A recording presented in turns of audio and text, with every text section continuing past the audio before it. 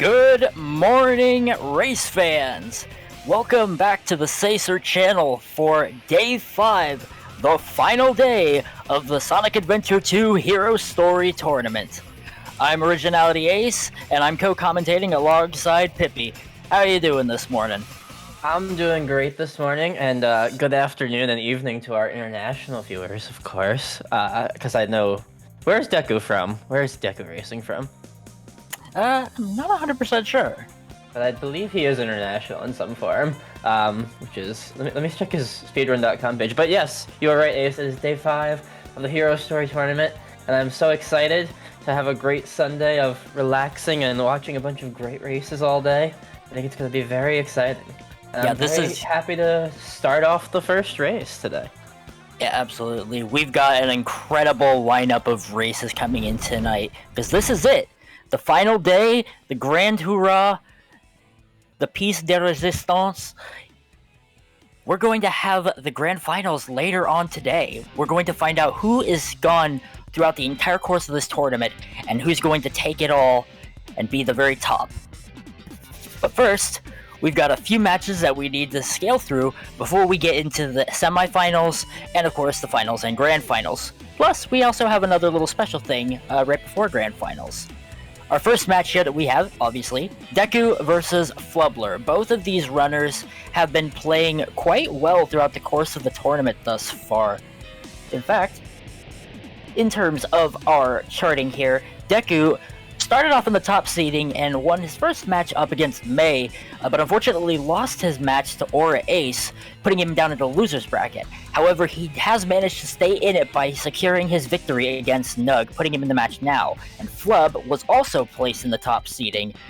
Unfortunately lost his match to Superior, which bumped him down, but he has succeeded in defeating Seahawks and Ninja Frog to maintain his position. The loser of this match is going to be eliminated, and the winner will go on to face the next contender of the following match, ID Geek. Yeah, I'm just looking at the bracket now that you said that. Flub is going on quite a loser's run here, beating first Seahawks in losers top 16, which is kind of crazy. That's just how stacked this bracket was, that two players at that level were that low in the tournament for like losing for 15th it was, right? Or was it 16th? I believe it was. It was either 15th or 16th. But yeah, that's crazy. But yeah, hopefully Flub is able to get a good run, and well, hopefully both runners are able to get a good run, and it's a close race. But man, do you ever just feel like you wish both runners could win? Yeah, I do. I really do. Unfortunately, in a tournament setting, yeah. Somebody's got to win, somebody's got to lose, unfortunately. And also, I just looked at speedrun.com, and if that is correct, Deku is from Italy. So we have some European representation here in the race. And both of these runners also are extremely close in terms of their times and their placements on SRC. Flub has a 22:17 and Deku has a 22:32. 9th place and 12th place, they are literally like less than 20 seconds apart from each other, which is really big. And just those couple of seconds can make a huge difference in terms of speed running, and we're going to probably see some really insane matches later on today, and I'm looking forward to see how this one's going to turn out. We do have a couple of gentlemen in play, though. Both of our runners are going to be using ESG. For those who don't know, ESG is Emblem Skip Glitch. It basically just means that we're able to skip past all of the emblem cutscenes that happen after you complete a level. Makes running the game a little quicker. And of course, they're both going to be going for skipless City Escape. So there are going to be a lot of high-octane movements and precise executions to get through this stage as quickly as possible. Yeah, for sure.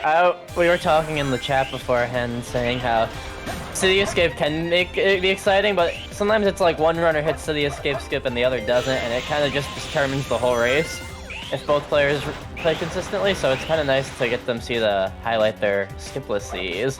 And they are moving through it pretty quickly. Yeah, wow, looks like they're almost synced right now. Yeah. Crazy.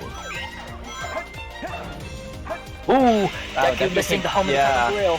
Missing that rail. It's a minor thing, but at this level, little seconds like that are probably going to be making the difference.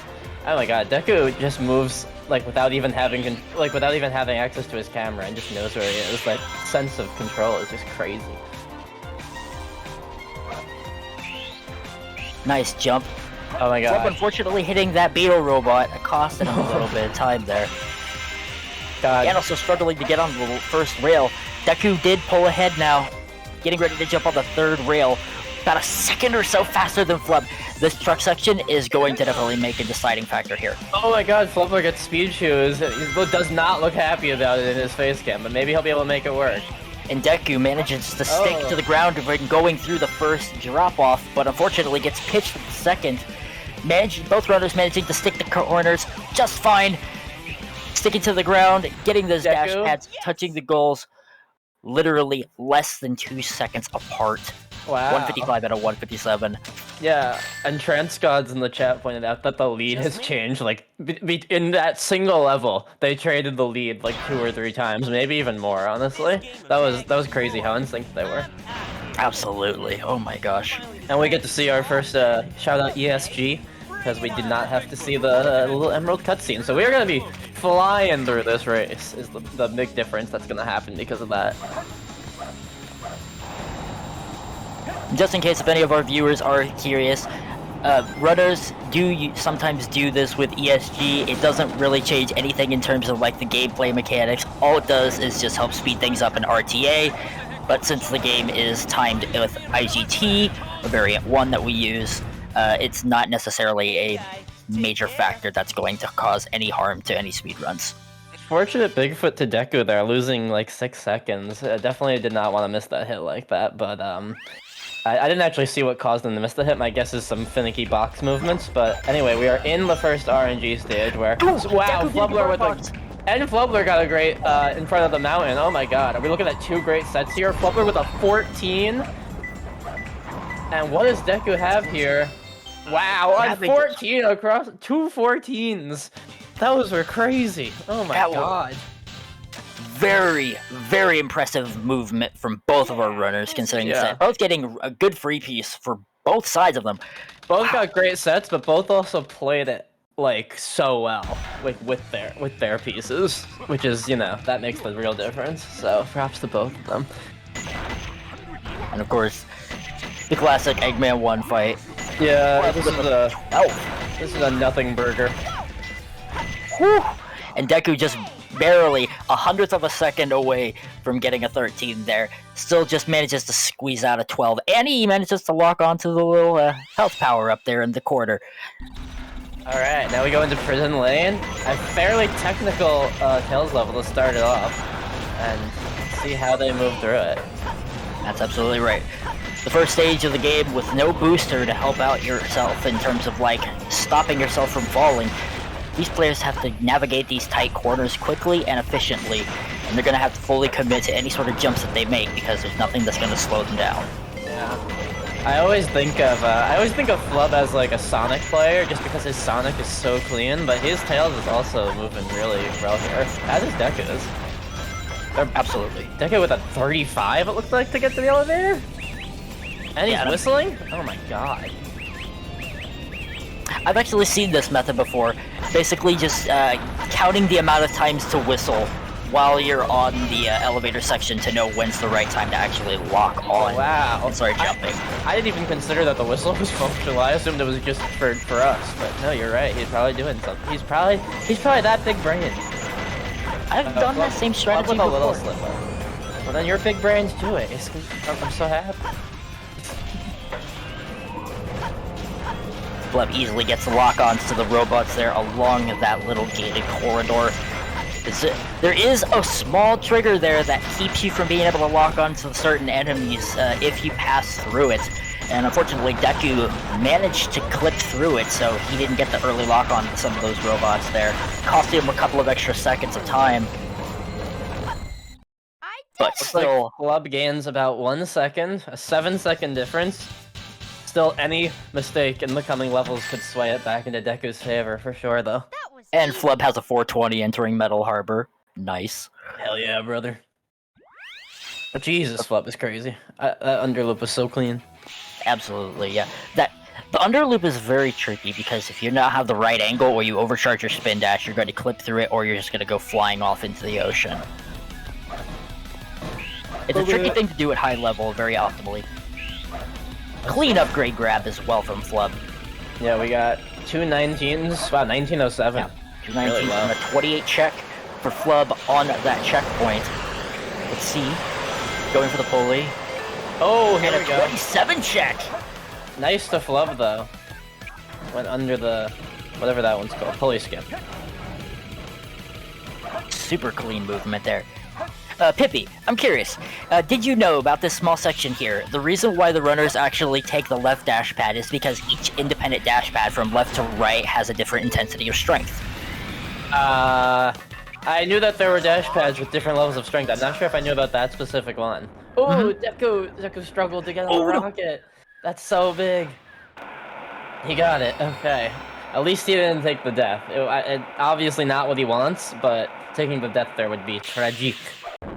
And Flub cashing in on that 100 rings to get that extra life. Ooh, scary jump there, having the camera like that, but he does manage to land to hit the goal ring. And a 120, very nice. Shout out to Sonic06 in the chat. And Deku gets the extra life too. Whoa, Deku! Careful! Ooh! Oh my god, Deku.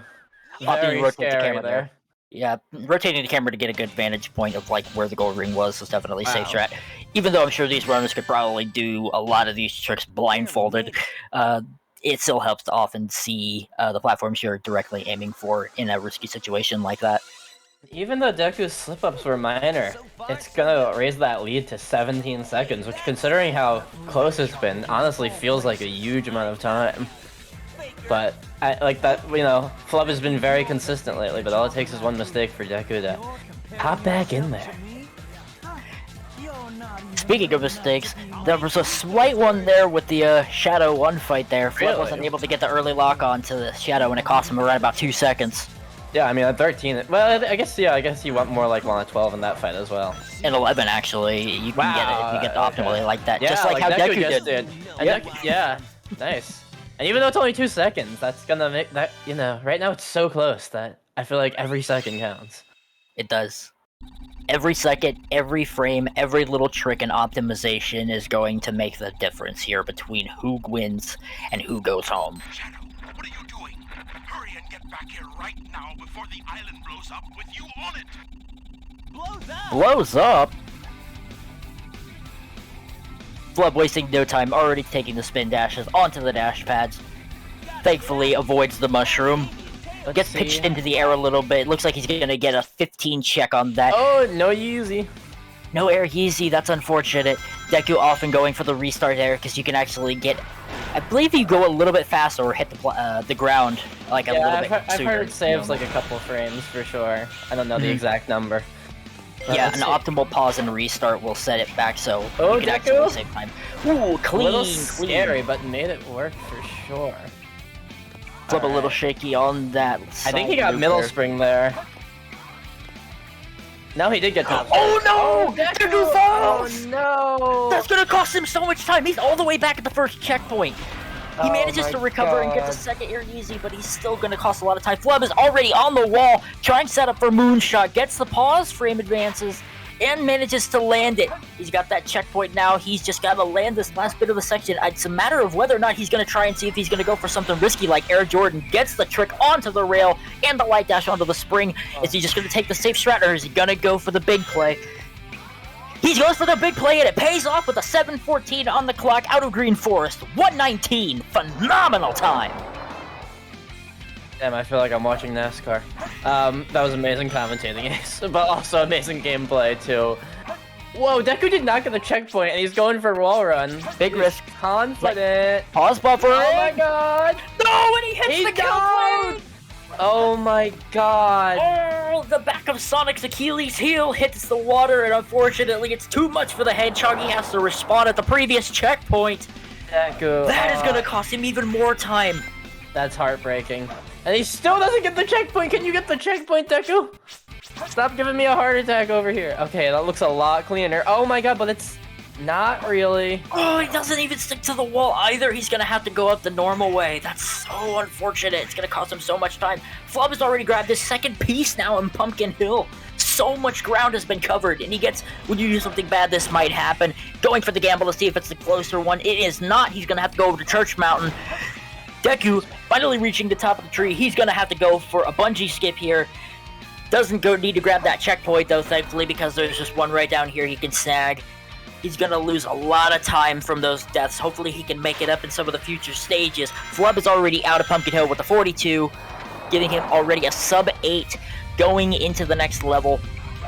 Deku also trying to go for Air Jordan there, but unfortunately doesn't get the spin dash off of the tree like he was hoping. Instead, he ends up hitting the spring by accident anyways. Has a 146 on his actual IDT timer there, but he spent far more time, unfortunately. It's going to cost him. Over a minute and 15 seconds now is separating our contenders. This is huge. Yeah, that was really heartbreaking for Deku, to watch for Deku. You know, all he can do is hope that, you know, he's got to play consistently the rest of it. Hopefully he'll get a good Pumpkin Hill set, and maybe he'll be able to build up little bits of time along the way.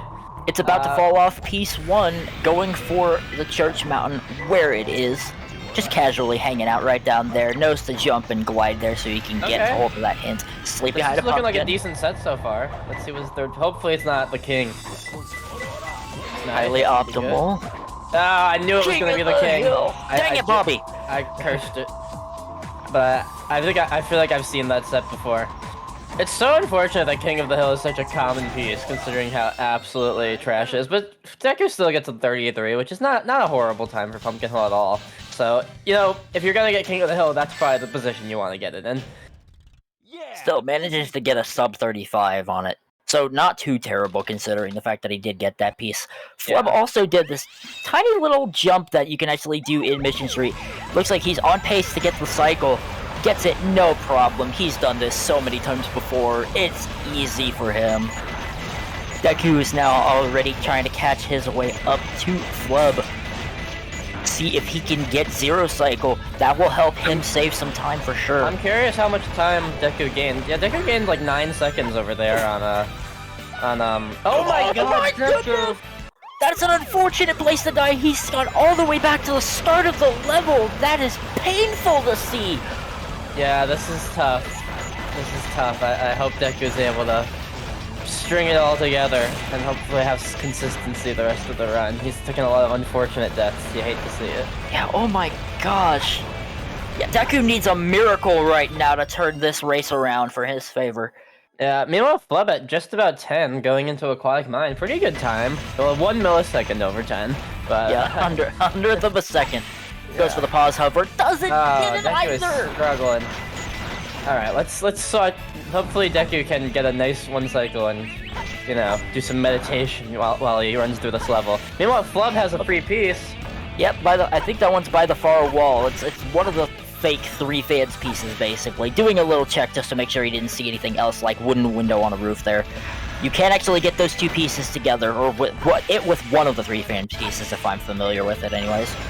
He's probably going to go for Ghost Room to look and see. Yep, and he does get a ping down there, so it's probably he got the hint. It's water level 2, right? He did? I didn't even see it. No, you're good. But he's got a container next to Jumbo Skull. Not a bad set, but he is getting caught in the vent there, which can happen. It is a little annoying. Oh, he's going for the clip. Nice. That was not bad at all. That's one of those clips that can give you a headache, but he got it pretty easily. Wow, and he dug into the box. Yeah, Flub is for sure moving. Deku still looks like he's struggling just a bit. I think that's gotta be 1 cycle.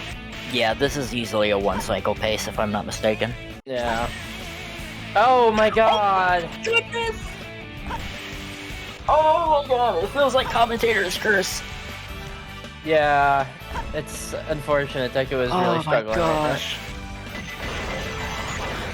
Do you think Flub looks at the stream and has an idea of the lead he's gained, or do you think he's going blind and just letting whatever happens happen? It's hard to say. We have seen some runners just keep the stream up all the way through, and then some that haven't watched it at all. And then there are some that are just like, they'll watch only about so far through the actual match until they see like a shift in the lead or the change or something drastic happens. And then they'll like turn the stream off just so that way they're not psyching themselves out. I'm a big fan of the putting the stream on during FR skip so I can see the end of the race. I did it! Oh, for me, I've got to have that on 24/7. Whenever there's races on, I got to have it. No, I mean when I'm also racing, I mean. Because I know some people wait until FR skip to put on the race if they're the racer. You know what I mean? Mm. Anyway, Flub is in Route 101. I saw there was some praise of people saying they were actually talking about Route 101 yesterday, and I'm not gonna do that because I don't really know anything about this level. I believe he got a 3 fans piece.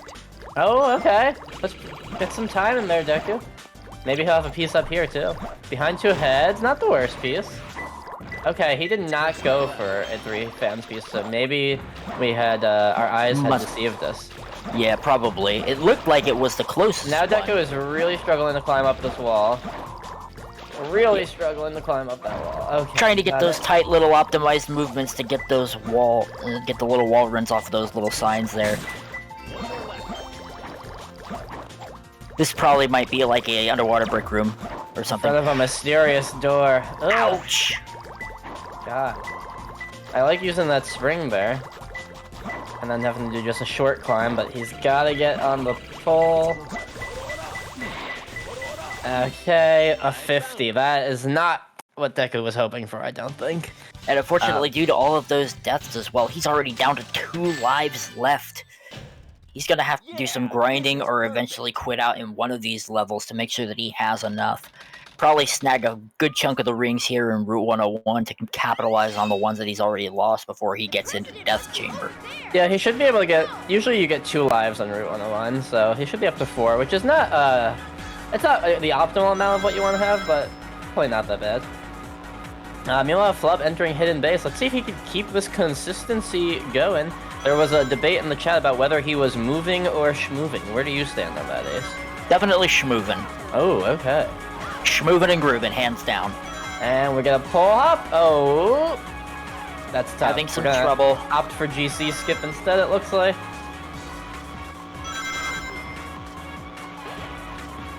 I'm getting closer. No matter how many times I see the runners go for that strat, it still makes me nervous every time. Which one, pull hop or GC skip? Both? GC skip. Yeah, that wall. If you just hold in the wrong angle slightly, it's okay. Go to the sand now. But Flub made it look easy, and we have been seeing so much bottom route this tournament. Crazy. And there's not much of a time difference in terms of like the actual speed. Obviously, top route is like maybe like a few frames faster at most, but playing Yeah, through it ultimately, I do optimally think it's is pretty preference about what makes you feel safer for sure, tough. especially in a race setting. Let's see, Flub's hidden base. Oh, he missing a pause buffer. But these little mistakes aren't making that much of a difference, thankfully. Especially with he's now raised his lead to over 2 minutes over Deku. So, Ooh. Scary turn there by Deku. Flub already doing the out of bounds clip. He's doing pretty well for himself in terms of lives for when he gets to the next hunting stage. Already has 9 on his 9 in his stock. 9 lives. And when we enter Death Chamber, that can be important, because if things don't go your way, you could end up siphoning through like 7 of those, honestly. Death strats are consistent, but, you know. It's like in Pokemon when a move has 95% accuracy, and yet somehow it misses every time you use it. It could happen with Death strats. Exactly. Thankfully, if Deku needs to grab some more lives, he will be approaching a couple that he can actually grab. Yeah. One in Hidden Base. It's actually a freebie that you could actually get if you lock on while you're on the pulleys. And let's see what kind of stuff Flub goes for here. Clean Over in hourglass Pyramid jump. Cave. Transition. And this is amazing. little Flub trouble with was that. playing this early at 10 a.m. Playing this good at 10 a.m. Early bird gets the worm, and If he's certainly spitting, so sorry, does- I yawned because it's well, it's 11 a.m. I shouldn't be acting like it's that early. Trying to go for full hop, gets the second time around, but it's questionable on how those cycles are gonna be. I'm entranced by Flub's Pyramid Cave, which is pretty clean so far. Oh, Deku giving me a little heart attack here, though. Deku is trying to kill me with this run, all these heart attacks he's giving me. But he is still trucking along. Oh, struggling to hit that little fella, though. And missing a jump there.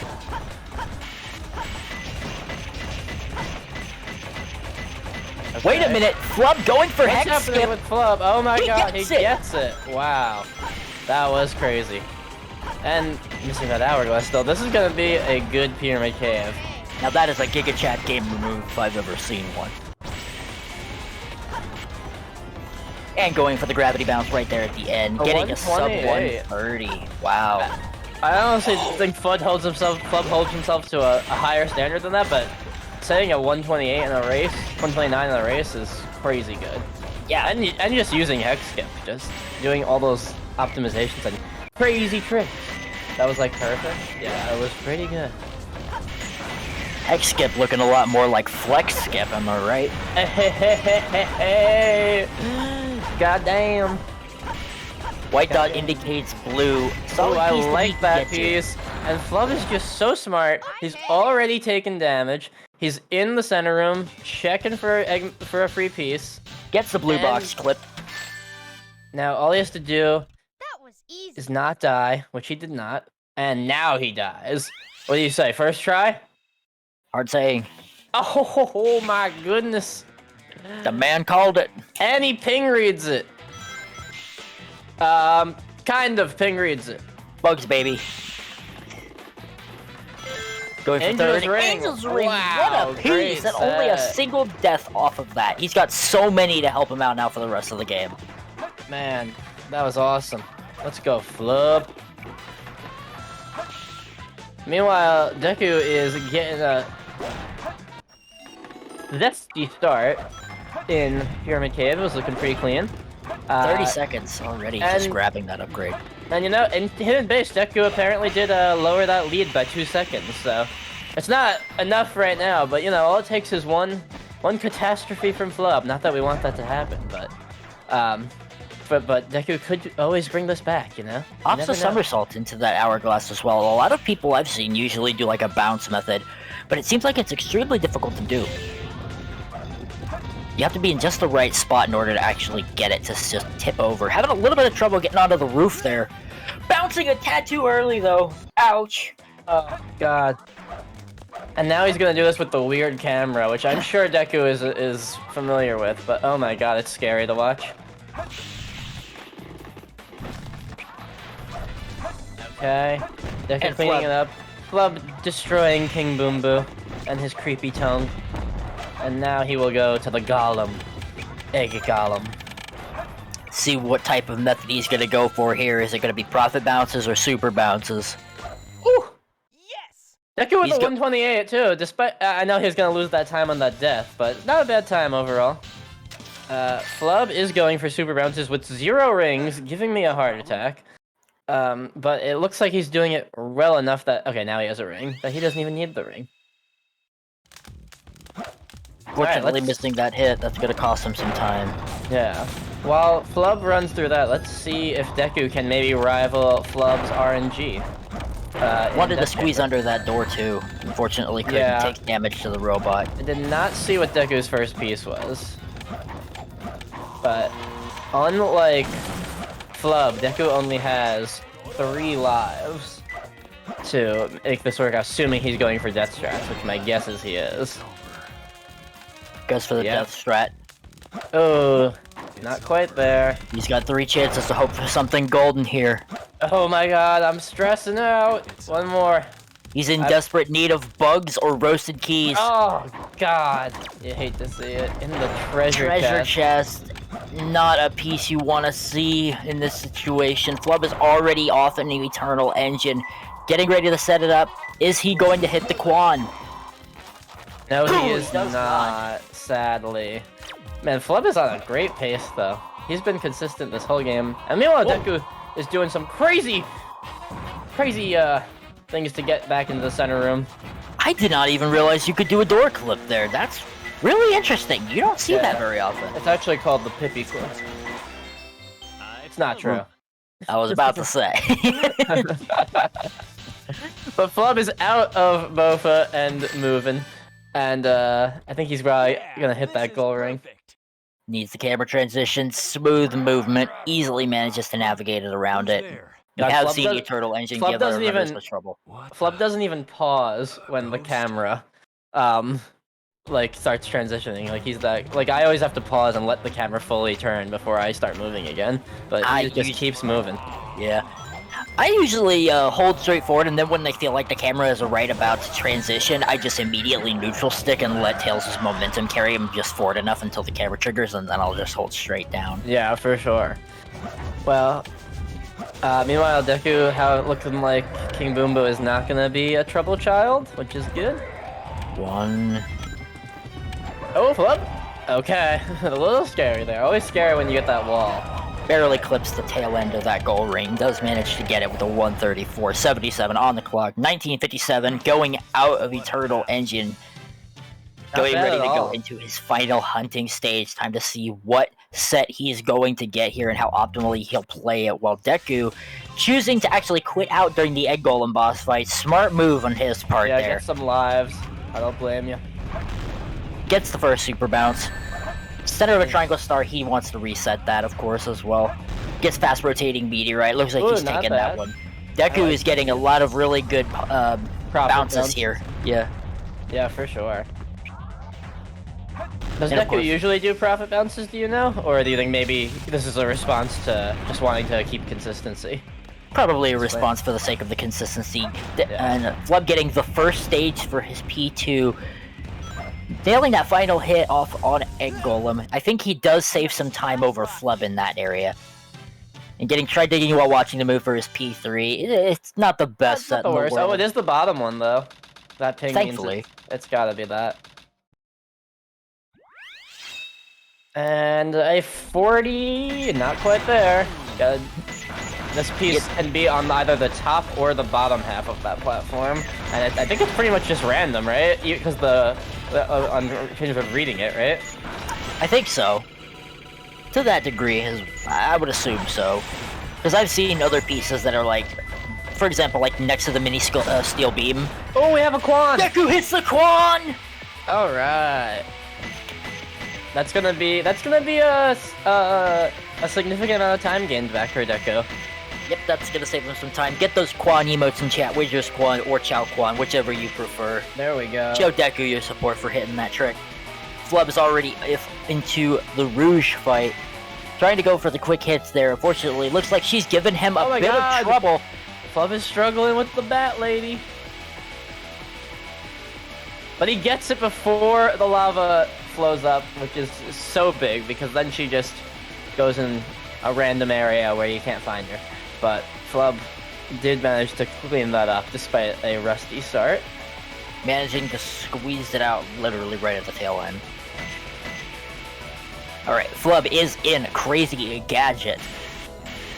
So we're gonna see some CGSS from our runners here. Deku realized that he wasn't in the right placement, had just enough time to pull himself back and get back into the right spot to hit that goal ring, though. And very good play there, especially on the fly. Alright, what do you think Flub is gonna get a first try CGSS? He needs to get the checkpoint. That checkpoint is for some reason just crazy small, even though it looks normal. Playing hard to get. So true. She does play like that. But Flub didn't need the checkpoint because he is out of there, and I have a feeling he's gonna hit that goal ring. Deku getting lava below. Good P1 for his location.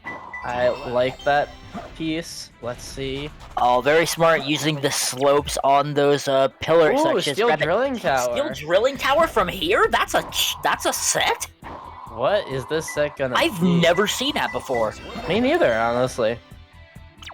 And then P3 jump from the star. What a set!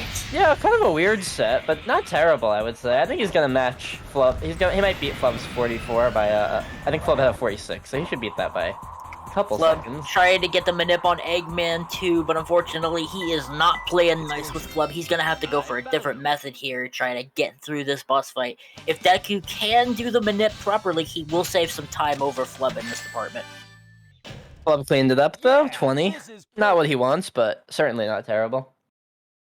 And now we have Flub entering his final level, Final Rush. And he's played really consistently so far, so barring some kind of, massive attack, like if a gorilla came and attacked him, that could ruin this run, but His I think pace the is insane chances right of that are low, and I trust that Flub will finish this up cleanly. Deku playing it safe and grabbing the ring there, going for the quick kill on Rouge. Saving about 4 to 5 seconds over Flub in that section. I love how Deku runs out of the arena after.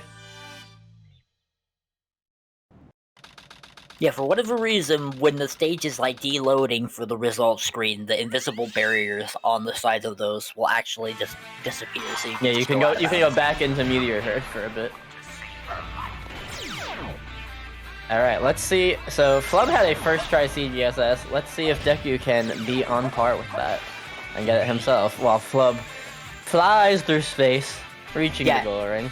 And Flub did fast fall as well, based on the way that he stopped and then neutral sticked for a couple of seconds there on the clock. Oh, Deku once again saying no to the checkpoint. I don't need it. It's an all or nothing sort of a situation. He's gonna have to hit it first try or he's gonna be in for another major time loss. I love the bravery. Does do And the pause method, pays as off. per usual. The Deku method. And of course, Flub is already out with a 119 going into the final fight. Wow, This 47 crazy gadget, not bad. Not bad at all. crazy good pace. Alright, Flub is here in Shadow 2, here to finish off his race. Looking like probably gonna be a sub 24, don't you think? It could be if he manages to just get this clean. Okay, and maybe not.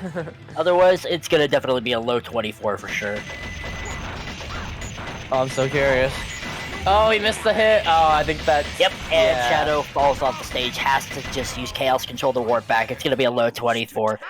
Deku does get the Eggman 2 minute there, so he saves a few extra seconds from the lead that he lost from Flub. So he's unfortunately still very close to that. Flub, Shadow 2 is Struggling not to playing hit nice. this last hit, yeah. I think he's got it now, though. And there he goes. There he goes. 24-18 on the clock. GG's to Flub. He will move on to the next round, where he will face off against ID Geek. And unfortunately, absolutely. Deku will be going home. Oh, empty-handed Deku, here. you're breaking my heart, fella. Give us the skipless FR. Or maybe he's gonna... Oh, I think he would have reset if he was going for the death. Oh, wait, is he going for... He might be going for fast FR or OBT. It's hard to tell. No way. Nah, he's just going... Looks like he's going for the skipless FR. He's giving us a treat, you know? He probably knows that... Maybe he knows that the race has ended, and he just wants to give us the pleasure of watching one of the coolest levels in this game that, unfortunately, we skipped through all the cool parts. But... Wanting to give us a good show. I'm not complaining. There he goes. He's on that wall. Flying. Transition to the my third God. wall. I always forget how cool this skip looks. Oh! Ouch. Manages to make it effortlessly across the Unfortunate. walls. But I do believe that since he knows that he's this far behind on the run, that he might probably just... It's hard to tell. I don't know. If he'll be continuing this out, No, or if he's going to be dropping off. My guess is that Deku probably saw that Flub did the run and wanted to show off some stuff in FR, which I was really happy to see. But my guess is that that's going to be the end of this segment. But you know, GG's to both runners. There was lots of good stuff to be seen on both ends for sure. Yeah, we did see some really solid execution from both runners, despite the large gap between the two of them in terms of times. Unfortunately, things happened that cost him a lot of time that, unfortunately, he just wasn't able to recover from in this match. But he still made it very far in the tournament nonetheless, and has done very well throughout the course of this. Deku, welcome to the commentator's booth, my friend. Oh, hi Deku. Hello. I assume that you had the race up. It is what it is. Yeah, it is unfortunate to some of the stuff that happened in a couple of those levels. Yeah, I was also like feeling good in practice. I just don't really. I don't know. Yeah, Getting unfortunately, confidence. sometimes the race just does not go the way you want it to. But you did a lot of clean stuff. There was a lot of stuff. You hit the Quan, definitely saved some time there. So some good stuff for sure. The FR wall run there in Yeah, at that the was very end. I That was happy pretty to see cool. that. I was saying Well, you don't get to GG. see that enough. Did you DNF? Yeah. Oh, Well, I was already like, you're already finished, so no point in me finishing also. fair enough. GG's, man. Jeez. Yep, and GGCU as well, Flub. GGCU Deku. Flub, you will be moving on to the next round. Your next race, literally coming up next. You're going up against ID Geek. How do you feel? Yes. Well, I don't know, man, because it could go either way. I mean, the guy was getting like mid-24s in the past few races that he's done. And, you know, he's shown in the past that he's like a top 5 runner and, you know, definitely was really good in the game during his time. So I don't know. It could go either way. I'm just hoping that this break will help me. Seeing if you can ride the wave of the fire gameplay that you've had in this run to see if you can carry it over into the next one. I'm really happy about how this run went, honestly. Yeah, you were playing super consistently, really well. Like, besides the minor hiccups like Egg Golem, Shadow 2, and just some bad RNG, it was like a really good run. And I hit Hex Skip! Yeah, that was really Yeah, that was hype. impressive. That was cool. So I'm pretty excited. Also, I forgot to mention, everyone was wondering where the ADXs are, probably, right? But I think we had Deku's on most of the time, but yeah, I think someone mentioned that in the chat. yeah, I was listening to music during the match, so that's why. Oh, okay, gotcha. Gotcha. And I didn't want it to overlap. Yeah, had to keep yourself in the groove, in the right mindset to play. Had to jam out. Yeah. So, Deku, how do you feel about your tournament performance overall? I think you did well. I'm proud of you. Yeah, it feels weird. I only played 3 matches. Wait, no, it was 4, right? Okay, yeah, it was 4. Yeah, this is technically the 4th. Yeah, I think I played well this tournament. I was pretty mad at my loss against Aura. Like, I missed the Goring in Eternal Legend. That one was a little upsetting. Oh, you Like, like I mud? think- Oh no. Yeah, I think, you know, maybe I didn't play the best, but I think all my races were fun. So, you know, that Yeah, I'm was glad. good. I enjoyed the Aura race. I liked the Gentleman's we did. The Nog race where we did the Gentleman's mid race. You know, I had some good memories. Yeah, for sure. That's why I joined. I mean, I got top 2 in the autumn qualifier, so there's not really much need for me to get a high placement anyway. So I made some good memories. And, you know, that's cool. Do you And think yeah, it'll be good luck to you, Flop, or on the rest of your tournament. What are you saying? Sorry? Oh, I was Good gonna luck say, to you on the rest of your tournament. Oh, thank you, man. Thank you. GG's on the performance. I think you did really well. And I definitely am excited to see you in the summit, because it's going to be good. But yeah, I'm sorry everything that had to happen to you.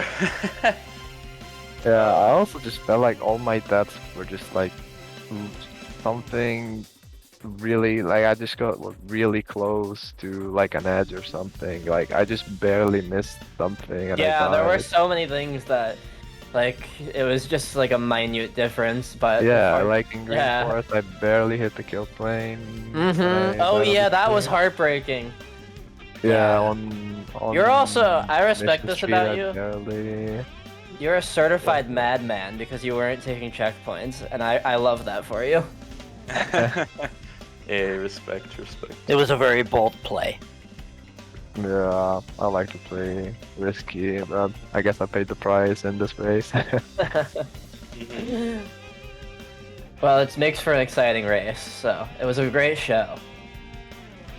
Yeah. You Of had, Flub, I feel like you had good RNG pretty much the whole run, right? Not Aquatic Mine and Meteor Herd. What was your meteor? Yeah. You had a Aquatic- decent meteor herd. Aquatic, me and Deku, I heard both got 14 Wild Canyons. Yeah, that's what I was thinking of. That was crazy. I was like 2 14s. No. And at that point, you were like practically synced with each other. So we basically had a 14 on our left eye and a 14 on our right eye. Oh, that was dang. great. And you guys both played that so clean. Yeah, it was super clutch at early game. And then right around about mid game, it started to split a little bit further and further apart. But Deku did manage to claw back a few of those extra seconds in places that you actually had a little bit of time lost in there, Flub. So he did do a little bit of catching up there in that throughout the course of the tournament. But still, GG's once again to both of you. Yeah, Deku, I Flubber, do hope that we'll see you again, potentially in the spring qualifiers, or of course in the summit for the SA2 we'll Hero see. Sport Tournament. Well, put it all on the line. Do you think you'll be playing Aura? Oh, you'll be playing ID Geek next, right? Yeah, I'm playing ID Geek. Oh my god. That's So, crazy. Yeah. Are you confident? Are you nervous? Are you ready to destroy I have him? I have to play in like 15 minutes, bro. Like I have to get myself mentally prepared. I gotta also do a little bit of stuff beforehand, so I'm gonna be okay during the match. Alright. So Well. whatever I you got need my to do. revenge on Deku from last qualifier. True. So now you need to go all the way, get that second place you couldn't get last time. Hey, wait, who The needs redemption second? Who arc. needs second when Flub is maybe gonna get first? True. You Maybe. need to get first. Maybe it would That's be the second. it would be ludicrous Alright. considering Katie exists, but You guys have any final words to say before we end this portion of the day? I'm just gonna get some popcorn and enjoy the rest of Spacer. And Yeah. maybe it was good Let's that I go. lost and I can watch the races. That's that's always a good thing. yeah. Yep. GG's Deku once again. You had a good run. Hopefully, maybe if you come back for spring qualifier, who knows? Maybe you can go for that first. Yeah, we'll see. No, Yeah. This winter qualifier was super stacked, so maybe not a lot of the top runners are gonna join the spring one. Maybe I can redeem myself in that one. We'll see. Right. Only way to know will be to go and do it when the time eventually does come. But we have been informed that we need to bring things a bit to a close on this one. So GG's again, Flub, on your victory. Deku, sad to see you go, but we hope you enjoy the rest of the tournament, and you did fairly well throughout the course of this tournament. We'll hope to see you again soon.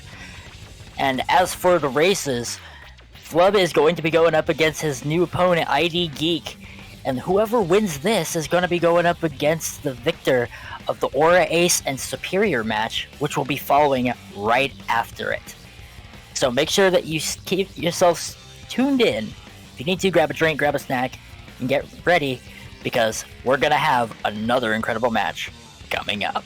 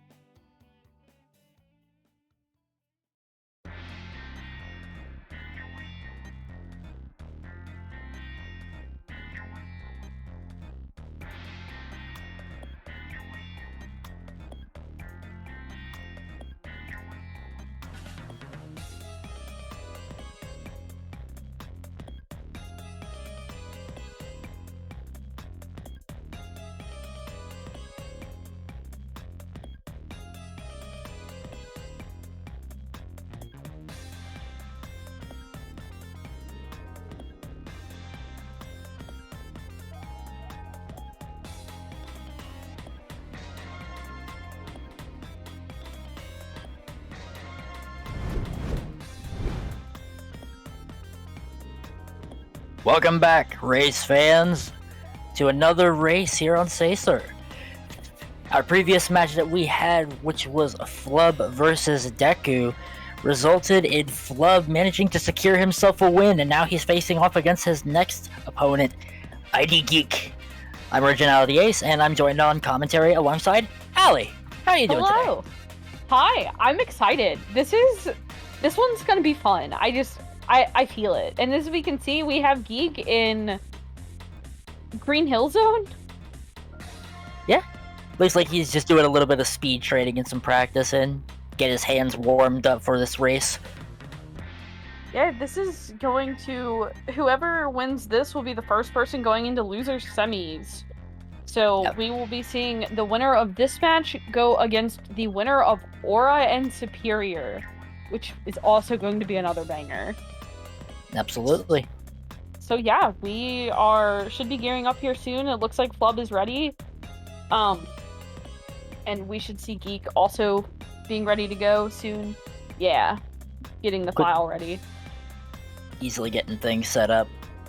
Now, in the previous race, we did note where Flub's current position was that led him to get to this point, but we should also go on the terms of describing how his opponent got here. ID Geek is currently 25th on the SRC leaderboards with a 23:30. He started off in the top seeding, won his match against Tethys, and managed to beat Superior by a single second, but then lost to Katie in the winter semifinals.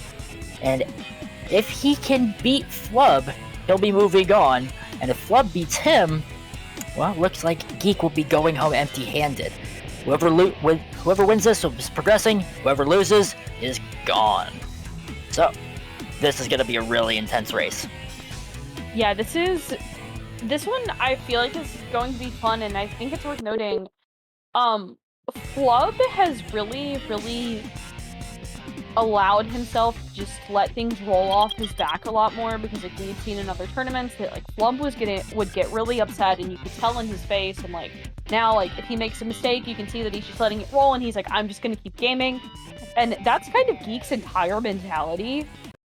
So if you see Geek make a mistake, he's just gonna kind of vibe.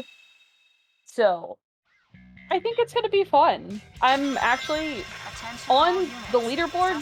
Flub has the better time, but in a race setting, you really never know what's gonna happen. Exactly. Anybody can have a large swing in one favor or the other, and it could cause somebody who's even got a time that's minutes slower than their opponent to actually pull ahead. Because all it takes is just one bad race, or one wrong set of RNG, or a really difficult comeback from death. Yeah, let's see. We're having a little bit of movement issues, but Flub's gearing up for CE, and Geek's not far behind him. Yeah, that Get was CE skip first try. Geek Oh no! doesn't get it, opting to go for skipless CE, just cutting his losses and just going for it anyways. Well, I Flub. think... Oh, sorry. Oh, no worries. I just noticed the Flub there was kind of going a little slow on that rail there. It looks like he didn't get enough speed that he was wanting when he got out because he had bad cam. Yeah, Dawn and I have talked about this a little bit. When you hit all of the inputs for CE skip, it can be kind of hard to go back. Geek? Hello? Yeah, that loop is a pain. Yeah. But all of a sudden, we're just going to immediately have like a 30-second discrepancy, because that's about what CE skip will save, and a 123 from Flub is not bad. Oh no, it's fantastic time. So we're going to immediately be seeing this discrepancy, but yeah, you can see Geek's not super happy about that, but... Does manage to stick to the ground though, getting into the truck section. It's very easy to get pitched off of that first downhill slope. But he managed to secure it. Super clean truck section as well. No issues there. I think that's gonna be about 30 seconds flat. Like, give or take a second or so. Mm-hmm. Yeah, Around about, yeah. That's immediately going to give Flub the upper hand, but as we've seen in other races, this can very, very quickly change. Like, we've seen C skip leads just chip away, so incredibly quickly that we get into desert and everything is just even. But immediate green ping for Flub. Getting near the 6 pillars, smacking into the rock, grabbing the piece as quickly as possible. Obviously, doing a little camera turnaround, looking for something like in front of the red and green pillars, or mountain with red and green stripes. And of course, ID Geek also not having any issues with the Bigfoot there, getting a 21. Solid time as per the usual. Interested to see what this last piece is going to do for Flub. Ooh, Yeah. between the 2 stone statues. A free piece that he unfortunately did not see, so that's going to cost him a bit of extra time. Geek also getting near the 6 pillars, but it looks like it's going to be in a different rock. Getting Red Gate P2. Let's see, this could be a little bit of time save for Geek, but it's going to be tight. Oh! Yup. He already sees his P3, and it's on the way to his P2. That's going to save him a good chunk of time. That's about 10 seconds of time gain. Yeah, you can see Geek popping off. That was a good set. Like I said, that's honestly little things like that. Like that's immediately 10 seconds. That's just back. So The RNG giveth and RNG taketh away. If it wants to be kind, it'll give you some good sets. Get through that stage as quickly as possible, and it can even give you some bad sets. But even the bad sets you can play well, and the good sets you can play bad. It all depends on how the runners handle it. let's see. As soon as we get the update from the sound defense, what a homie, we can see just how much time was saved. SA2 hunting is a lot like poker. You can't change the cards that you've been dealt, but you can change how your hand is played. Oh. Uh-oh. Okay, no, we're fine. Had a small stutter. It's alright though. Yeah, Prism Lake Geek is moving through this level. listen, it's gonna be small things like this that... But yeah, if we look at the time, it was about 10 seconds gained in Wild Canyon, so all of a sudden we're like almost a third of that lead is gone. Just right off the bat. And we're getting into some stages that can be quite intense with Meadow Harbor and Green Forest, even though Green Forest is kind of Flub's stomping ground. Like, so it's gonna be interesting. But yeah, pretty clean movement from both. Flub getting the easy early lock-on onto the robot in that gate, avoiding the lock-on trigger there that blocks you from doing that. Looking Hopefully 133. Yeah, 133, 134 pace from Flub. Yeah, 133. Yep, Looking good. 133. Pretty clean. Good call. Thank you. This is because of Dawn SR. That was easy. But yeah, yeah, so that's gonna be like a 137, 138, assuming everything goes well for Geek, if I remember, because it's like, I think, 12-ish seconds from that checkpoint. Mm-hmm. Yeah, 127, so... Yeah, Geek not happy about that one. Yeah, those smaller hiccups will cost him some time. Flub getting a 19 on that upgrade check, that's pretty solid. Could get it a little faster, but still, not bad at all for a tournament setting. Yeah, Flub, I think it's Flub's Sonic, I almost said Shadow. Flub the Dark Story Runner. Flub's Sonic movement is pretty clean, all in all. Like, obviously we saw a little bit of a hiccup there, but... Yeah, Flub's speed movement is definitely a place where he excels at the most. He's got some really crazy times in terms of ILs for a lot of the Sonic stages. Yeah, Geek having a 19 upgrade, which is about the second slower. But, yeah, Geek! Oh, hitting that dash pad, that's gonna cost him a good chunk of time. Trying to go for jump there, doesn't get the jump right in time, costing him extra time that he's not gonna be able to get back in this stage. He's gonna have to claw it from someplace else. Flub grabbing that 100 ring safety net there. Barely lands on that dash pad. Saved himself from disaster. Yeah, and Flub's jamming. You see it in his cam. He's just he's bobbing. But yeah, that's unfortunately going to be time that Geek's losing. He is quite literally schmoovin' and groovin'.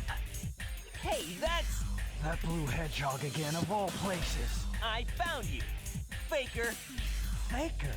I think you're the fake And hedgehog around there here. he goes. You're Is he comparing gonna grab the yourself extra to life me? here? He does not. You're Opts even not to good grab it. enough to be my Completely understandable. You know what's weird? All the other ring boxes in that boarding section can all be grabbed on the ground, but for whatever reason, you actually have to jump to grab the 1-up capsule.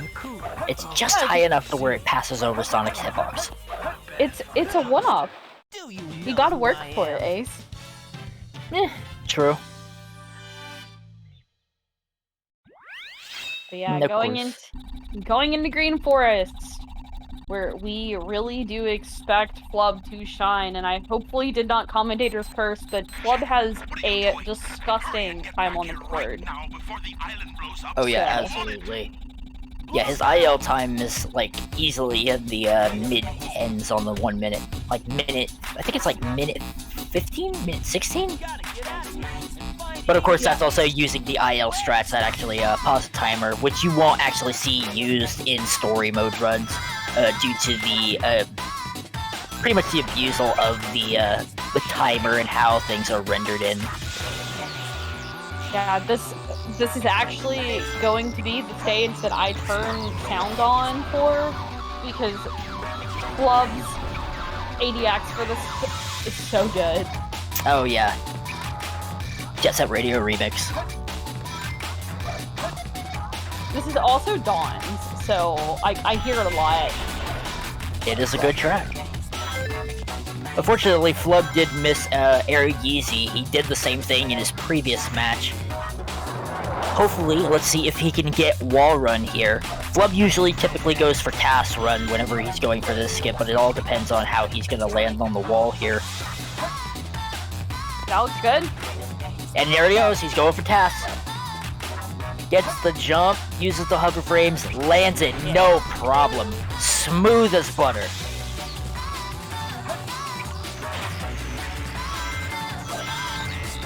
The light dash onto the spring. Is he gonna go for Air Jordan or play it safe? Oh! Try. Ooh. Okay. Ooh. Yes. That was...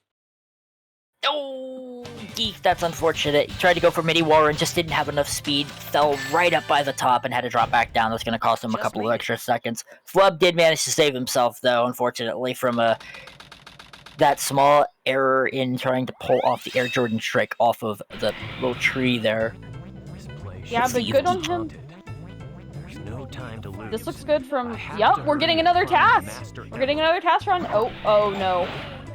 Trying to use his pause frames to advance him. He doesn't have enough distance. He's just choosing to backpedal. That's brutal. It's honestly probably really smart. Depends on how you shoot it, because some runners, I think, would actually choose to take the death and then just respawn at the checkpoint right where they need to, so they can just go for wall run again and get it even faster than just climbing up the manual way. Flub's already grabbed his second piece by now. Just 3 against 3 staring at each other for his P3. Oh god, I do not like that bungee skip. Whew. Not a fan, personally. And we got speed shoes. Geek does not look happy about it, but oh my god, for a second I did not think that the floor hit the floor. This is perfect. You know, it's funny, because there's that checkpoint right at the top, you're normally not supposed to skip that. But if you have 80 rigs that hit that checkpoint, you can get that speed shoe there, hit the one that's at the bottom of the path, and you can actually double up on them and stack the speed shoes for the last section of the stage. Here, I do wanna call Champo out here. I just got a DM from Champo that said if I'm gonna take a shot every time you mention Dawn during comms. So Champo, here it's your another Dawn mention. Oh my god. Please go take your shot. Flub going for the pause hover, nails it. Under the chimney P1, going for it.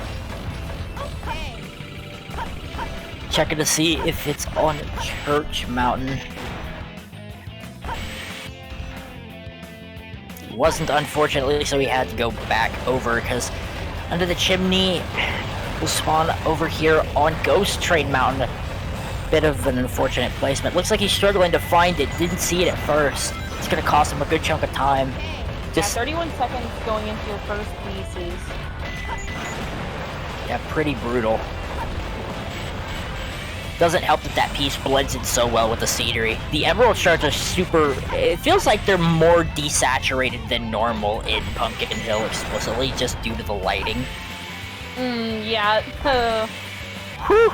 Flub narrowly managing to land the jump on that platform. He's gonna get a good solid 0 cycle there. And of course, Geek finally getting to his P3. 1 minute and 2 seconds on that Pumpkin Hill. That's really unfortunate. He's gonna have to hope that Flub has a meltdown in a later level for him to claw his way back from that one. Yeah, that...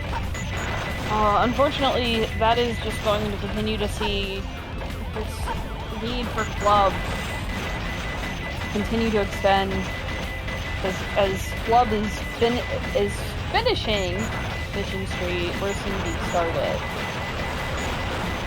But again, we've seen crazier shit happen. Exactly. Anything can happen in a tournament setting. And that's the beauty of the race. Obviously taking a second there to get the cycles lined up. See if he can nail this. Goes for the pause hover. Gets it looks good. onto the weight. Solid. Flub in Aquatic Mine. The inside of the mines to be like I don't see any free pieces. Geek just narrowly managing to scramble up onto that little moving pillar there to get himself on the right cycle. Flub getting a yellow ping right out the start. Having a top P1 right there in plain sight. Getting in the triangle skull for his Not a bad P2. piece. No, not at all. Pretty solid from his location. If he gets a Ghost Ring P3, he could monitor clip from here to get to it if he can pull it off. Accidentally drill diving down there to the abyss section. Misses it. Does try to go for the monitor hit, or monitor clip, unfortunately. Doesn't get that one either. Falls down. Geek getting ready to set up the second weight hop. Trying to get himself on pace for that cycle. He's gonna be cutting it close. It looks good, yeah, that was good. Barely lands it on it.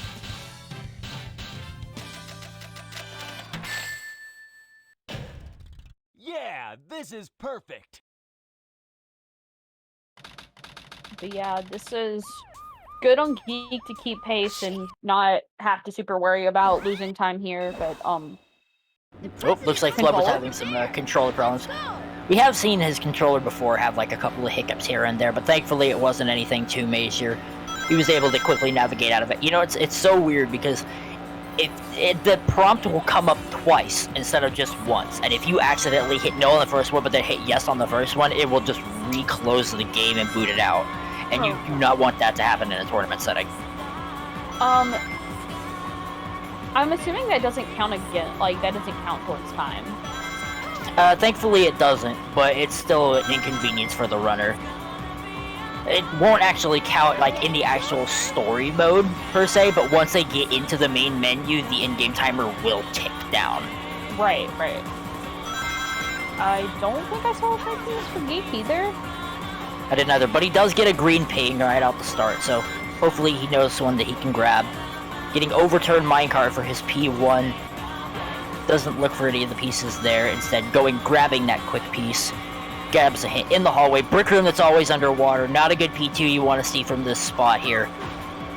But taking it, hopefully the third piece will be terrible.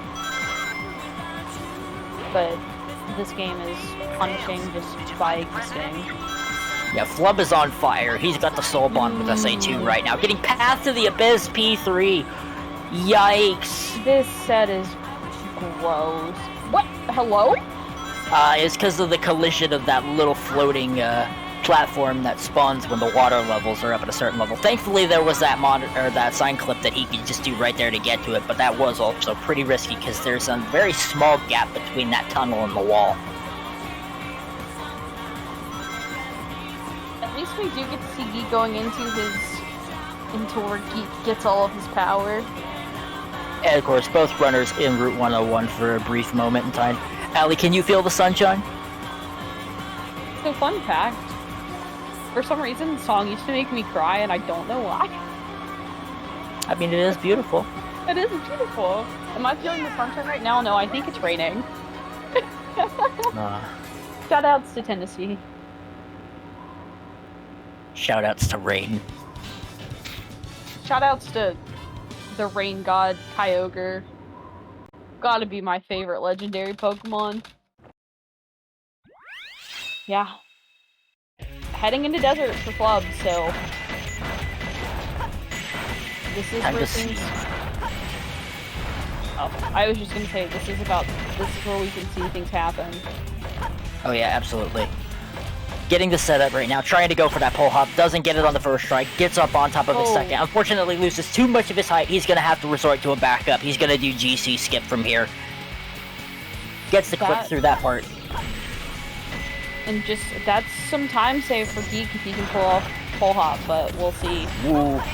Yeah, it cost him a little more time there of having a bad landing on those cycles. But he is making most of it, and oh, we're taking bottom route. Let's go. Flub took the bottom route in the previous run as well, and he did it pretty well, having absolutely no troubles. Yeah, you can kind of tell in Flub's face, he doesn't seem too happy about this altogether, but he is making the most of it, and Jimmy Bird. Oh. He's still feeling pretty confident. Does go for the pause hover there, misses the first one, but gets it on the second. Thankfully, you can just do a pause hover onto that, instead of having to go backtrack and take the spring. I think I cursed Flub a little bit. Thankfully, it wasn't too much of a major time loss. Looks like he's going into Pyramid Cave with the same amount of lives that he had last time, if not maybe like one less. Holy shit, and he's getting a 213. Route 101. God. Yeah. Geek's pretty solid at the kart racing levels. In fact, when I was originally learning how to do like the ring routes, like Route 101, Route 280, I actually was watching Geek's IL attempts of them, and that's what actually helped me learn it. Yeah, that's like his whole thing. That was a little Isn't tough. it? That's one of his things, yeah. Yup. Gets the pause hover first try. No. Oh, he's just gonna completely bail, and he's just gonna go for Axel. I'm pretty sure that... I don't know if that actually wound up gaining... That won't gain any time, I don't think. No, unfortunately. And of course, Flub. Second time now, he's tried to go for that little mock bounce right between those boxes and the wall. Did that in the previous run, didn't get on the first try, got it on the second, did the same thing here. Geek trying to go for the top route on the pause hover, doesn't have enough height, so he's just gonna have to break through it. That's the one thing I've noticed between doing both top route and bottom route. If you do top route, you have enough time to shoot down those breakable walls before you have a chance to get there, so you don't slow down at all. But if you go to the bottom route, you know, it's a little easier to navigate than trying to take the top route, considering it's practically a frame-perfect pause hover. But then you gotta stop for a second and break those walls down. Right.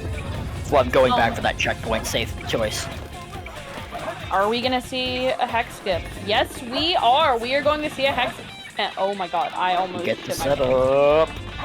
Goes for the bounce. Looks Nails good. it without a problem at all.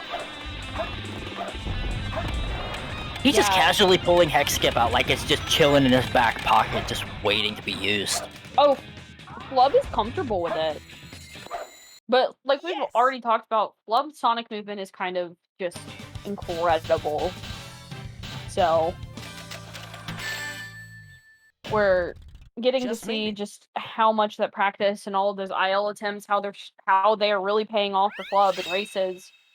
And hopefully we will see Death Chamber being nice. Death Chamber, my beloved. Between the legs, P1, that's a blue room piece. Thankfully he can clip it in from the blue box clip to there. Taking damage from the robot is the optimal play in that situation, so that way he can just go on ahead and quickly take the strut after grabbing that piece. Hopefully he'll get a solid P2, like Roasted Keys, or another good one that he can grab, along with potentially Bugs P3. 21 seconds in, already getting to the next spot. Doesn't get it on one life.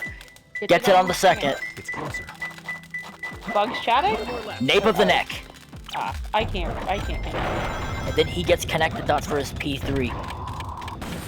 So, in the last match, with Superior and Jucifer, we saw Superior get his death chamber ended up being between the legs. Roasted Keys Angel's Ring. Wow. It was gross. Yeah, this is perfect. Getting a 101 check at that last checkpoint for Geek, pretty impressive. Huh? Yeah, that set's pretty nasty. Especially if he got it off of only like 1 or 2 death strats, then that's also insane. There were no death strats. Really? Yeah. It was Wow. so gross.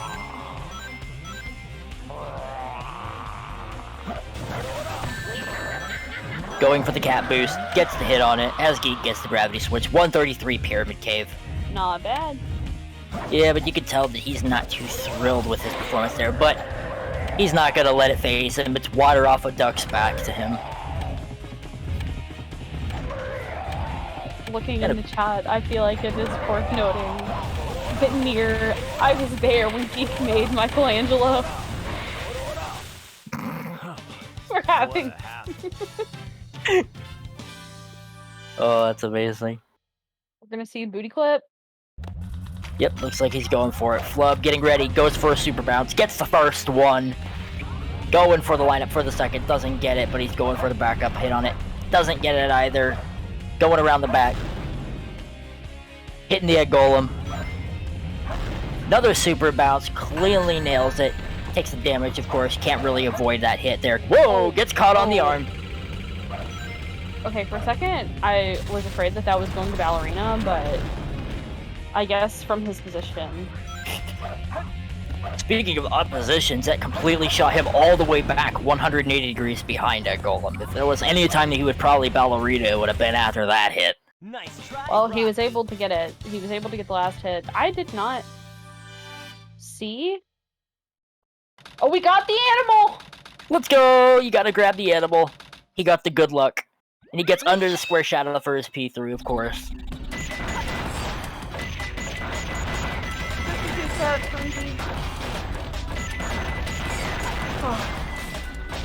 Definitely could probably be a bit better, but that chamber do be like that. Will we on see... a crazy pace. Yeah, but will we see... Do we see it? We do! We got the Quan! We got the Quan! Get those quad emotes in chat. Chow Quan, Wolf Wager Quan. Mikey smoking weed. I know it's not a Quan emote, but it's kind of funny. And of course, Geek also gets the cat boost. Flub nailing the transition with the camera angle there with no complications whatsoever.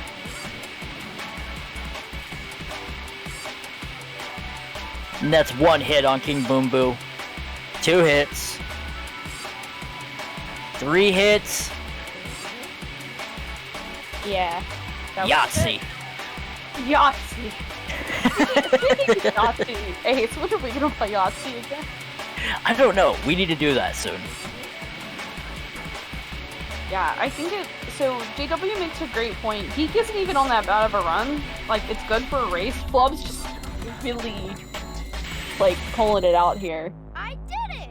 And we do not see the Ligma, thank God. 121 Eternal Engine. You can't ask for a better time than that, really. Well, Gotta do better maybe next something time. that's below 120, but that's probably like IL level. 1920 on the clock going into Meteor Herd.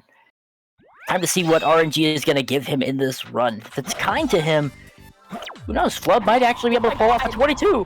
And speak of the devil, we actually get in front of the shortcut rocket, and it's a good one. Doing a quick check out for 3 tanks, obviously doesn't see anything there. Forgot to put it in a big container. That's a good P2 from his location. What's the P3? Oh, God. Glimpse! This is a terrible set. If only we could jump off those rockets a little bit sooner, that would have been sub 30 for Flub and Meteor Herd. My God, I almost said Metal Harbor. That is insanely sick. Yeah, this is perfect. Yeah, I Oh. would actually be really, really interested to see what Flub's pace looks like. Oh, if only I could check. If only there was a way to check. Treasure hunter. Did you find my But he's probably on pace to for sure get another. Like, he could get a low 23. Or not a low 23, a high 23. Maybe mid 23 if he keeps playing like the way he's playing now and in the last match. And of course, Geek is also out of bounds in Eternal Engine as well. Unfortunately, it doesn't look like he hit the Quan. But he's still out of bounds. Gets the transition with the camera easily. Flub is already done with Rouge. And getting ready to move into Crazy Gadget. Let's see if he can nail CGSS a first try like he did in his previous race. I'd love to see it. Flub is on a pacer. Geek's just not even worried about it at all. He got his back turned completely away from the screen while he's just chilling and flying out of bounds with tails. There's nothing really you can do but just hold a single direction and A button. You know? Oh god, for a second, yeah, you could see... Flub had a very interesting... Yep, and he gets it. CG a couple of matches ago. I think it was the match that sent him into losers actually, where he clipped out at that first. Oh, we're out. Does it again? The first try CGSS.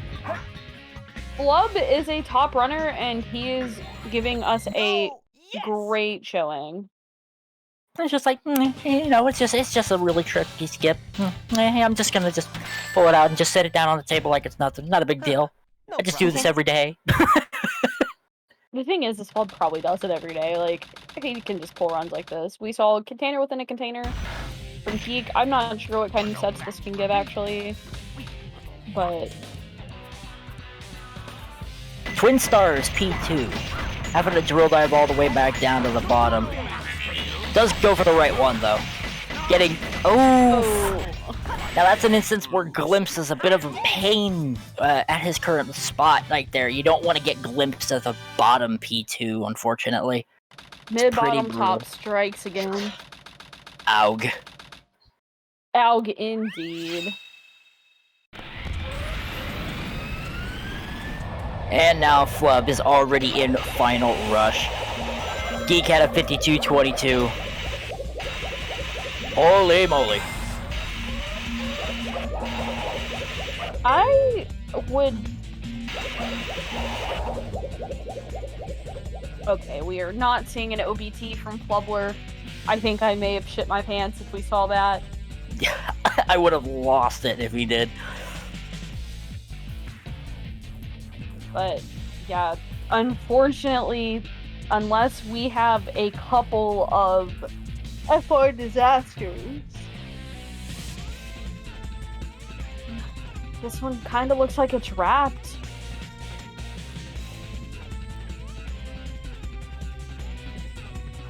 He's got this run down to a T. It's insane just how well he's been playing this morning. Like, he's been on fire. Both of these matches, he has just not let anything faze him. He's just blazing through every single level. No complications, no errors. Just making it look easy. The exact kind of thing you'd expect to see at top level play for a runner like Flub. 119 Final Rush with a 22-32. If he gets this clean Shadow 2, easy, like... 22-4X? Yeah, 22-4X. Maybe like 22-48 or 22-49. The Geek is also out first try, so that is... We love to see that. I do not like this positioning on the platform, but it looks like the Flub knows just what to do. And yeah, 22-48 for Flub, and he is really, really excited, you can tell. He is popping off. Holy moly, GG's again to Flub. 2 victories back to back. That is going to bump him into the loser semifinals, where he'll be going up against the winner of Aura Ace versus Superior, I which is did going to be it. coming up after this match. This is huge. Yeah, and I don't know. Flub has been going kind of crazy lately. At least this morning, and I really hope, Flub, if you are listening to this, I swear to God, please go get food. Like, please, just go get some water because since you have a break. Hydration is important, not just for the speedrunners, but also for our wonderful viewers at home. Yeah, get some water, please. Ace, you also. Oh, I've got plenty of drink next to me, keeping me good and hydrated. Good, me too. This is just your daily reminder to take care of yourself, and if you don't, then I'm going to beat you up, but... Oh. Alright, yeah. The best time save of all is the time save on your lifetime. So take care of yourself so you can save as many seconds as possible. That was so wholesome. Ace being wholesome, my favorite human. But yeah, Drum mentioning, Flub's losers run has been Seahawks, Ninja Frog, Deku, and Geek. What a run! With this momentum, like, I would not be surprised if we saw Flub claw out of losers. Yeah, if the way he's playing now, he definitely has the potential to take this all the way. But he's got some really tough opponents against him. Like, let's talk about this. We have Superior or Aura. Mm-hmm. And then if he wins that, he will be going against Katie or Aiden. Yeah. So this is not going to be easy for him at all. But never say never. Never say never. We've seen some pretty good losers runs. So yeah, and a number of upsets as well. Yeah, this kind of... Oh, sorry. I just noted Geek had a 25-25 with the milliseconds being a 52. Triple twos, triple fives. Going in first hit, second hit on Shadow, the third, going for the fourth, hits him. Last hit. And good night, Shadow. 16-8, I think that's 89 or 99, but that puts him with a 25-42. GG's to both of our wonderful runners. They absolutely played their hearts out.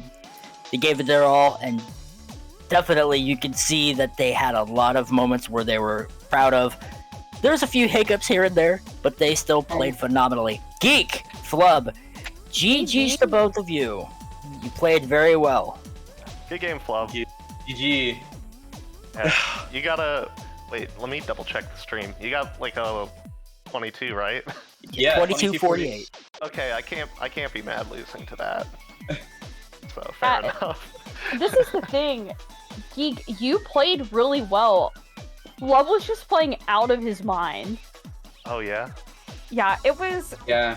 It was pretty wild. But overall, both of you played really, really well.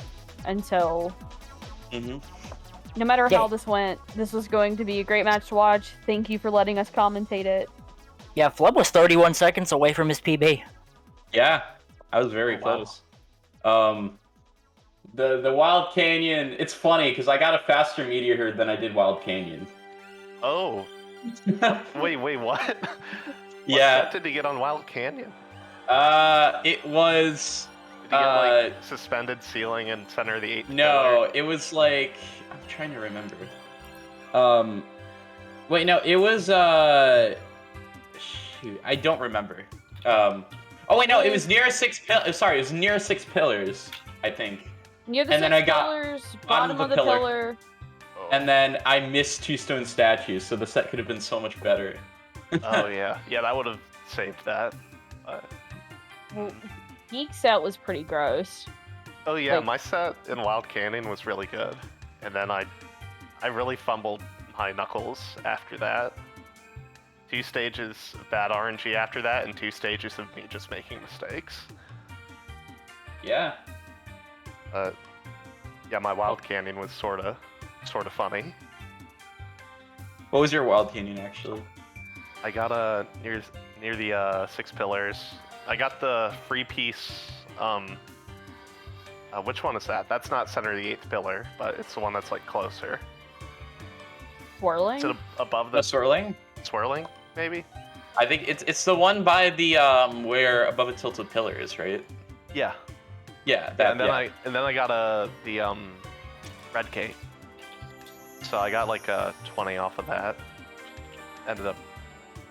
I feel like someone else could have probably done it faster, but getting that as a free piece just kind of surprised me. Just the second and third piece were so close to each other.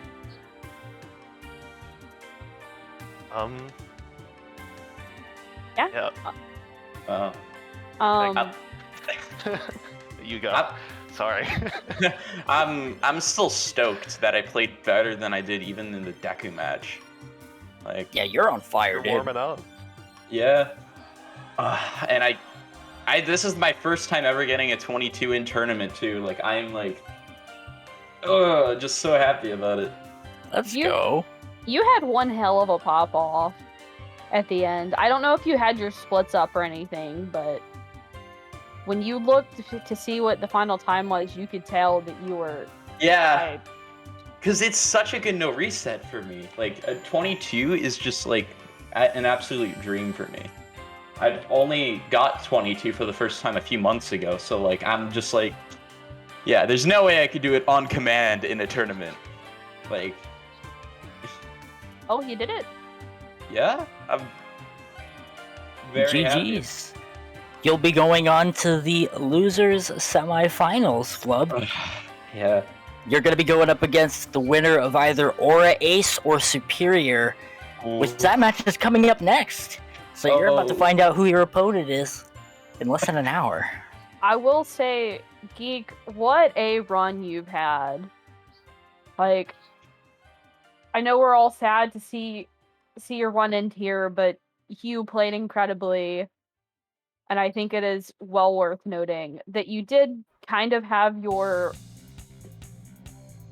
repeat of last tournament with Tethys, Superior, and KD.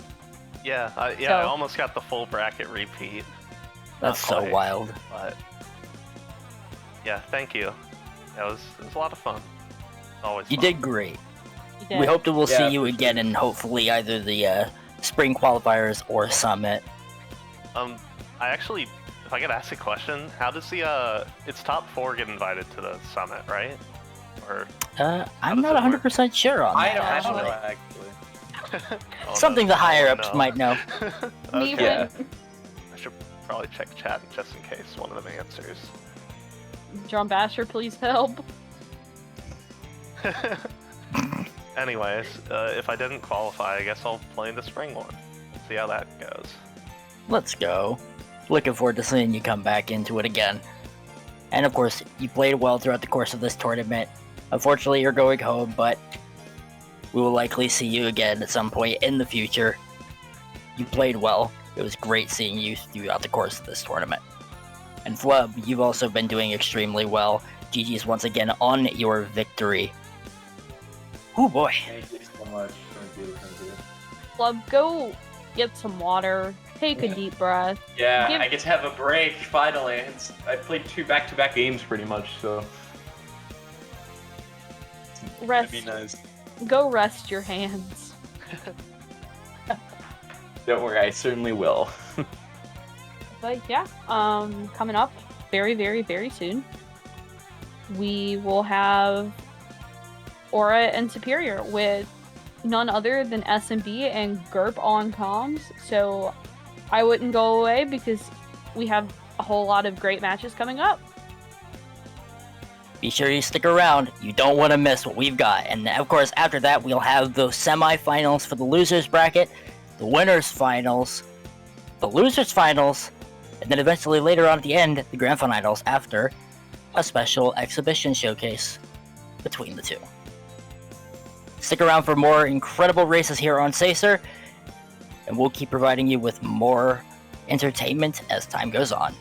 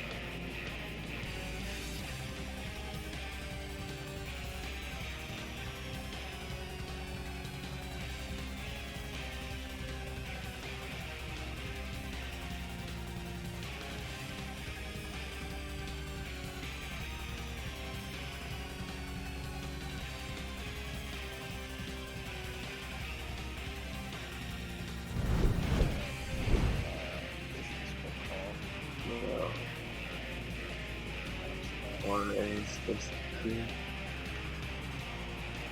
Okay. Yeah, you guys just saw Flub ball out on my boy Geek.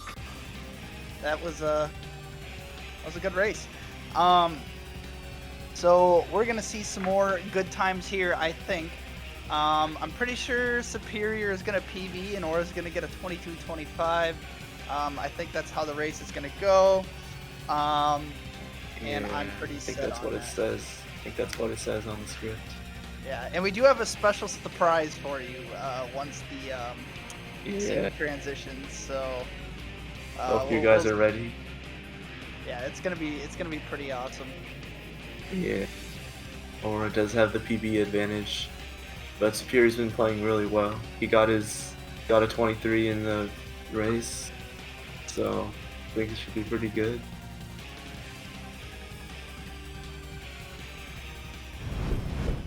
Yeah. Say hi to our runners. We've got Superior and Aura's looking a little different today. I'm not gonna lie. Yeah, I think Aura and I are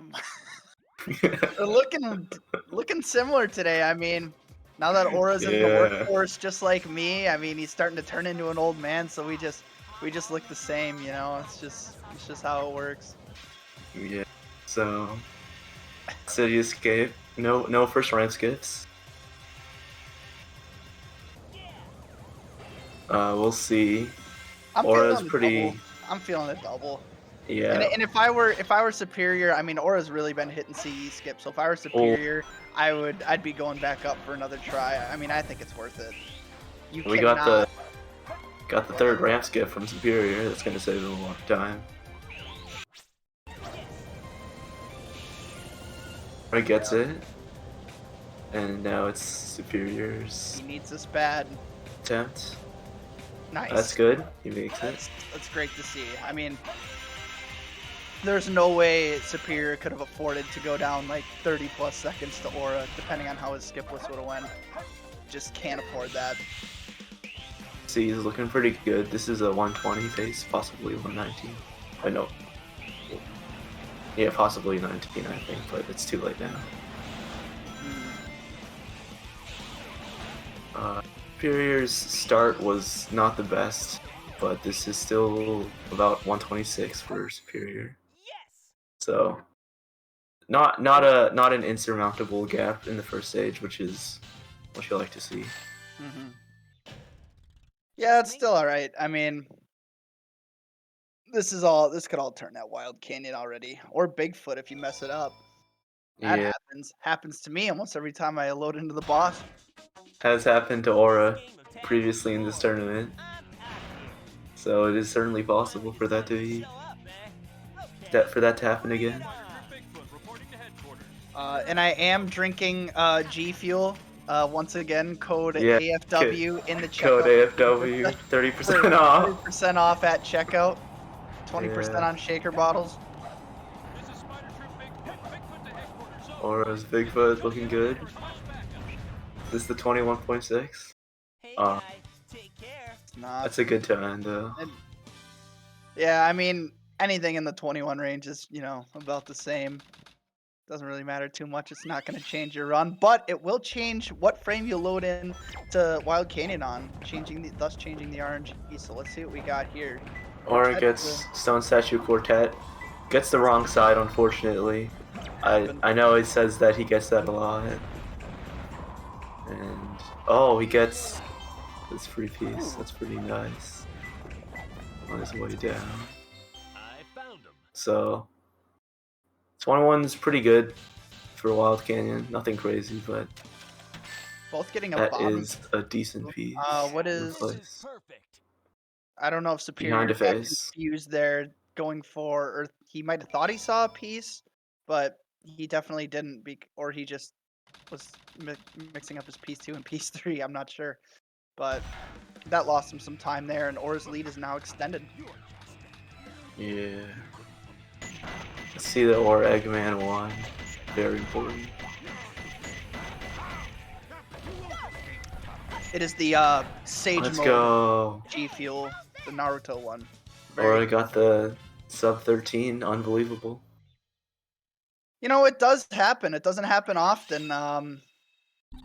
You know, it does happen. I mean, it's a much more consistent fight than getting like a 13 Eggman one. So that fight just kind of sucks. Oh. Or I mean, Tails one. Sorry. Superior does save a few frames on Eggman 1. Hey, you gotta battle back somehow. I mean, it can't all come at once. Yeah, Aura missed first defense hop, so he gets a 26 check. We'll see if he can get the magical 134. SMB would never miss gate hop after practicing prison lane for 4 hours yesterday. Just won't ever happen now. Bro, I don't know if you're watching, I still miss it a lot. The fast version. I was just trying to be nice. Or with the 52 check. If he cleans it up, he can still get a 134. For a Superior mega. with the 36 elevator, not bad at all either.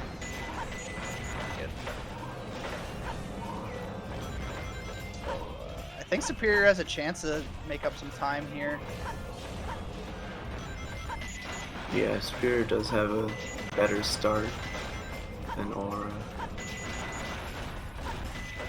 Aura's looking at a 135, I think. That was a low 24.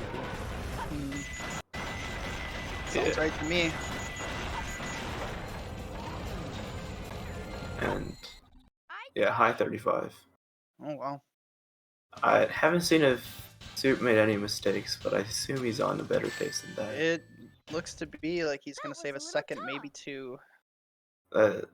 Looking like little under a second time save here. A little more. A little over. All right, gets a couple frames on the Eggman 1 fight. You know, a second and some frames on Prison Lane. So you just got to keep that up, and he'll make this a race again. And Aura messing up Underloop, which is once again a chance for Superior to make a little bit of time back. Yeah. We'll see. Aura's probably gonna do the tournament special of no pulley skip. So. Yeah, and you really can't blame him there. I mean, I feel like most runners are going for it, and I mean, like Aiden has his method of pulley skip. I don't even know if it's probably more consistent because you know Aiden's got a lot of those. Aiden's got a lot of little baby strats that are consistent, but still save some time. Aiden's pulley skip is pretty nice because the frame window for the spin dash jump is bigger, and also you can still make it with the spin dash jump. Yeah. And here I am calling Aiden's strats baby strats, yet he has the third best time on the leaderboard, former All Stories world record holder, and also better than me at the game. But I'll still call him out. Pure also doing no pulley skip, so I think they're getting around the same Metal Harbor overall. Maybe a little bit better for 123. Yeah, definitely not a time he's happy with. We only want to see the 115s. Nothing else is okay. Yeah. I mean, really, we should be looking at 114s. We need to get there soon. I mean, maybe after 2 days worth of practice in Metal Harbor SMB, you'll get consistent 114s. I think that's how it works. And once again, Superior just saving a few frames on Aura. Eventually, it's going to have to be a little bit more time saved than that. But, I mean, it's only a 13-second match right now. Yeah. So he is closing the gap. And we've got more RNG stages, more difficult tricks, so it can definitely be bridged. And now we got Shadow. I don't think anyone does a spin dash strat here, unfortunately. Need more people to do it. It's not that hard. And for everyone wondering in chat, you thought wrong this whole time. This is me. I'm playing. Yeah. Actually, how far are you into the run? I think you're in like Route 101 now, right? Yep. We are on pace to get a 1525 hero story. So Yeah. ready for that.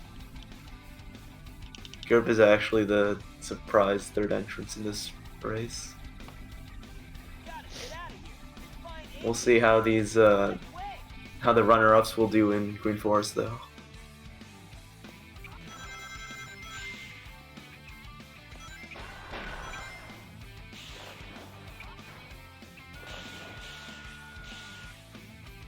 Not messing up the start of Green Forest, that's nice. Oh, misses Air Easy though, gonna have to die. Yeah, he's Try it again. He's messed it up quite a few times in this tournament now. Maybe he's not gonna go for it going forward, but this could be his last race, so he might not have to do it again. Having a little bit of trouble after a very clean start. But you know, Fair Aura start isn't better, but he doesn't go for Air Easy, so he doesn't have to die there. Yep. You don't have to die if you don't want to. You just have to play better. Aura does the pause buffer method for Green Forest, which gives him a higher consistency rate, I would say. Let's see if it works, and he does not even get it. He's gonna try it again because he had the checkpoint. Did he get the check? Yeah. Oh, okay. Or is one of the people that gets the checkpoint. I mean, in a race, it's generally advisable to get it, even if you don't want it. That looked good to me. And Superior not even going for it. You would think Aura's gonna keep going for it though. Yeah. And I know he's not watching Superior, but definitely was wise in doing so. I think the first, maybe not the first attempt, the second attempt he undercharged the spin dash, which is what happened there. So, Aura getting a TAS run and Superior having a deathless Green Forest, but opting out of the wall run. So I'm not quite sure how this one ended up. Aura with 3 deaths but a 121, and Superior is gonna get like a 136 or 137 with no deaths. So it's got to be close. So yeah, Superior gains like 4 seconds there, so it's now just a 9-second gap. Thanks to well, he didn't go for wall run, but Aura messed it up, so it's now closer. This place sure feels haunted. Now we'll see how Pumpkin Hill treats them. Find the Master Emerald.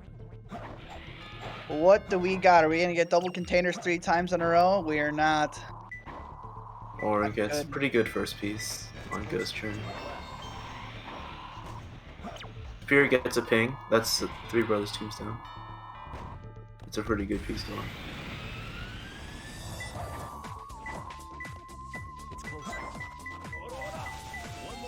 Our set looks pretty good, no matter what his third piece is. Well, and that was the worst third piece he could have got there, I think. Yeah, I was gonna say. But it's still a decent set, it should be sub 40. Yeah, King of the Hill, not always the worst piece 3 you can get depending on where you're coming from, but that was indeed the worst piece he could have got there. Yeah. His first 2 pieces were really fast though, so still ended up being fine. They actually both get a 38, so that gap is pretty much the same. But once again, Superior just a little bit faster. And, you know, as he's done that in almost every stage now, like, that's why this lead just continues to just slowly get chipped away at. We are now in Mission Street, which could have just been an email. But, True. You know, we've seen a lot happen. I mean, you know, Deku had a interesting Mission Street the other race, a couple of races ago. That can always happen to anyone, not just Deku. It's happened to Katie. It's happened to Katie in World Records. Multiple times, yeah. Multiple times. And for some reason, it's always the thumbnail of the World Record mod. But, you know. Yeah. Aura gets a slightly better upgrade and I think did a little bit more IGT abuse. Misses the golden beetle. Yeah, that's big. That's big.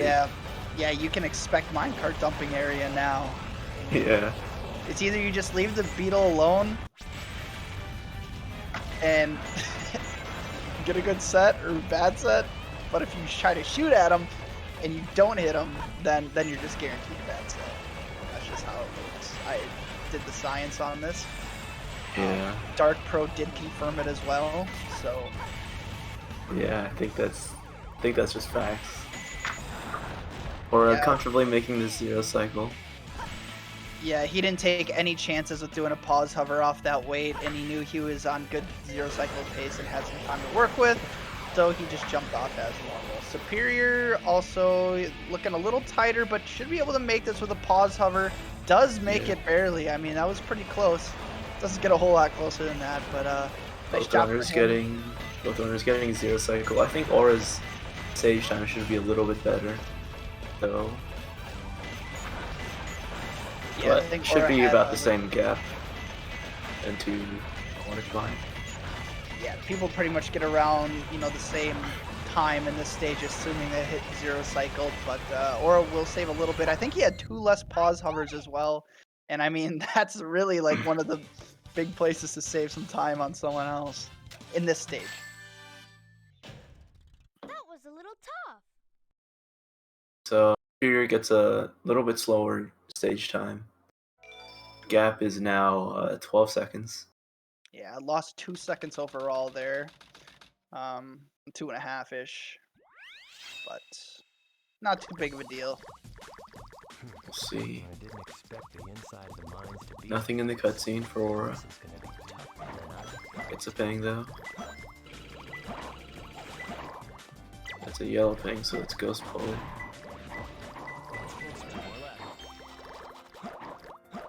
Nothing for Superior as well. Oh, good piece too. Yeah. Not going for the wall run. Oh, that's unfortunate. And not a good piece. And I mean, it's something's happening. My stream just froze. Okay. yeah. Yeah, we had to do a little bit of splicing there. Yeah. Nice double wall run or sign run, I don't know what you call it, by Superior. Having a little bit of issues with the spiral here. Normally this is pretty friendly and stair shape. So both runners not really getting any crazy sets here. Superior gonna be losing time once again after saving time on most splits. Not getting out. I'm not sure what's going on here. He's struggling with this sign cliff, unfortunately. Gets it eventually. And it's the other position. Now we've got Route 101, stage known for having Aura in it. It's basically, he basically invented this stage, if you think about it. And I'm entering, if anyone's curious, I am entering Crazy Gadget right now. yeah, I was about to ask where your run is. It's good to hear. I think you're actually on pace for a sub 15. It wasn't looking like it, but it really is now. Yeah. Not a single ounce of sweat on my brow either. I know I could do this again. Nothing no. Or getting a 37 first lap. Oh, hits a car. That's not advisable. Yeah, if you hit the Insurance car, you're companies. certainly going to lose a little bit of time. Yeah, probably gonna lose a lot of money too. Yep.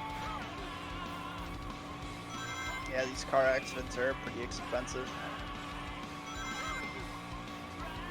Yeah, Aura does get the Aura route. He kind of missed a lot of rings, but worked out there. That's the beauty of Aura route. You can miss 10 million rings and it'll still work.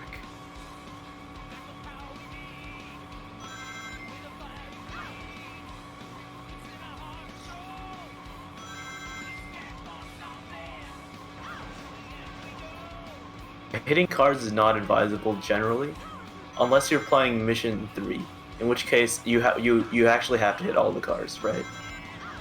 Yeah, I kind of remember when Yanni and JW did a gentleman's to hit every single car. That was pretty funny. Yeah. Yeah, Aura's looking at I think mid 14 here, maybe a low. I wasn't paying attention to his third lap.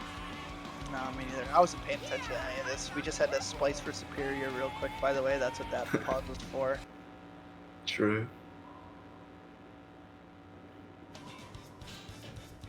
1470.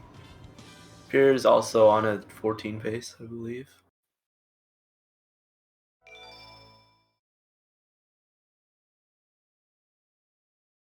Now it's time for Desert. It's where things can happen. It's where things can happen. That is an absolute fact. Yeah. Garp, did you finish the run yet? No. Loading I into see. Shadow 2. I EPT see. is 1458. Yeah. Pretty good run.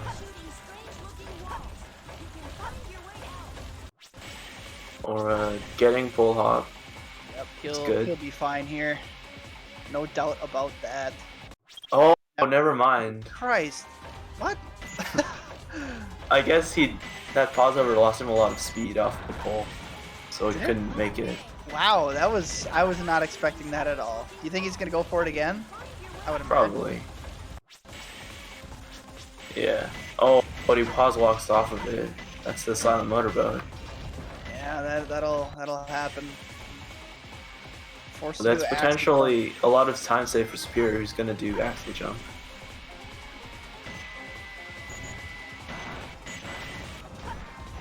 Yeah, this is looking like a opportunity to save a lot of time for Soup. Or a known top router. just doing a hang on. Another I'm finishing slice. up. I'm finished. Okay, that one was my quickest splice. Alright. And Is it time yet? yeah, we did end up getting a 1459. Got Katie bounced one time and Yeah, backed it up. it happens. So yeah, new world record 1459. Amazing. Yeah, you guys were here. Grip did it. Didn't get to see it. It's actually a really mini game footage in the bottom right corner of me playing, so I guess you guys technically did see it. But yeah, Soup definitely. Let's see, so Aura was ahead by 30 seconds, and now, assuming they both finish cleanly, he's only gonna be ahead by like 10 seconds, I think. 7 to 10 seconds, somewhere in there. Yeah, I Ooh, think a nope, little longer. crossover for Soup there. That was wow, and that was a pretty diagonal angle there too. Yeah, Gerp's watching the credits, but he's gonna do an all stories, right?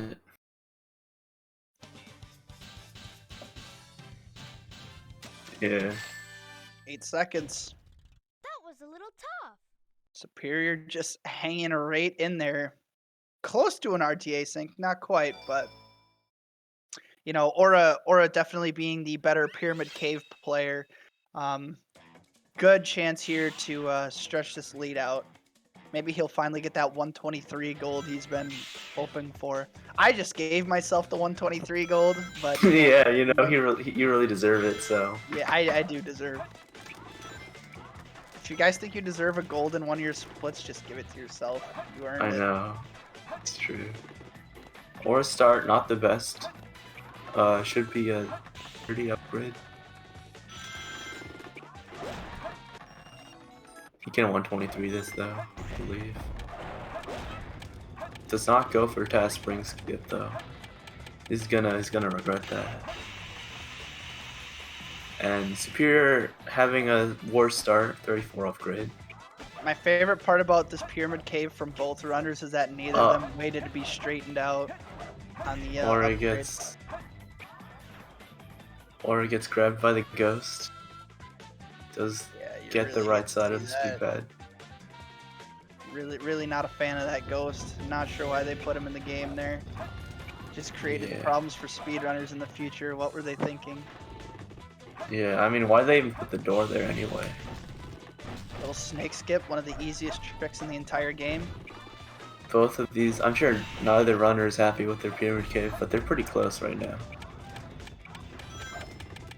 Or is looking, I think, of 131 about. Yeah, 131. And Superior is going to lose a little bit of time to that, regardless of how well he finishes out here. Yeah, Superior's looking at like a 136. Huh, no problem. But both of them made it out. No deaths, fortunately. Now for Death Chamber. This is the stage. This is the stage.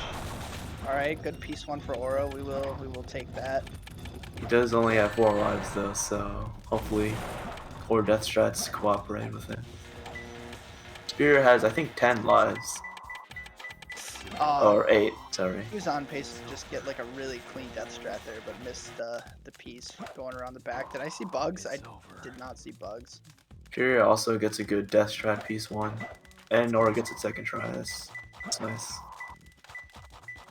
And using Aura's patented red ping strat, he finds the piece.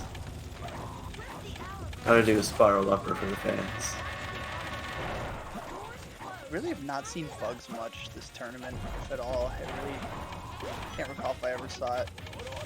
Roasted keys action, and then where's our piece 3 here? Also getting Eggman with the red nose. Interesting. I think Aura's gonna save a little bit of time. I think Superior's saving a little bit. Actually, that was all very clean, so... Yeah, Superior saved about 5 seconds there. Okay.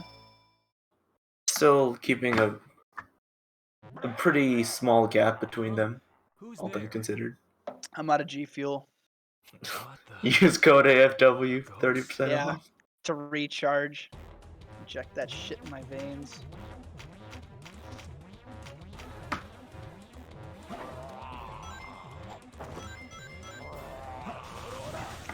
Lot of stream overload here. Another slice. But we did hear Aura did hit the hourglass. Okay, there we go. That's good. It's been a really good race. Yeah, I'm enjoying this one a lot. Yeah, both hit C-skip. Aura had some mishaps in Green Forest, but other than that, there hasn't been and hidden base. But still about a 23 pace for both of them. Yeah, Aura technically getting all the better stage times, but just his deaths have just kind of added up. Like, I don't even think Superior has died yet this race. And Aura exits out. It's a smart decision to reset his lives. Yeah, let's hope he doesn't have to reset down to 0 and have to exit out for lives again going into EE, but I hope that's not the case. Only needs 1 more super bounce now. Superior getting his super bounce right off the bat there. Aura going down into the sand. Superior setting up for profit bounces. Very consistent strat there. And this one's going to be pretty tight still. I mean, I think the RTA is going to come out a little bit. Aura's getting like a 32, 31. Superior's getting about a 33. That was almost too low. But yeah.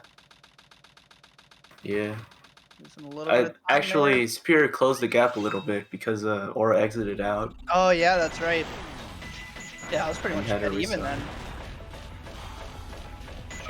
Second try for Aura and a Quan for Superior would make him in the lead. I was gonna say this time difference is literally the difference of first and second try. Yeah, also, good thing to notice is that Superior is on mid 23 pace, which would be a PB. Aura gets out first try. Aura's said he's had really good, weirdly good rate of hitting the Quan in these races, and he gets it again. Which I think is the 4th time in a row. Superior trying second time, gets it. That's good. You don't want to see the wagers box. No, you really don't. Remember when he did that like 3 times in a row. So, yeah, assuming Aura hits the goal ring, gonna be back ahead by like 12 or so seconds. He was already ahead, but he'll extend it by about 10 seconds. We'll see. Gotta shoot to the music. Gotta shoot to your ADX. Like when you pick an ADX for EE, it's gotta be something that you can shoot to. 1952. Go by.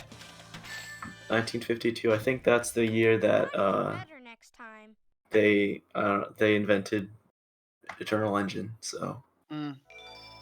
Yeah, back when it was just an idea. Yeah.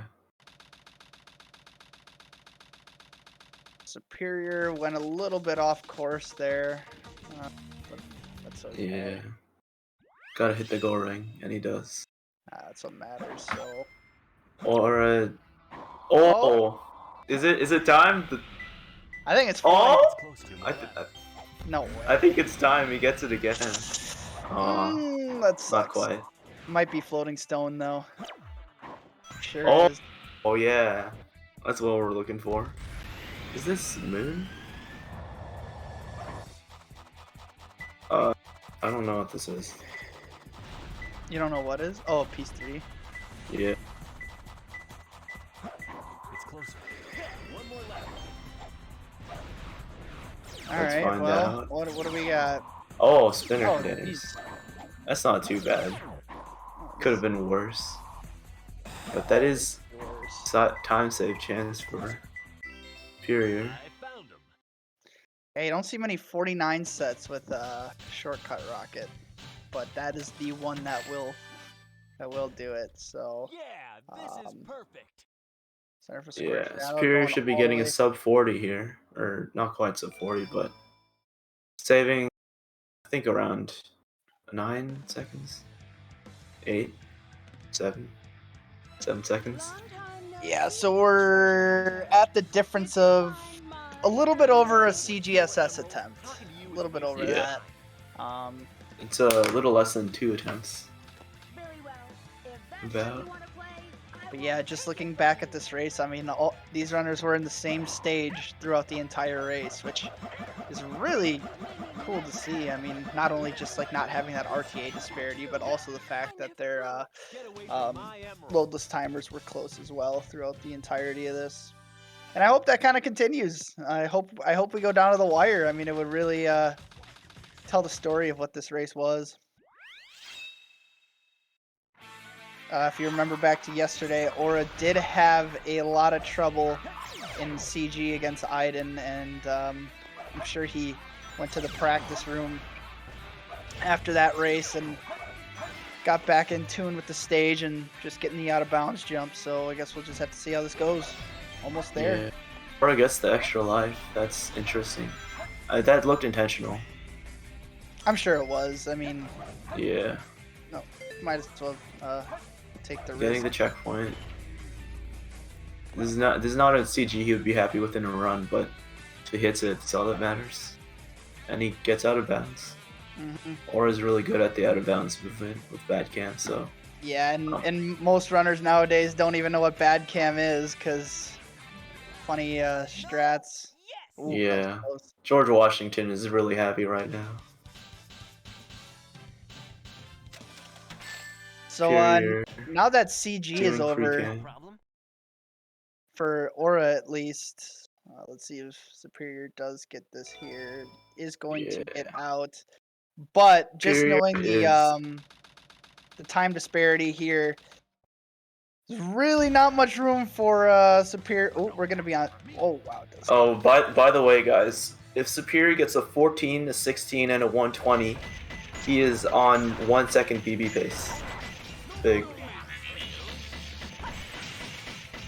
A 14, a 16, and a 120. Yeah. The way I calculate pace is add 150 after CG. Yeah. And So- you know, it is looking like Aura is going to take this one. I mean, there's still things that can happen yet, but you know, Superior really played about, you know, as good as he could have against Yeah. Superior basically played at his PB. Could still PB. If he gets a 118 or 19. That's fine. So, we'll see if he decides to. Oh, Well, this is something Aura is not used to. We'll see. Hopefully he remembers how to do it. I mean, he's in the right spot. yeah, his angle is good. Hopefully he just- knows to turn about a second later. Yeah, That's I was nice. just gonna say you do have to wait later. That did look like he waited a while, so I think he'll be fine. Yeah, he is going to avoid a kill plane here. Shouldn't have any issue with height, but a little bit of time for Superior, but it could be only a little bit of time too late.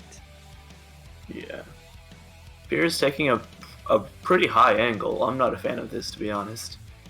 If you're gonna do the early jump off the rail, I think you should take a lower angle to save Well, more time. and also when you're playing Aura's this close fine. to PB, yeah, Aura has more than enough height here. Just gonna be a little bit of a slower time than what he's used to. Should be fine to finish up the race. Still a really close race. Or is finishing with a 23:40 about. And Superior is fine. Yep. It's a little far away, but that's enough distance. So this is it. The last chance for Superior to get a win lies in the hands of Aura having a meltdown on Shadow 2, which I do not anticipate because Aura taught me how to fight this boss consistently, so I have faith in him. So that's going to be 2 hits. There's 3. And as long as Superior doesn't have a Shadow 2 incident, he should be getting a 23 as well. Which is playing extremely close to his PB, which he got recently. Yeah, which would be his 3rd ever 23. Lots of high 23s under his belt now, but GG to Aura there, as he's gonna advance to the losers finals, I believe. Both of them had to bounce this out at the end here. Yeah. Pierce finishing with the 23. Awesome job, Tails. Gives the thumbs up. Yeah, I mean, and he has no reason not to give a thumbs up. I mean, he played very well. Yeah, no need to be upset about what happened. And so Superior is now out of the tournament at 5th place. GG's just. And I assume we'll have interviews. Yeah, he went out in great fashion. I mean, a 23 is usually most runners can say that's a good tournament time for them to get. So. Yeah. Cool. What's up? Yeah. I'm sorry to say, but Gerp actually won the race. He got us up 15. 14:59. 14:59. Wow. That's a nice time. Pretty good. Beats wages some of best. True. Remember to use code AFW for 30% off on G Fuel. Hey, man. Yo. GG's, Soup. You played really well. Yeah, I mean, I completed the 23 challenge. I'm not mad at all. I don't think you'd other than an intentional death strat or there was EE death because you didn't get first try Bofa, and then a couple death strats in Death Chamber. But other than that, you didn't die. Nope. Yeah. It was a very, very solid. That was that's the definition of a solid run, I thought. Yeah, everything was pretty solid. Well, yeah. Honestly, funnily enough, the thing that I'm the most mad about was that the aquatic mine, because that shouldn't have been a 51. The set was a 36, but I just forgot to assign clip. Yeah, that's right. I did forget about that. Yeah, that could have. Well, we definitely would have PB'd if that didn't happen. Yeah. And Aura, congrats on the Meteor Herd piece too. Yeah. Thanks, man. I'm sure you're really happy about that. I'm thrilled. When you get shortcut rocket, you know that something's up. I'm not allowed to get lucky. Oh, you got floating stone off shortcut rocket? I did. Oh. My RNG for this race is actually pretty solid for once. Can't really complain. Besides Meteor Herd, that was the one bad one. Yeah.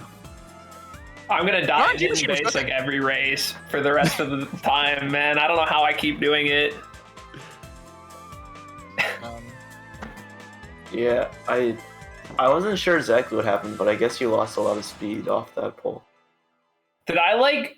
Yeah, I don't know. I don't even think my pause hover's that bad. I've like never died like that. I like never die to a bad pause hover off a pole jump, and I don't think that was a bad one. Like I must have just had no speed. I mean, with the line you're taking, you don't even need that good of a pause over to make it.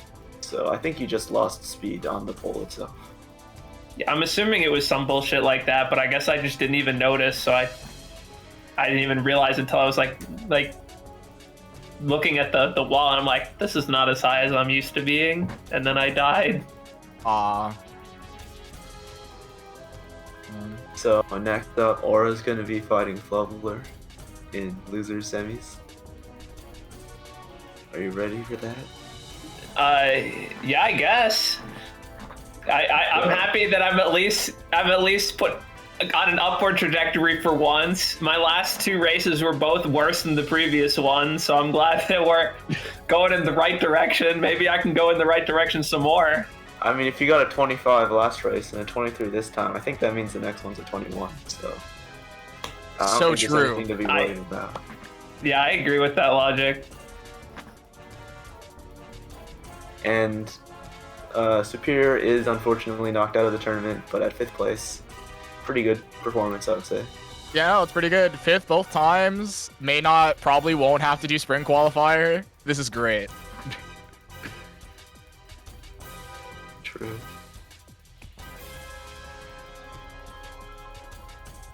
All right. So am I playing again like right now? Is that how this works? Yeah. Yeah. You're playing against. Wait, is it not like 10 minutes. winners finals next? No, it's losers semis and then winners finals. Ooh, okay. That's interesting. Which I feel like winners finals should be next, but it's fine. Yeah, generally you do winners finals and then losers semis, losers finals. But I don't know. It just might be like a scheduling thing. Like I don't know if Katie's available or not. So it just kind of happens. Mm-hmm. Katie's probably sleeping. She was playing Sadex till like 3 in the morning. Were we all? Oh no, she's here. Oh, all right then. No. Meanwhile, Aiden was playing Sonic Unleashed. I think that'll help him a lot. I agree. I think Katie needs to wake up earlier.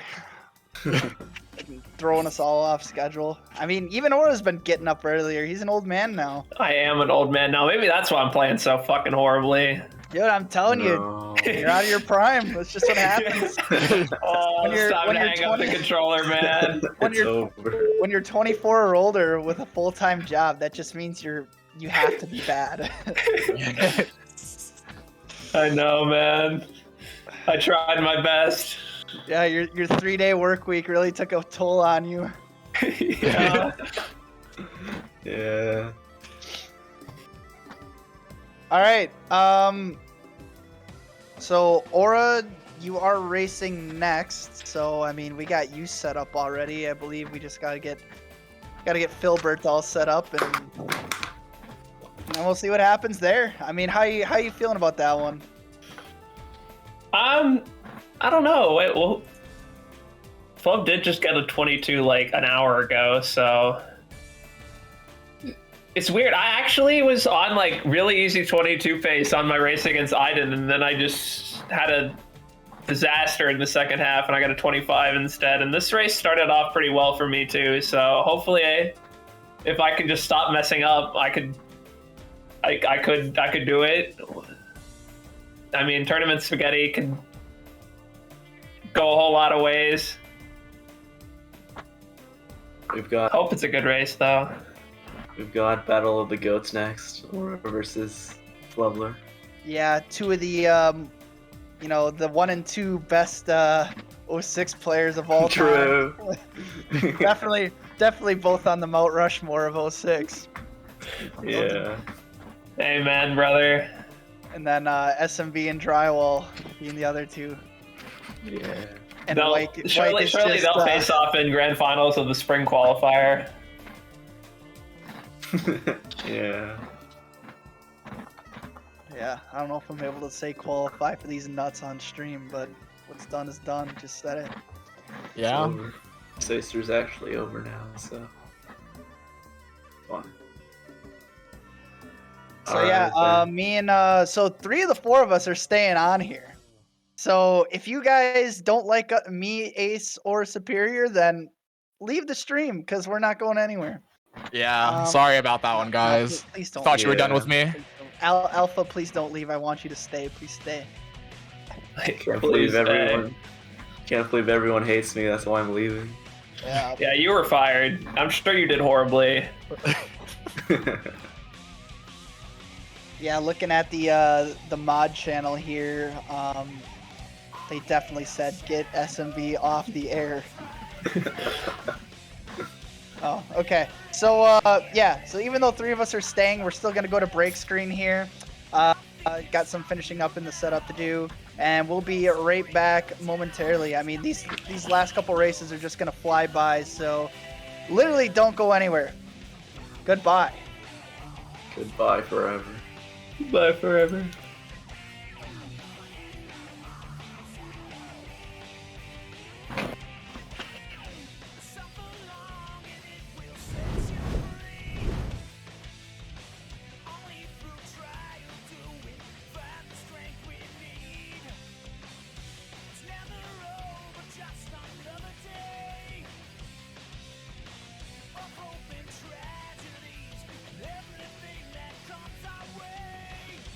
Turn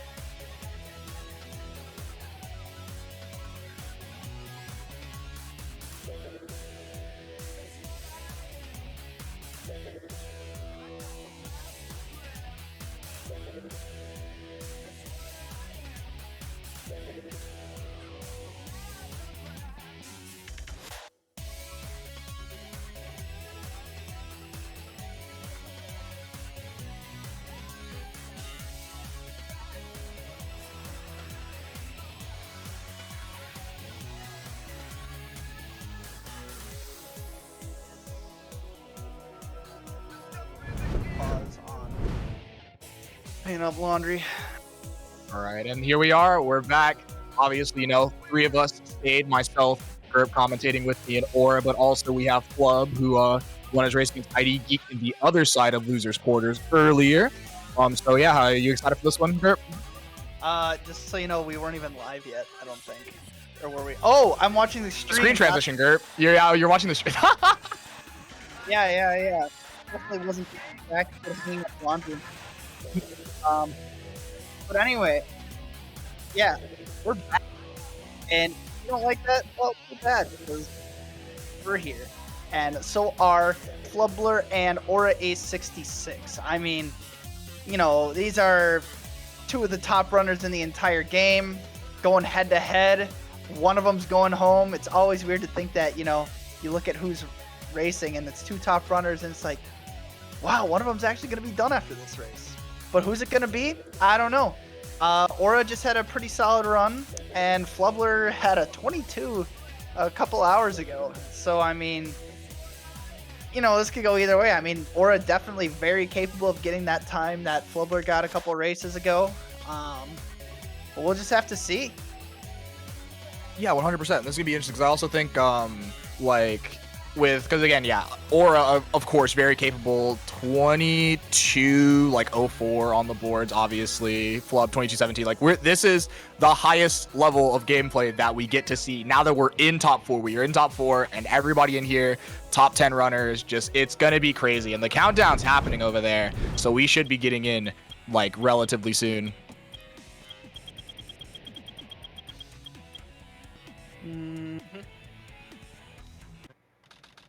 There it goes. Here we go. Here we go. Aura said, all right, we don't want Gerp on my camera anymore. Unfortunate. See how that works out for him. I mean, he really wanted to focus on that last run against you, so it would be kind of funny if I just put my camera over you, because he was thinking about going no cam. Now he's feeling good enough to do the cam. It's whatever people want to do. We like to have fun once in a while, so we did something different. And now we are going to be starting over. No, I don't think we're starting over. Yeah, I think it's just, I think Flub's stream is really behind, so Flub just hasn't started yet. Oh. So I believe Aura's stream is going to be paused to catch Flubler up a little bit here. Yeah, no, don't worry. This is not going to be any kind of bad, yeah. Yeah, I mean, I would hate for, I really thought that they were going to restart, but Aura wouldn't have, realized it till after CE, and he probably would have hit CE skip, and then on a restart, he would have missed it. I just see that's how it would have went, so I'm glad we're not doing that. Just one take, especially at this stage in the tournament, people don't have time for messing around like that. So it's got to be authentic and original, just Flubler picking up the Chow and killing the robot. That was fun. Yeah, let's say shout out to our friend Oma Chow just being in the way, and there we go. Oh, Aura messing up the inputs and deciding to go back. Flub hitting CE skip too. Aura went back up against Drum 2 years ago and got it on second try. Are we gonna get it this time? No, and yeah, at that point, probably. Oh no, we are. We're gonna do this. I mean, at this, he knows how Flub's been playing. He probably knew that Flub hit it. I think he's just gonna. Jeez, please get it. Okay. Yeah. Okay. Yeah. There we go. Because it's what do you do? Do you just keep going up for it, or? I feel like at a certain point he just sort of said, all right, I'm gonna do skipless and I'm gonna get a 3-minute time. Race is over. This sucks. But that didn't happen. That did not happen. Yeah. But he's still gonna lose almost as much as what a skipless would be. He's still saving time over having gone skipless. Not a ton, but at this stage in the tournament, every second matters. So. Oh yeah, 100%. And this is actually the reason what we're looking at is why people would choose to repeatedly go for CE skip. If you're confident enough in your CE skip to get it within 4 tries, that's the kind of threshold for CE skip attempts versus skipless. Is if you are confident enough that you can get those inputs within those 4 tries, then you are going to beat out a general no reset skipless from most runners. And that's kind of the idea behind doing it. So Aura there, obviously getting on 3rd try, so he's still saving a bit of time over what most people's skipless would be. Yeah, and another thing I'm kind of noticing here is even after that CE, you didn't see Aura sitting there shaking his head or putting his head down, and that's exactly the mentality you have to have. You can like it's only one stage in the run so far. You cannot get down on yourself. You got to stay in it. You just got to understand that yes, mistakes were made, but you know, even though CE skip doesn't even feel like it's your fault half the time, but he's staying right in it, and that's the right mentality, and that's probably what is going to keep him in this game. Yeah, and you have to. This game's just so volatile, and so many things can happen to that. Like, as long as you stay in it, like, it's very realistic that something could happen to Flub as well. But it's also like to keep yourself from getting looped by all of the different weird variants that's potential within this game. That's a pretty decent set for Aura here. Yeah, I did get Between the Stone Statues free piece. Both getting the same time though. I forgot if one of them did a reset. No, there should have been no reset for either, so it was like basically the same time for both. Oh, Aura could save about a second here on Eggman 1. 13.67, not the greatest, but you know, definitely fine. Not even close to being a run changer by any means, but yeah, we'll see if he gets that little bit of time save. I think he will. Yep, he did get about a second back. A nice little 12. But yeah, Flubler just already showing to be continuing his like just great gameplay that he's shown so over the tournament. Definitely have seen a mentality switch from him versus like tournaments in the past. Like you know, Flubler's had some rough moments in this tournament for sure, but the way he's just stayed in it has really just, you know, been great to see. You know, like just kind of like a couple CG attempts I remember, he just kind of goes, oh, whatever, guess we'll just do it again, instead of just saying like, oh my god, what if I lose all my lives? Like, so much of this is mental. Like, yes, skill is a big part, but the mental aspect of tournament races just always goes not unnoticed, but not as noticed as it should be.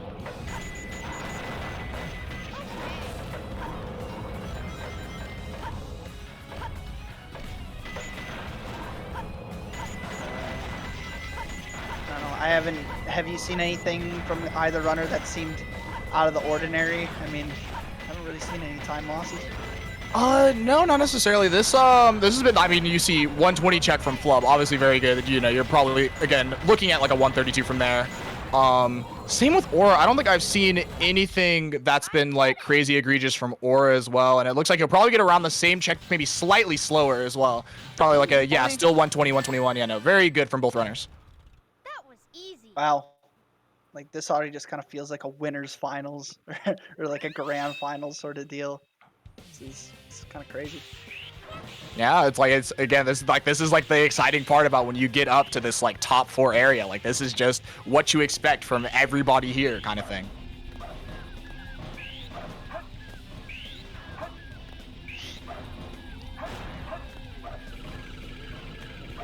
Team upgrade here. Very solid. Yeah. Oh, Aura back-to-back races with just underloop not working for him. I'm not quite sure what's going on there. But not a major time loss. Not like forgetting how to do CGSS or something. Oh, yeah. We're taking the robots across the water. That's that might be a little more, you know, 19 upgrade versus a 23 upgrade. You know, there's a bit of a difference there.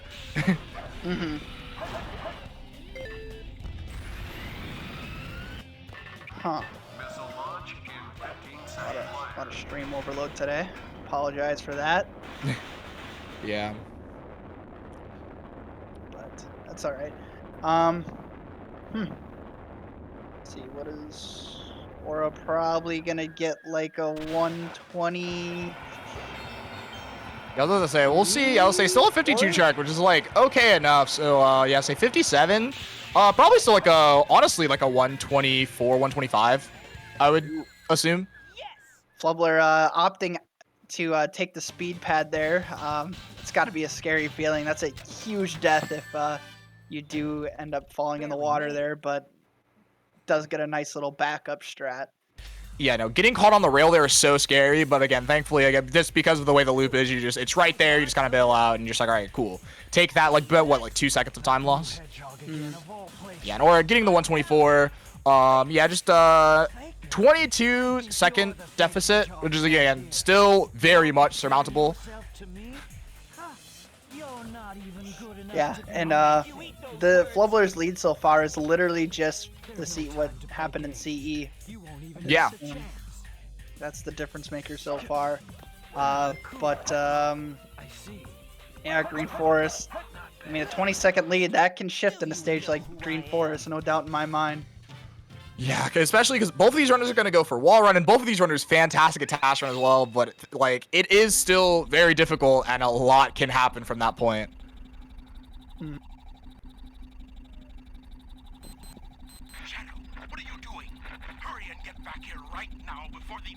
This number is not in my contacts, and it's texted me. That is crazy. Alarming, because it... Yeah, that's weird. That's been distracting me a little bit. Anyway, yes, Green Forest. It's gonna happen right now. Yep, right now, potential for huge meltdowns, but also potential for crazy gameplay, as we know Flub is fantastic at Green Forest. Yeah, and there's so many different ways to play this stage. You know, just in the wall run alone, there's like 3 different ways to do that.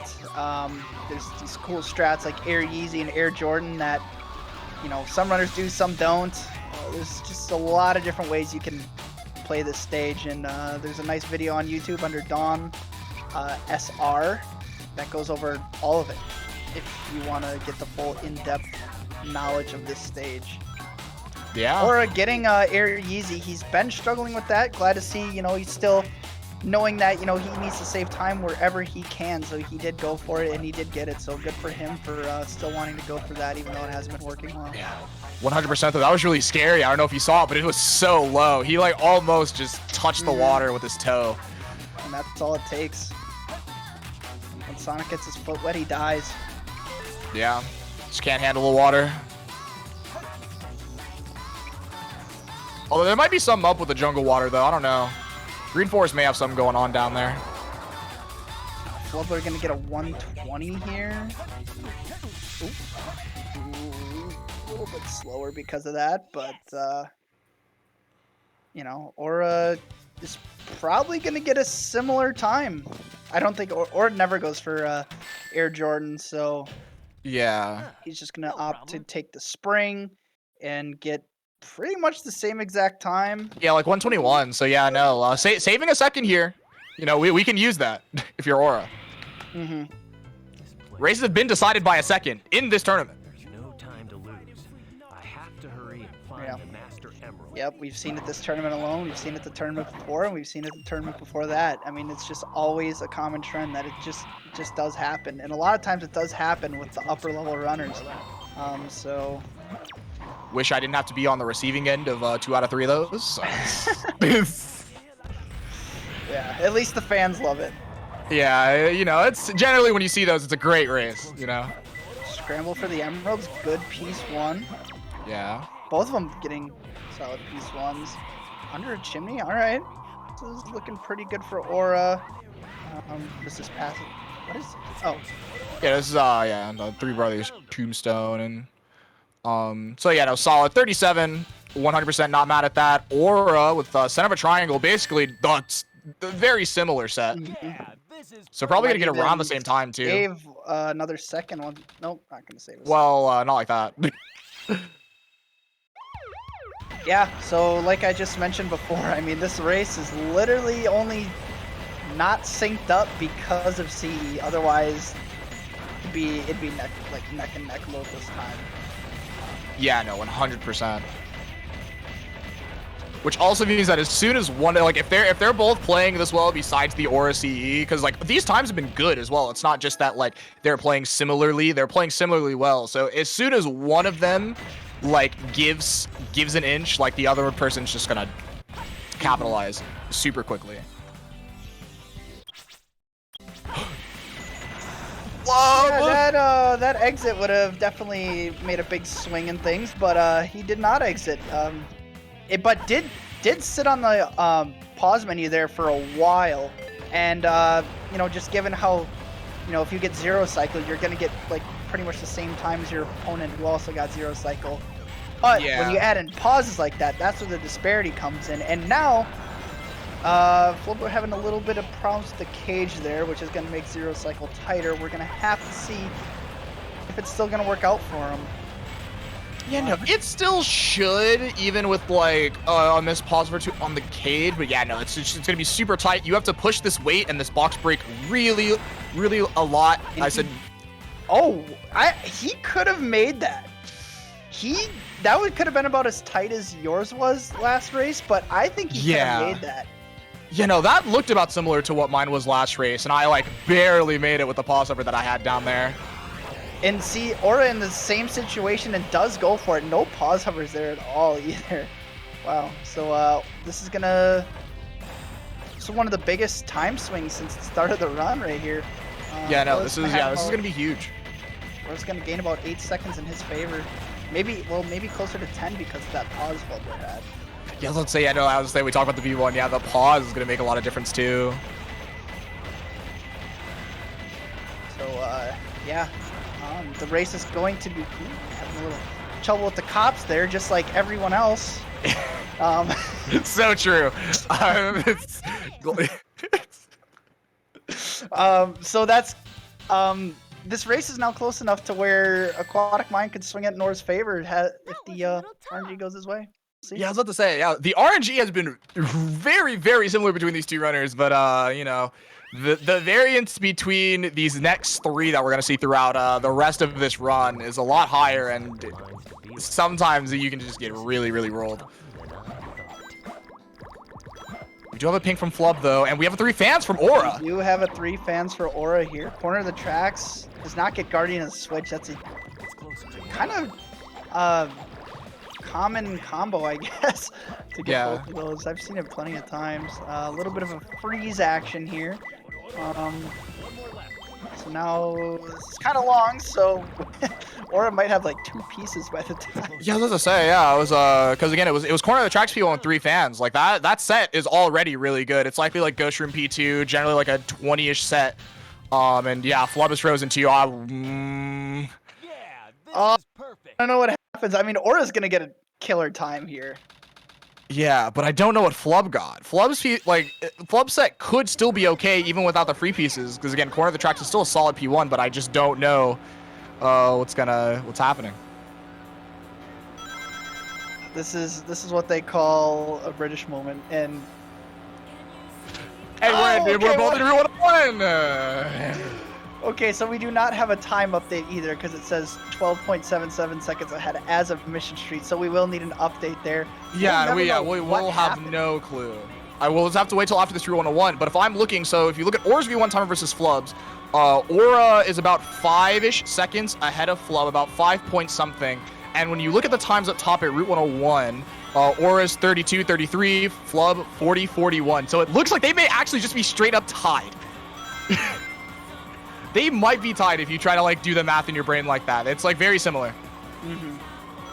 And you know, I don't even know like where the stream's at, so like can people even hear us? I realized that we were talking for like 30 seconds and nobody's ever gonna hear what we said. We could have said anything. Actually, wait, yeah, dude. Wait, is the stream going? Hold on. I'm not looking. We are going now. Okay. I that now, but during Aquatic Mind, everything that we talked about, no one will ever know what we were talking about. Yeah, we could have said literally anything. They would never literally anything about anyone. So, but we were literally just trying to.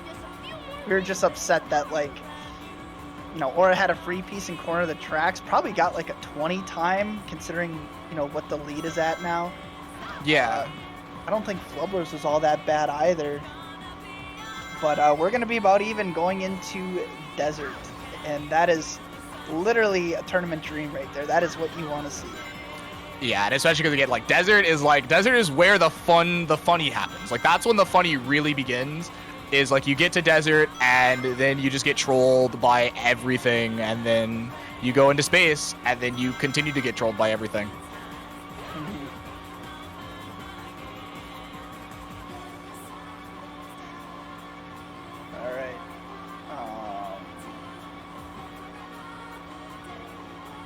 we're all gonna be able to regroup here. So Flubler, 1226. Aura, 1238. Ooh, okay. It's still close enough for me. 213 for Aura, nice. Nice. So yeah, so now we have a real comparison again. We're getting the update now. Aura's had some rough hidden bases, so that is true. I was gonna say that. Yeah, it's very scary to see where you know, Aura being a bit behind here. Where could we be? Like, what's gonna? He just knew that was too low. He knew that was too low. That saves him a little bit of time knowing that much. But yeah, I don't know what's really going on. Like, why? I mean, his angle going out of bounds was a little off, and he had to reroute. So definitely lose some height because of that. But yeah, and here we just take the axle.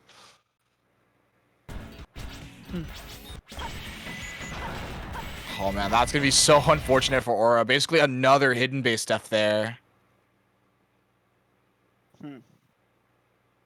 Having a little bit of issues with the stream on Flubler's end, but I think we'll make it through all right. Yeah. Dang, that's a little earlier than I thought to see a big time push on Flubber's end. So I was thinking more like Death Chamber, or Pyramid Cave, but yeah, no, that's what you would think. But yeah, no, it's just like hidden base is like a stage where it's like you don't mess it up a ton, but when you do, it hurts so much. It's like, yeah, because that Aura reset was like 15-20 seconds. Oh, not going for the pause hover there. You can make it up that wall. It's a really tight, but you can get over that wall with the pause hover. Yeah. I think it was because the door wasn't even... The door still had 2 shots left. It wasn't even like the door had 1 shot, so I believe that's why he chose to go back. 140 from Flubler, very solid time, and he did not experience any death there, so... Aura gonna be almost a minute behind. It's gonna be like 50 seconds more accurately, but yeah, was not expecting that kind of a lead for Flubler at this point in the race. Plenty that can happen, obviously, but man, with how well Flubler's been playing in this tournament, I mean, 50 seconds might just be too far too gone. I'm not sure. Really depends on RNG and plenty of other factors yet, but yeah, I have no reason. Depends. I have no reason to think that Flubler is gonna lose this lead.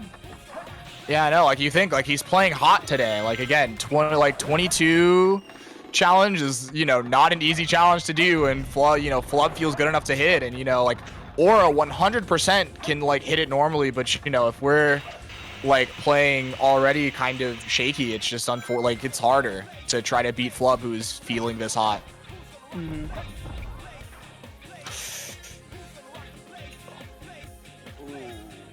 that is not great. Now we're gonna get the funny bad cam here, which is not fun for anyone to deal with. Yeah. Aura somersaulting there. I was really scared that Aura was gonna get hit with the accidentally break the chow box, but very lucky in that sense. And yeah, great hex skip from Flub too. Took a bunch of time, but oh no, not getting on the rail. But yeah, no, fantastic backup movement afterwards. Yeah, absolutely. Light dash is a great mechanic. Yeah, my favorite. Oh, wow. Okay, you got lucky there. I mean, that would have been a massive death. That would have been exactly what Aura would have needed, but too bad. I didn't get it. Yeah, no, that would have been huge. Probably about like 30 seconds there. Yeah, Aura really having a rough time in Desert so far. Pretty much nothing going his way. Hopefully that changes coming up here. Still a lot that can happen in Desert. Junk storage, probably just going to get the upgrade and reset. Yeah, does have definitely. 9 lives, so can really play with that a lot. Yeah, a lot to work with. Angry Man, much better. Piece 1.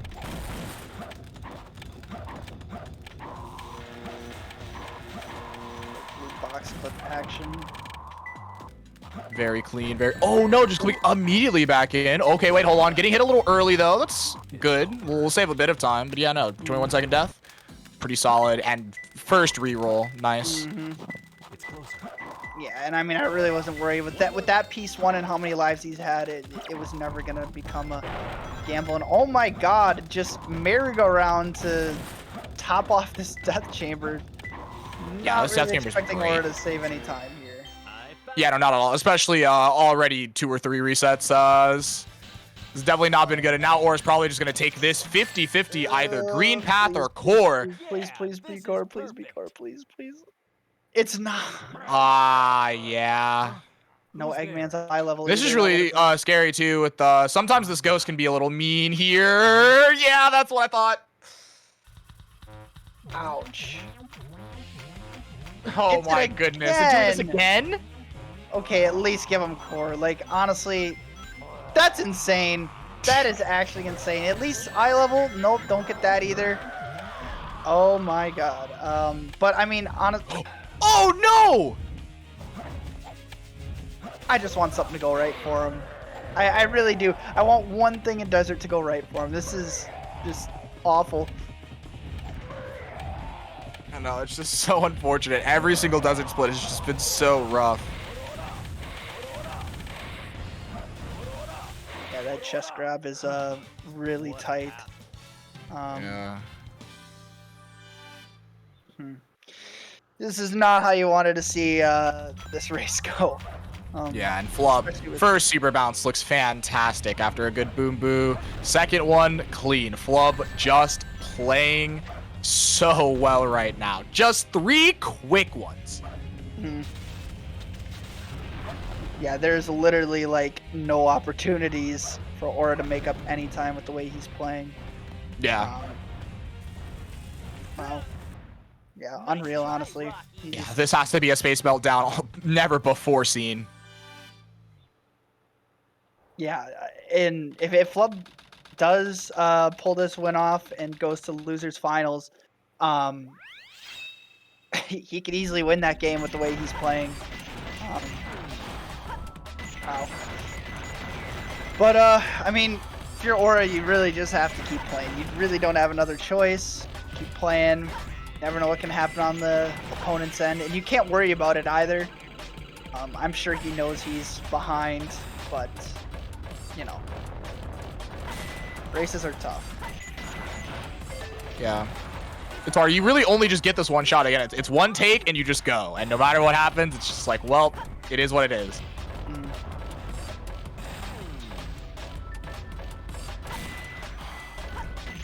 Ooh, that is definitely an opportunity.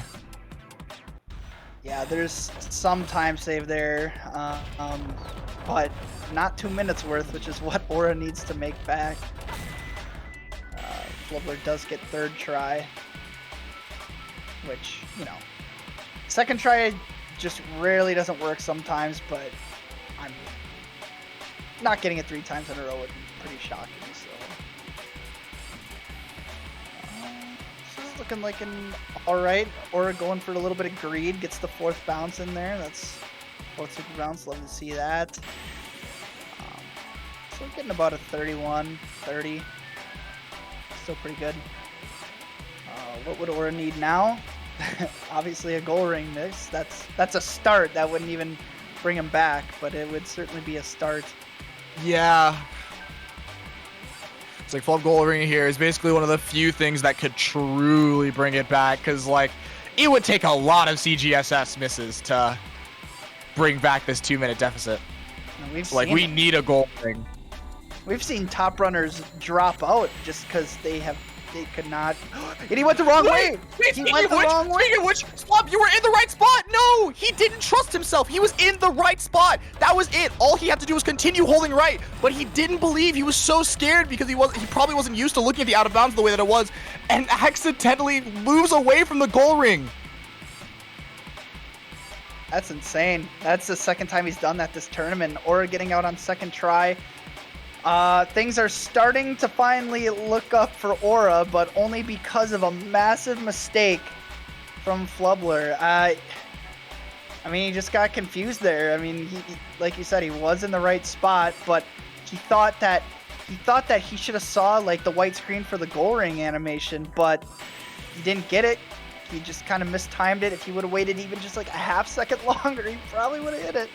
No, he would have. It was so good. It looked so good for Flubler. I really want to know why he decided to bail out. It was crazy. Oh my goodness. Yeah, and if Aura would have got first try there, we'd be RTA synced. Yeah, this would be a crazy sync to look at.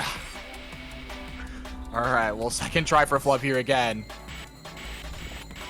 Again, looking great. Yeah, don't bail out there. We're good. Aura ending up right next to the... Wow, that was a really God, that nice was so goal. fast. Yeah. So that's pretty much an RTA sync now still. But still a Still 25 second yeah, lead. about 25 seconds away, V1 timer. So this Meteor Herd plus CGSS really has to go Aura's way. It's like it's still just so Flub favor right now. Mm-hmm. Storage area, that's a good piece. Do see 3 tanks a decent amount with this in front of the weight elevator. No, he's not exiting out. Oh my goodness. I feel like some people may exit out for lives instead of taking this just absolutely just atrocious P1 sometimes. So for his sake, I hope it pays out because it's gonna have to because Flub already has his piece 2 and on his way to his piece 3, but it is a mid bottom top though. Classic Meteor Herd. Can you imagine if he got middle of the rotating beacon there? That would have been pretty crazy. That would have been so freaky. So Aura with the chance to get some time back here. We'll see.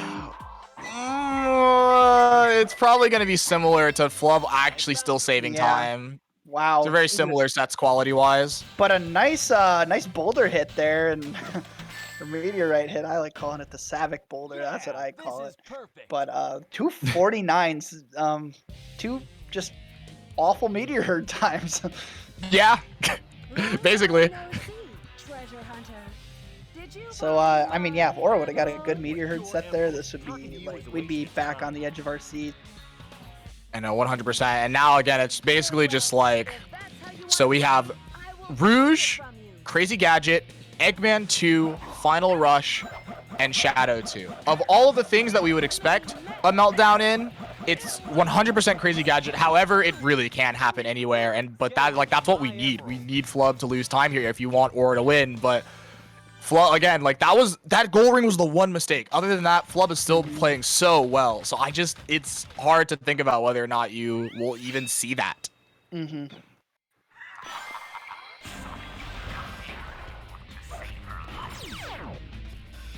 All right, well, yeah, Aura's gonna lose a little bit of time here, exiting for lives. No in-game cutscene prior to CG, so do have to wait about almost 2 seconds to be able to leave, and then another 2-3 seconds for menuing. So that's pretty big time loss, especially when Aura's fighting for seconds here. Yeah, and is like he needs to get anything that he can get, and Flub had a little bit of movement mishap in the beginning of Crazy Gadget, or in the middle of Crazy Gadget, but the beginning was so clean from him, and this out of bounds, he's got it. This out of bounds looks great. He's out of there. It's definitely gonna hit the goal ring, and Aura, of course, doing the bad cam. Let's see it. Is out of bounds himself, but he needed Flubler to get a second try there. More favorably a third try for Aura, but that... No, he was too far. He had too much distance. You just don't see that. You don't see that. You literally do not see too far. And yeah, now we're literally just down to needing an FR death for Aura, assuming he even gets it this time. But Flubler dying. That's a start. That would have. Oh my God! If Aura would have hit the goal ring, we would be. Wow. It would look a little crazy if that was the case. Oh, punches him. Oh no! Again. Flub's still having Eggman issues though. Oh my God, he cannot hit him. Eggman is just absolutely dodging him. Can he even get away from this? Okay, from this point, it should be fine. He's probably fine from this point. Wow, that was close. That was really, really close. Oh my Aura god! Also, this Manip 2 punching also Eggman. No. Oh my god! Aura has to get like 3 hits without getting hit. He's just not capitalizing where he needs to, unfortunately. Not that he even knows, but come on, just hit him. Just hit him. Just hit him. Please Bro. hit him. Okay. Oh man. I don't even know. What the hell? Yeah, a lot happened there. Yeah. Oh, there's just been so many chances for Aura to catch up, and he's just not able to. And Flub gearing up for this fast fall, and it looks good.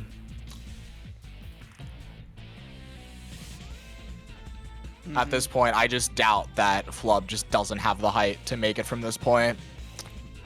Yeah, he also did have those issues in Shadow 2 a couple races ago. I forgot what his final time was on that, but it was like a 40 or something. Don't see that happening again. That's rare, but I don't even know if it's going to make the difference if it's a 40.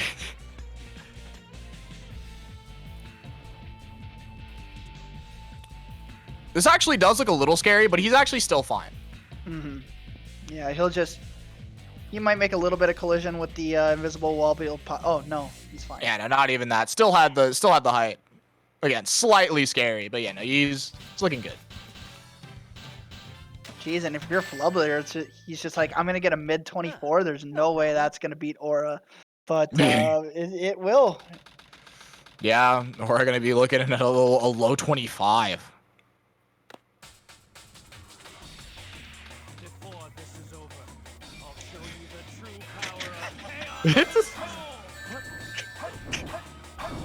Lots of funny things happen in the world of Sonic Adventure 2 Battle for the Personal Computer. But waiting a little bit there, but he'll be fine. Please just bounce. Thank you. Okay. Congrats to Flub, 24-37. Moving on to losers finals to face the loser of Katie versus Aiden in winners finals coming up after this. Congrats, dude. Yeah. Yeah, he's definitely a little surprised he won with that. Unfortunate for Aura Ace. I mean, just knowing, obviously both of these runners are super good. You don't want to see either one of them get knocked out. But yeah, I'm sure Aura knew that 25-17 was not gonna cut it, unfortunately. Yeah, no, it's unfortunate. This is definitely not a way you want to go out. Thankfully, for both of these runners, getting top 4 essentially cinches your spot into the summit that is happening in the summer, our invitational that we're having that these qualify up to. So, yep. Aura's definitely mad about this race, but you will see him again in the summer. Yeah, and that's just another thing to mention. This is not even the actual tournament. This is one of the qualifiers. Yo! Although it isn't great to be knocked out here, this is not the final tournament. It still has all the hype of the real tournament, but yeah, so that was a very interesting race there. So Aura got like third try CE skip to start it off, and it was a 20-second disparity in Flubler's favor for most of the run until Desert, and then obviously Desert happened to Aura, and then Flubler missed EE goal ring, and then died to Eggman. Aura almost died to Eggman. Lots happened, but how are you guys? I am over the moon. Yeah, top 3. Yeah. I'm feeling great. Honestly, that was like PB pace until that EE. Literally for me. It was like I was thinking about that. It was quite good. Yeah, no, it was very good. JW even said, yeah, it was like a 22.0x pace if it was like super good. Holy shit, man. Well, you might, knowing that you're going to be playing either Katie or Aiden, that's the kind of pace you're going to need. I would think. Absolutely. I need no room for error, pretty much. Yeah. And I'm just going to try my best. If I lose, it's okay, Mm-hmm. So, yeah, just got to give it my all for these next matches. How are you feeling, Aura, by the way? I've been playing horrible this whole tournament, so I'm not really surprised that I fucking shit my pants again, but I honestly can't believe I got 4th. I didn't even deserve that, man. So at least I qualified for the thing. I don't know. Hey, you made it. Yeah, I was like, you made it to Summit. So yeah, just like. Yeah, yeah, these qualifiers have been, really interesting because they just, it always just feels like it's the actual Hero Story tournament. So the build-up is just becoming immense here. Like, I actually can't wait for it. This will be like, I have a feeling this is just going to be like the best tournament that we've ever put on. So looking forward to that. And but thinking a lot closer in time, definitely looking forward to this next match here. Aiden versus Katie, the Clash of the Titans. The 2020 grand final that never happened because Aura and Lexi both said, fuck everyone's bracket. Because that was the year we all made a bunch of brackets. And neither of those two made it. So, well, looking forward to that. But yeah, that race was wild. We cut out for the entirety of your guys' aquatic mines. So if you guys could fill us in on what your sets ended up being for aquatic mine, because they were both 29s. Yeah, they were both 29s, probably. I think me and Aura both got 49 meteor too. Yes, you both did, yeah. Yeah. Well, at least the RNG was relatively fair. Dude, I got the fucking Sword Killer Blue Flame for like the fucking 4th time this tournament. I don't understand how I got it again. Sword Killer must be playing on my copy of the game on accident or something. I don't understand. I really just got to start checking for it. I think I got it. I played 4 races and I got it in 3 of them. Oh my goodness. I don't even think it's that common, right? Yeah, I don't. I was wondering. I saw Corner of the Tracks 3 fans, and I was like, "Ooh, this is gonna be spicy." But then, it cut out. I didn't even. Oh my god, you got. I actually think I played pretty well to get a 29 out of that. I hit both wall runs immediately. 100%, yeah. Yeah, you have to. And I actually hit the dig on the first try for the first time out of the 3 times that I got it. I finally figured out where it is.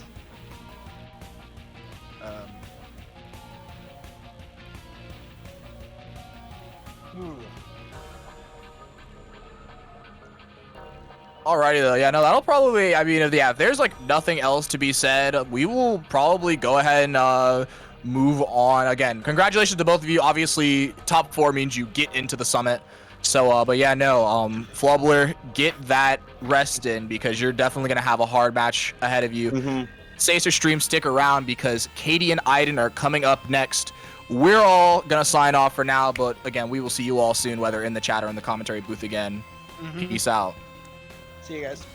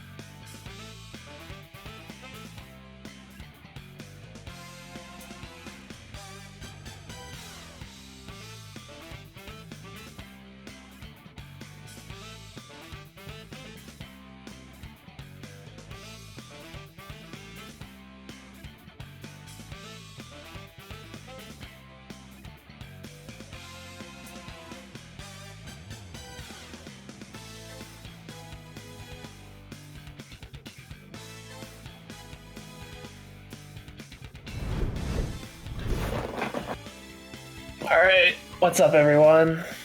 Yo, I hope you guys aren't sick of me yet. But yeah, we're here again.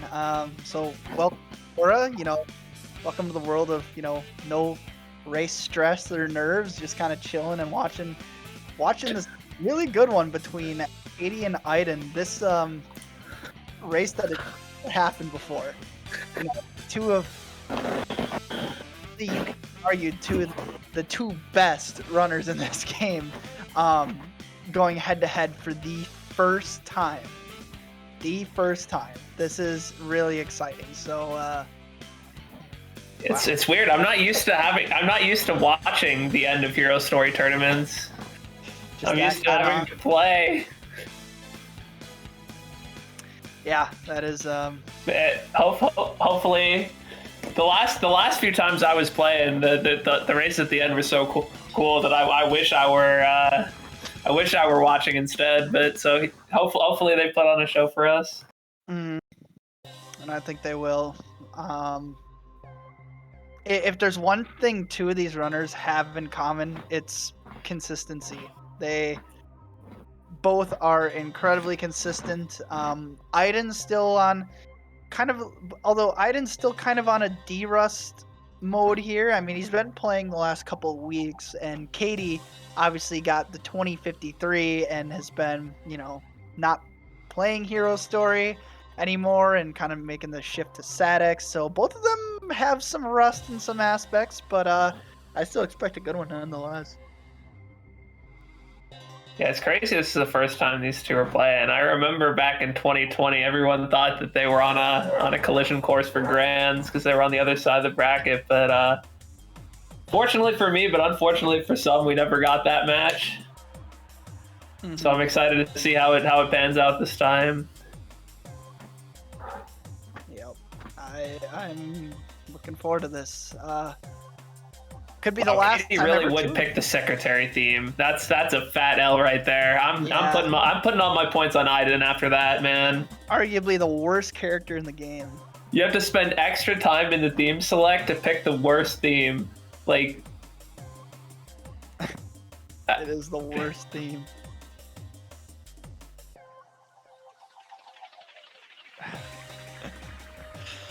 Yeah. So I'm kind of wondering. I bet Katie's got some nerves here. Obviously she hasn't lost a Hero Story race in forever. Taking a good yawn there, looking tired. This is still early for her. She just roll out of bed. This is 11:20 her time. That's super early. Yeah, that's what 7:20 for Aiden, who's in the abyss. Yeah, Aiden is actually in the Mariana Trench, playing in a submarine. So that's what Katie just snatched the controller. This is funny. I love this. I really love this. Oh, it turns out Aiden actually is in his room. Just couldn't see it for a little bit there.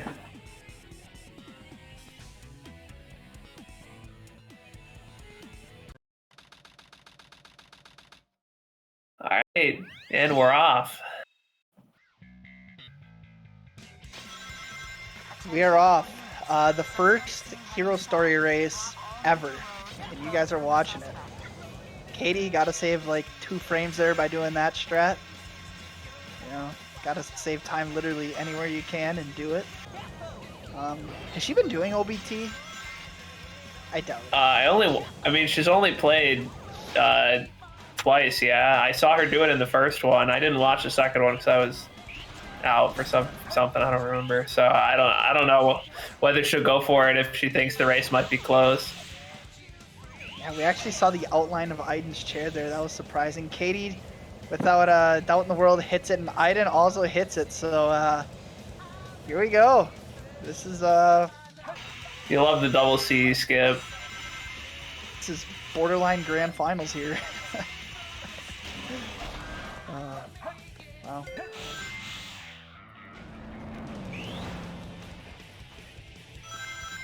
Katie not gonna be happy when she doesn't get the 116. Yeah, 58 check. I think she flew up right afterward though, so I don't know what this is gonna be, like a 17? 18. Oh, 18. Aiden still debating learning that moonwalk. He brought it up the other day on stream. He's like, should I do that? Aiden almost got a sub 120 of his own if it wasn't for running into the wall at the end there. So it's not too far behind. Mm-hmm. And Aiden definitely known for getting lucky in knuckle stages. So I could easily see this turning in Wild Canyon here. He's also good at the knuckle stages, but I mean, you need a little bit of RNG on your side when you're pumping out 220s. Mm-hmm. Wait, why is Aiden so far ahead RTA? Does Aiden have ESG and Katie not? I think that's it. It looks Katie. like 7 seconds about. Why do we have ESG on? I don't understand. Aiden just wants everyone to think that he's winning. It certainly looks that way. But Swirling container? Oh, he's gonna reset it. It's just a terrible piece. Also another terrible piece. I cursed Aiden into getting horrible RNG instead. Yeah. Katie on the other hand. Oh wait. Did I? Yeah. Under the weight there. We saw it. It was there. It was there. Oh, no. What? How did we both? Damn. What? How did we both see? In a little screen, it's always hard for me to tell. I mean, I swore it was there. Yeah, okay. This is perfect. Why did I think I saw it? And then yeah, I'll go back and watch the VOD, and there'll be like nothing there, clearly. But it's weird. I don't know. Maybe the game just gives you 2 pieces, and we just never knew. Yeah, you get your option for your piece 3.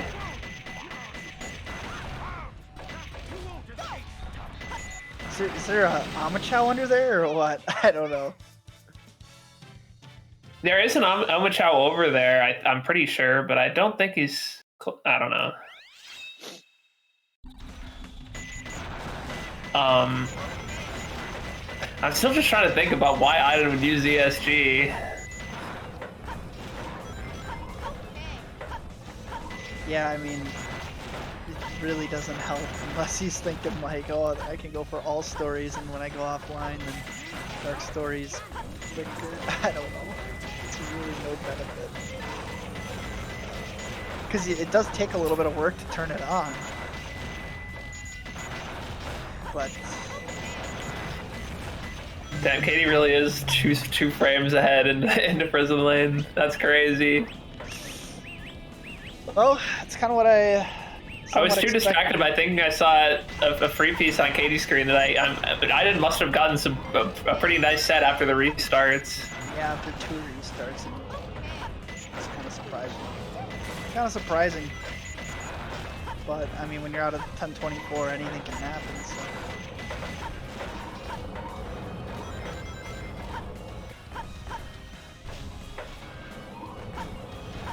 Yeah, Aiden, a very solid prison lane player, and we are seeing that now. Gets a very high 120 check actually, but Katie getting 118 check. Yeah, I see those all the time. Yeah, we all get those. Another day in the office. Yeah, 130. Jesus. A 130 and a 132. That's probably the best combined prison lane we've ever seen in a race. I mean, an average of a low 131, that's pretty nuts. All right, so both runners, I mean, they're both playing well. As we enter the second Sonic stage of the day, or of the race, I guess. We've seen plenty of Sonic stages today. Aiden's kind of going on a wonky direction there, but... Yeah, he had so much speed he had to slow down, or else he's going to run off the side before he got the spin dash off.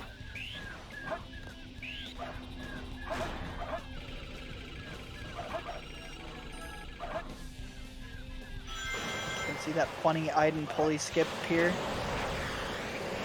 Safe. Still saves a little bit of time. Why not? I've never seen him miss it. Katie going for her own thing.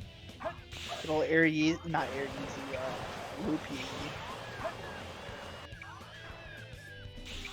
So I'm with a 46 check. And Katie with the 43. That probably would have been a 44 if she actually like slowed down like most people do before the checkpoint. But still, yeah, that's pretty nuts. I mean, getting a what might be a 118 with Iden's version of pulley skip is still, and no loop easy is about as good as you could ask for.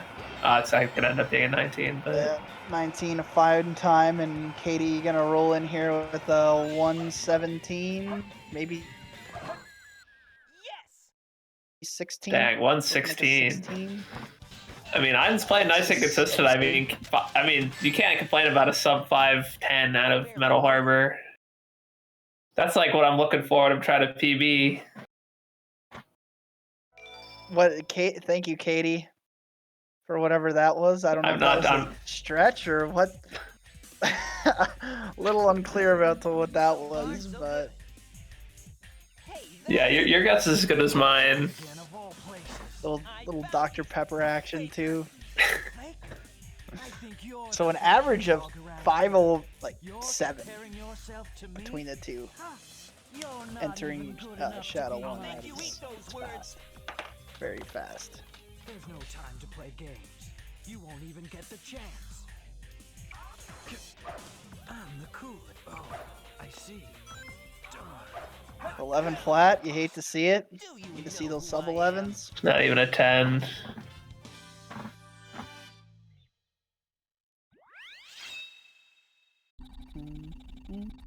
ESG's throwing me off so much, bro. I was just thinking that it just feels like Iden's winning, even though he isn't. Yeah, I wonder if Katie knows. Yeah, maybe Katie's just looking over but not looking at the time. I'm and being sure like, dang, Iden's like 20 seconds ahead of me. He must be like 440 out of Metal Harbor, even though that's like not a time that anyone ever gets. Mm-hmm.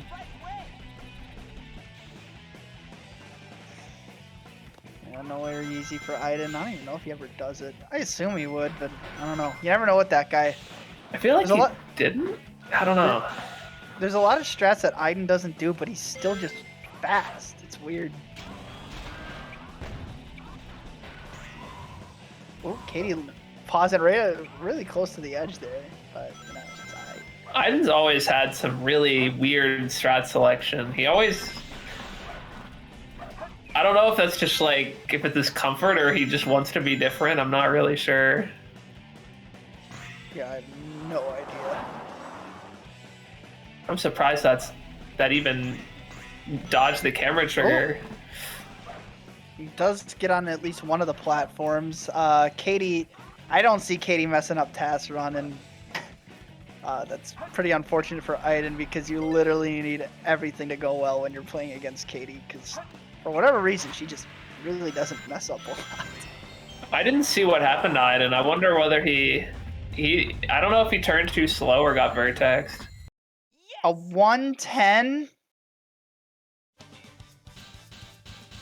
Drink some Dr. Pepper to that. I'll take a 110. No problem. Shouldn't be legal. So yeah, Iden losing 30 seconds there. Crazy. And now is behind RTA, but probably going to catch up here with a little bit of ESG. This is why these races should be RTA, man. I didn't say he didn't even know what happened. I wonder if, like... I definitely have times where I get thrown off the tree like incredibly early before you're even supposed to turn. So I don't know if the tree just owned him there or what. Church Mountain Piece 1. It's usually a good sign. Under the tracks. Good Piece 2. I didn't get a Pumpkin Family Piece 2s. They're looking like... Okay, not that great of a Piece 3s, so pretty similar sets, I'd say. Seems like Iden's going to get the better of the Pumpkin Hills. Iden's going to end up with like a low 30, 34. Gained 7 to that 30 seconds back, but still behind by 27 seconds. So work to do if you're Iden. against the SA2 GOAT. Not the position you want to be in. Yeah, I mean, I think in this position, you're kind of just like, you play your game and then hope for something to go your way in the second half, because that's probably where it's going to happen if it's going to happen. So you just got to keep yourself in it when you fall off on wall run or whatever. Wait, how did I didn't end up on the low path there? Yeah, he didn't even try to go for it. Not worth the It's time. not even worth the pause time. Yeah, I'm sure Katie's gonna hit it. Yep. So the time that Aiden just saved in Pumpkin Hill is gone. Assuming. And then some. Cleanly, yeah. It looks like they're at the same time right now. Yeah, this is the RTA sync of all despite time. the fact that Aiden's like 40 seconds behind. Oh wow. It's still cool to see. It's still they're literally, this is the stage where this would happen too, like, because everything you do is the same. Wow. Oh, they decided right to go. Side. All right, Aiden's the right sider. I love right side. This is still really funny. It's funny because they're, well, actually, Aiden's not gonna get 0 cycles, so this is where we. Yeah, Aiden's gonna have to wait around for a little bit here. But that was still fun to see. There's been races in the past where like we've seen RTA syncs multiple times in the same race. I think you and Aiden was actually one of the races where like 3 different stages you were RTA synced for a bit. And like stage synced, I guess. I don't know. But yeah. Unless Aiden knows something about the aquatic mine manip. I don't know. Katie could be. It's 45 seconds ahead.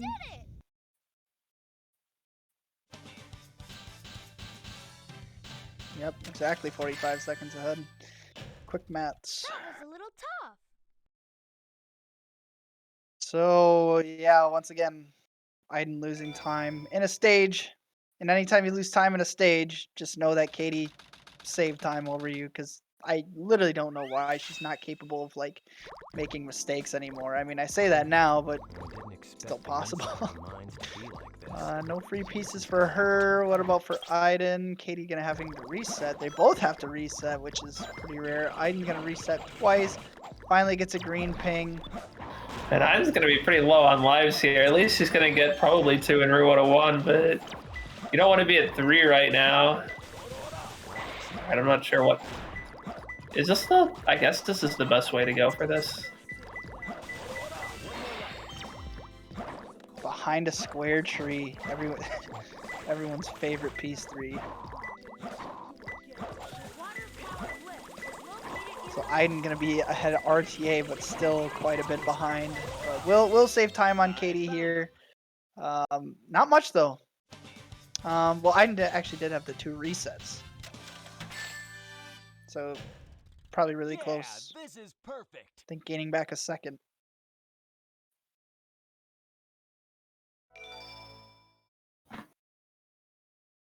And now we wait. Now we wait.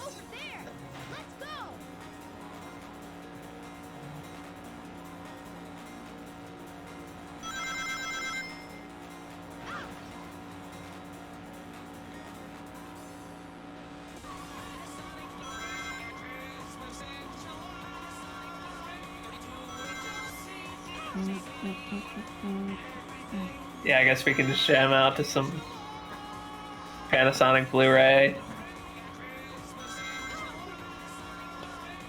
Some updates quick.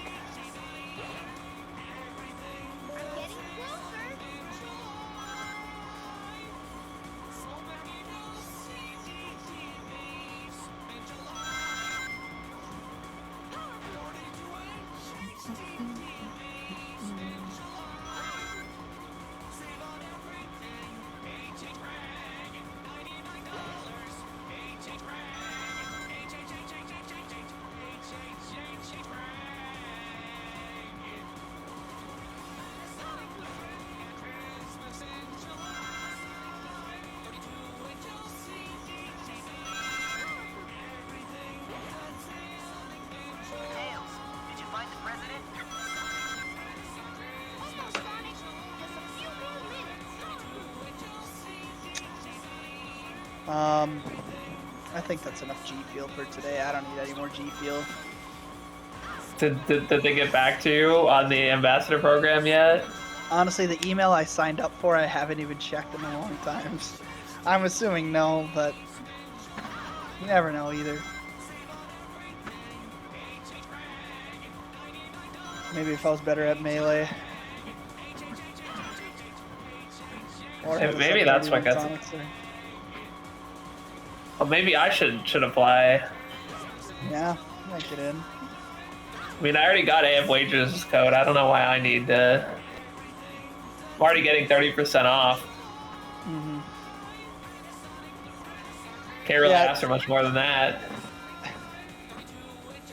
I was really not in the mood to talk about Route 101. I mean, I just did 2 other commentary races before this. I was like, you know what? Yeah, you wiggle around and you boost when you're going slow. Yeah, and then, you know, I don't want to sit here and say like, oh yeah, so what actually happens and why the runners are wiggling is because it lacks this. No, I'm not doing that. Don't care. Sorry. So Aiden with a huge lead if you're an RTA fan.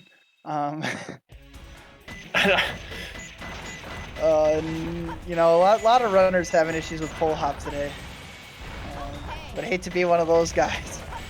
But I'm sure Katie will get it because, you know, she just has this game so fine-tuned, it just doesn't even make sense to me. Like, I don't know, because like a couple tournaments ago, she was obviously the best player still, but just the consistency, something happened in like a year span, and it's just unbelievable. Yeah, this doesn't really. When you compare the times from 2020 to now, it's just like even when you consider that the standards were lower back then, just like kind of crazy. I don't really know what happened. This game will probably never see someone who makes a 21 look so easy, but she does. She just does.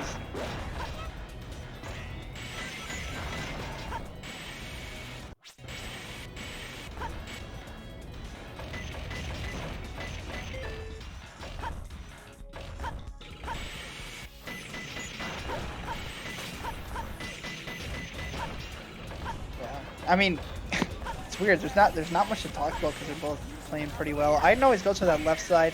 Still don't know what that's about, but the camera just looks so much worse there. I don't know if it's just because I'm so used to the right side, but I don't know. It doesn't look like it snaps as much.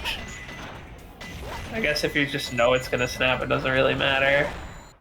136. My God.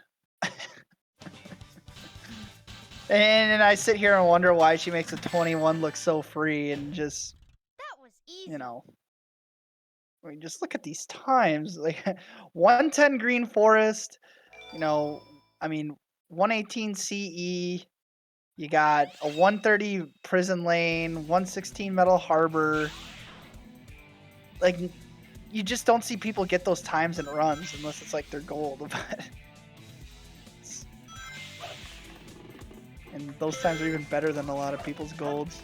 And an 11 check. Wow. And Katie's Katie's we're gonna start going for this. Yeah, Katie's showing off the swag route. Doesn't get the bounce there. That would have been a little faster had she been able to bounce back onto this floor. But, you know, I think that was still a 28 upgrade. Little blue Honda action. Just don't get it.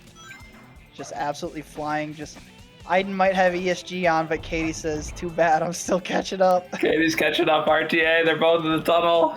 Watch out, Aiden. Oh, that's not good. Oh, no. And yeah, of course she's doing hex skip.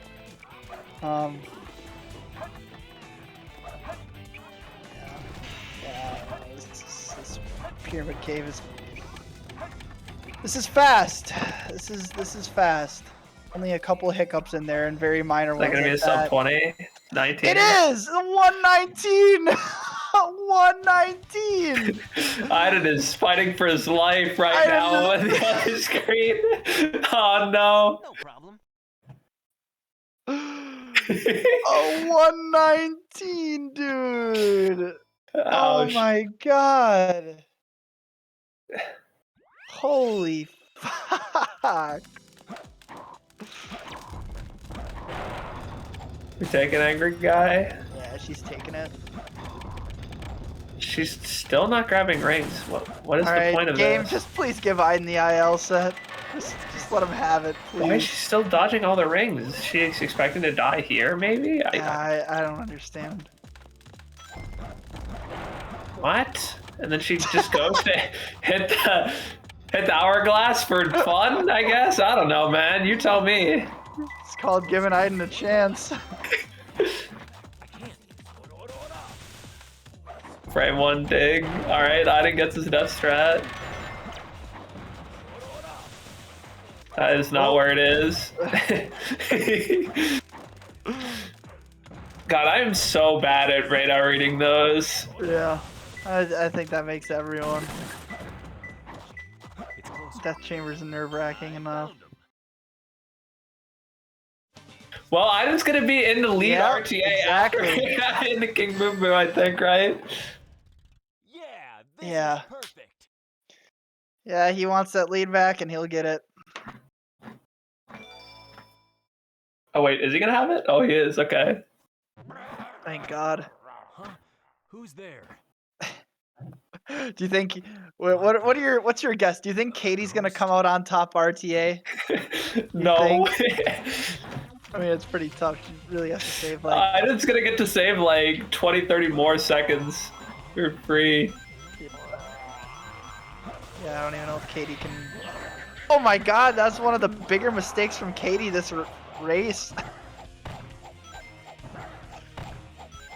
Aiden's gonna save some time. Go, Aiden, go. Never seen Katie have to do the fire breathing before. Like of all, like literally gets a 119 pyramid cave and a 136 hidden base, but can't get the quick cycle on KVB. I don't get it. Yeah, what is this gonna be? Like a 50?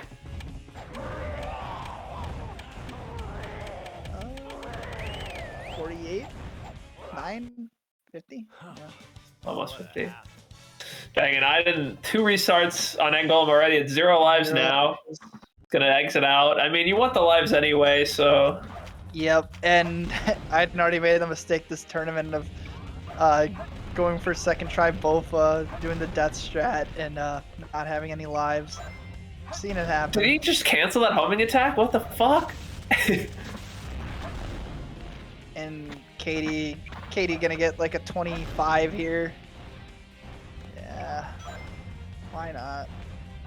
Not going for the quick sand death, doesn't really care. Oh my God, back in the sand for Aiden. He might be. You might not win RTA. No, get around, there. Okay. Thank God. Oh no, ballerina. Why? Why? Why, game? And now he's gonna get the super bounces, but you still gotta watch him finish the animation. He stands there for like 3 seconds before he starts going down, yeah. I think I just put him This off. game fucking sucks. That gonna be too early? That looked too early. God, Aiden. We didn't need that. We would not need that. Dude, I never go for the death strat if you kill him on ballerina. It's just so hard to tell when he's gonna actually start dying. What the fuck was that? Katie went back like 2 feet. But gets a right side. I'm sure she knows what she's doing on the right side. Dude, do you really get enough speed to clip out when you just go right there and just jump? Like, if you pivot, I can see it, but she didn't. She just jumped. Yeah, that was bizarre. I got nothing. Somehow, she did a very similar thing for the right side and it worked, so I don't know. I thought speed mattered. It definitely does. I just refuse to believe that's enough, but. Well, it happened.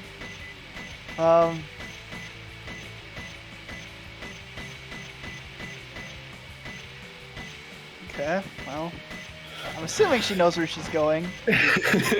That would give We've Aiden seen a a lot of chance. goal rings in this tournament. Oh yeah, right next to it. Yeah, she knew where she was.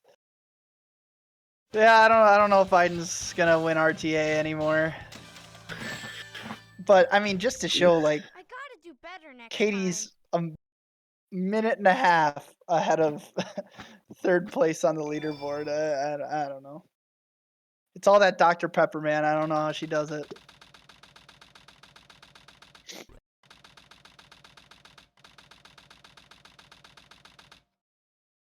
Ooh.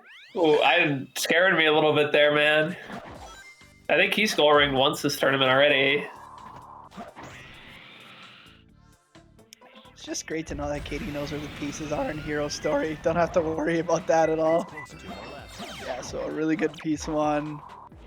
This could actually be disgusting, depending on... I missed whenever she would forget at least one piece of Pumpkin Hill every run. That was really funny. Don't really see that anymore. This set's alright. Not great, but it's okay. Like, she's executing very well, too, on top of everything. It's going to be the far one. It's closer. It does still get a sub 40. I would not have gotten a sub 40 with that. Not even Cryptic would have got a sub 40 with that. David's in chat. You really got to do him like that? Yeah, this is perfect. I mean, I'm watching the best hunter of all time in KD4. I don't know.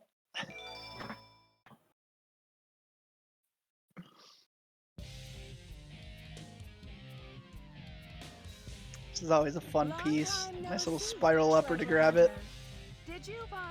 Doesn't even go to the side of the box. It just goes right in front. A bit faster. Yeah, I mean, 35.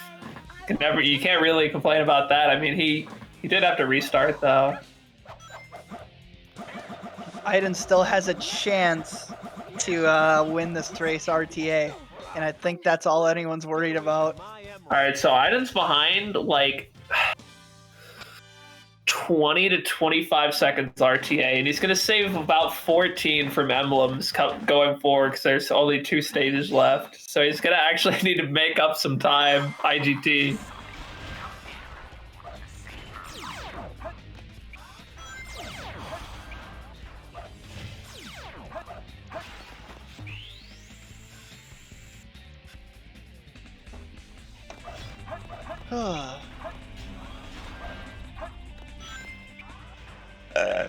Excuse me. Damn, grabbing the switch at 23. It's gonna be like a 40 or 41.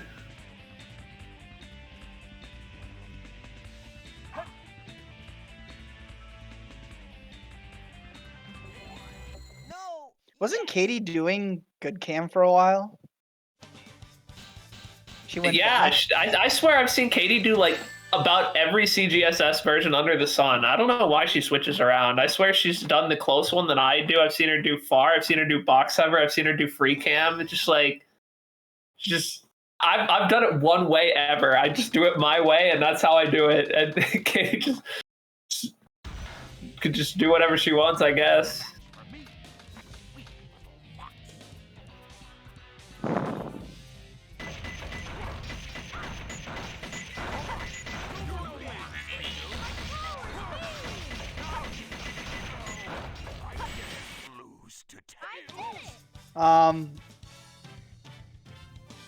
OBT could still make this a 21, I think.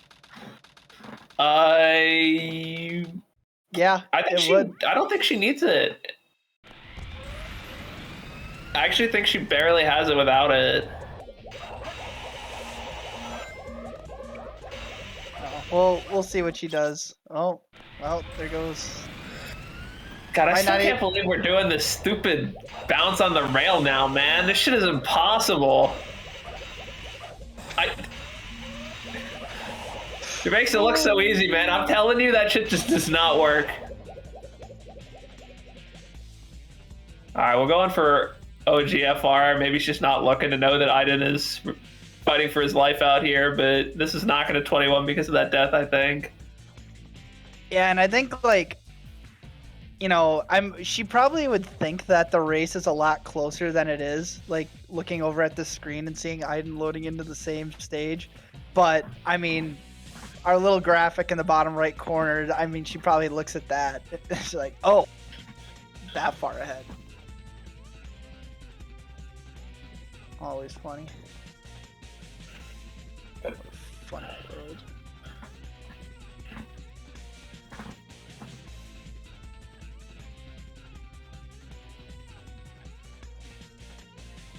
Yeah, we're not even bopping Aura. What's the point? Dang, if you can't even beat me, like, what? Why are you even playing, man? I fucking suck. She got a 25. Yeah, so maybe she wouldn't have gotten it. So she took like a 10-second death. So I guess she would have been just short. Yeah, I didn't just died at the end. What the? I was not even looking.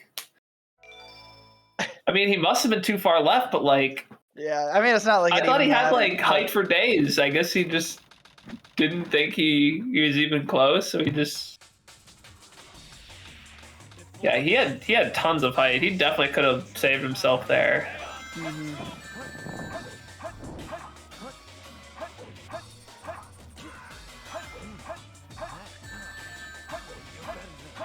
Oh, missing the SMB bop too. Why live? That one's only gonna be like 6th. No, that's worse than that. Like 7th. Katie trying to make a little heart there. Didn't really look like a heart, but I appreciate the effort. What do you think she's gonna do? You think she's gonna do something silly? Turning the camera for some reason. Oh, she's got a plan. Aiden with all the height in the world. Might as well just finish it off and play safe. It's honestly kind of crazy that this is still a 24 for Aiden. Yeah, it almost doesn't feel like it, but... Like, the stages where he wasn't, like, having a meltdown were actually pretty solid. So, like, hopefully he can clean those up and we can have a nice and close losers finals. Yeah, I mean, looking back at the stages he lost time in, I mean, Green Forest was a big one, Mission Street, Egg Golem was probably the worst. And then, well, other than that FR now, but that's that race. That was the Katie versus Aiden. Never before seen. Now you have.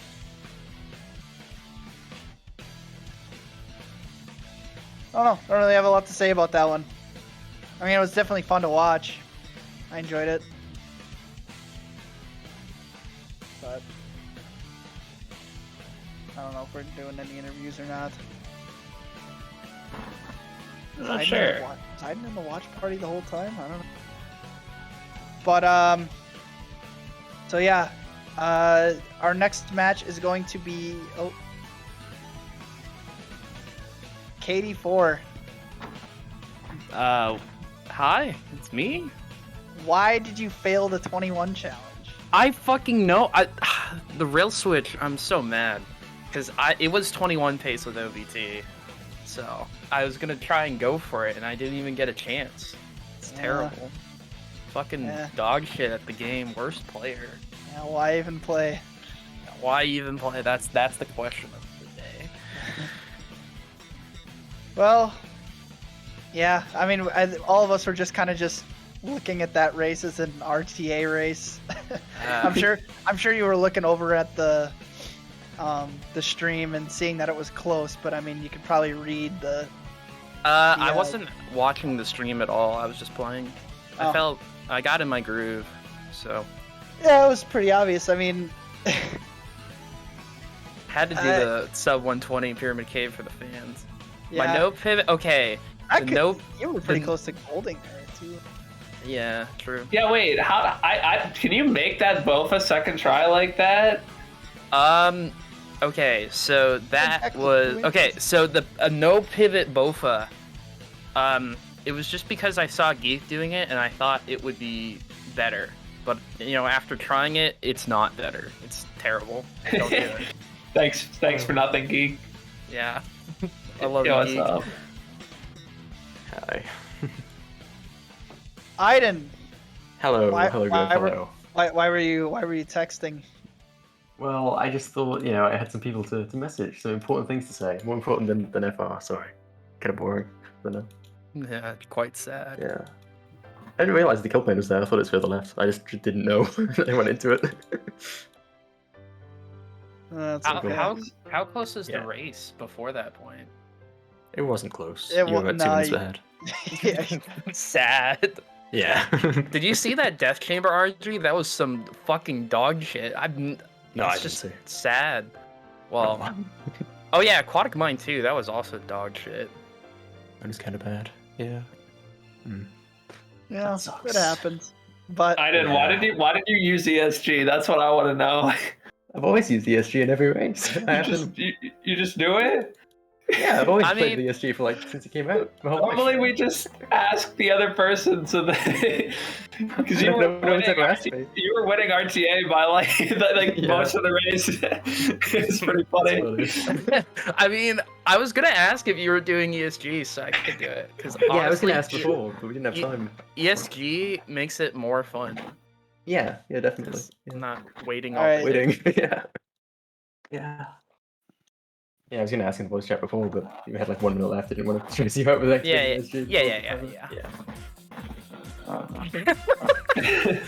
Let's fucking go.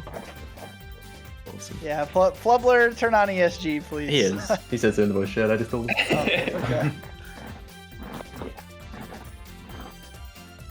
So Gert, what do you have to say about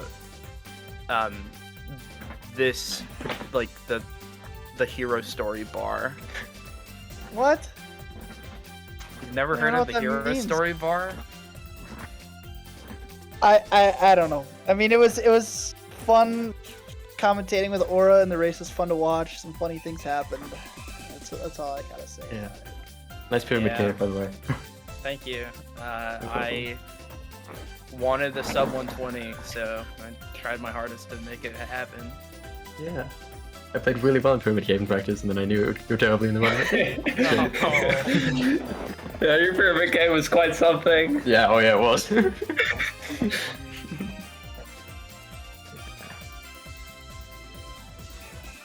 Yeah, I mean, it was fun. It was fun racing, I think.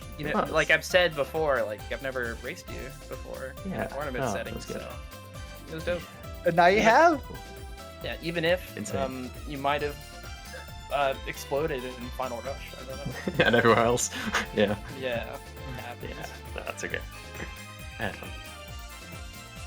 That's what we're here for. Yeah. Yeah, I assume we're gonna get set up for the losers finals, Aiden Flubler, and then after that we have what everyone's here for, the Sadix Centurion race, I think it is. I don't know. Yeah, let's go. Final. I mean, that's why I'm here. I'm just waiting around until that happens right now. Yeah, are you gonna leave immediately when Grand Finals start? Yeah, after I watch the Sadix, I'll just watch some football. I don't fuck this Hero Story tournament. If I'm not in Grand Finals, I don't care, man. Yeah, if I'm not winning, I'm not finishing. Hey, man. One of the classic quotes of all time. So true. Yeah, I think we're gonna get out of here. I give them a chance to set up and Yeah, stay on the schedule. Daniel's Good gotta luck. get us set up. Good luck on your Thank you. race, Aiden. You too later. Thanks. Alright, have fun. See you guys at the next race. Get your poop sock ready. Oh, it's ready. You could Believe do me. that. You could do that. Please do anything else. But the poop sock? What's the problem with the poop sock? Never forget when my mom found my poop sock. Worst day of my life. The piss drawer. Who was the one that had the piss drawer? Somebody had it. I don't know who. That's so gross. It was somebody in TGU, I think. Just picturing my mom coming in and just whipping a drawer open, and just freaking piss just sloshing everywhere. The fuck is this? How would you even explain the piss drawer? What did you say? Alright.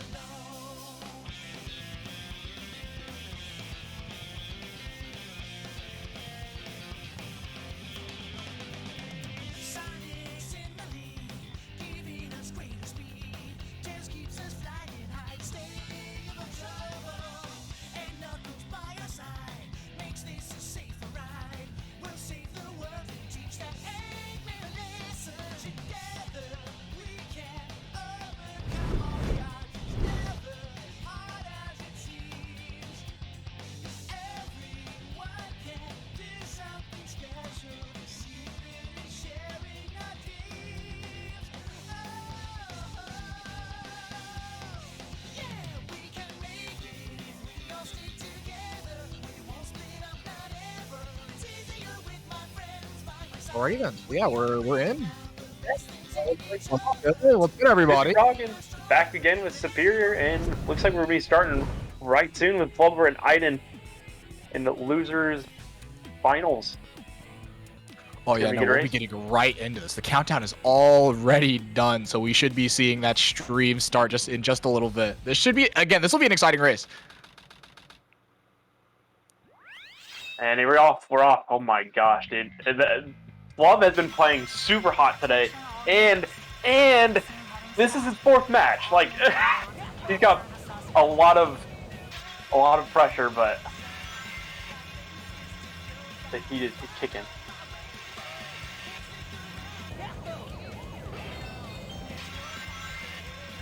Plenty of clean starts to the race so far. Nothing too bad. Don't expect too much to happen at the beginning of CE until CE skip coming up soon.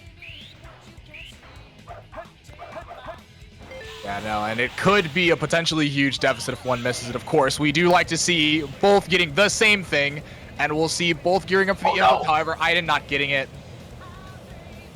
Okay. Aiden choosing to take the skipless route after hitting the inputs. Definitely a respectable choice. Once you get all the way down with the inputs, it's tough to go all the way back up the hill. So Flub's got a big lead here. Yeah, no, this is going to be a massive advantage to start off with for Flub. But again, it's just the first split, so a lot can happen outside of that, and we'll just have to see whether or not Flub can maintain composure when the silliness of this game gets started. Yeah. And I'm having a pretty clean skipless CE, nothing to be too shameful of. And yeah, unfortunate not being able to do the homing attack on that rail. It's going to slow him down a little bit. This pace was surely, and actually still is, sub 150. It's close. I think it'll probably be a 153. Yeah, that ending messed it up a bit. It was still a 131 check with the sticks, so still like very much like good time, low 150 skipless, which is still very solid.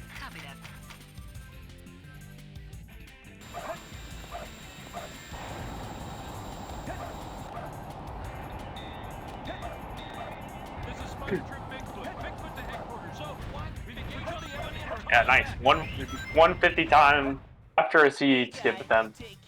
Can't complain. And yeah, no, we're going not at all. Wild Canyon 143. Let's see what the Wild Canyon can give it to us. Yeah, we'll see if while the RNG machine is cooking for Flub or not. Oh jeez, I haven't heard this song in so long. I'm so used to my ADXs. Oh, it's so good. I love seeing the slope. Oh, the sub foods off of the double containers platform and down the hill. It's so satisfying. Yeah. Ooh, I wonder if Flub saw it. I mean, I'm pretty sure Flub was gonna go down anyway after seeing the ping. Yeah. But I wonder if he because if you have your camera right, you can actually see it going up the wind tunnel, and that's like a potential free piece that you can like spot in a way. It's really hard, but you can do it. So I wonder if he saw it or not. Yeah. Okay, double containers again. Ooh, okay, this is kind of rough. Check in. Oh, nice. Okay. Checking for all the pieces definitely was worth it. Able to get a free piece and get out with the 22. That's what he needs. Yeah.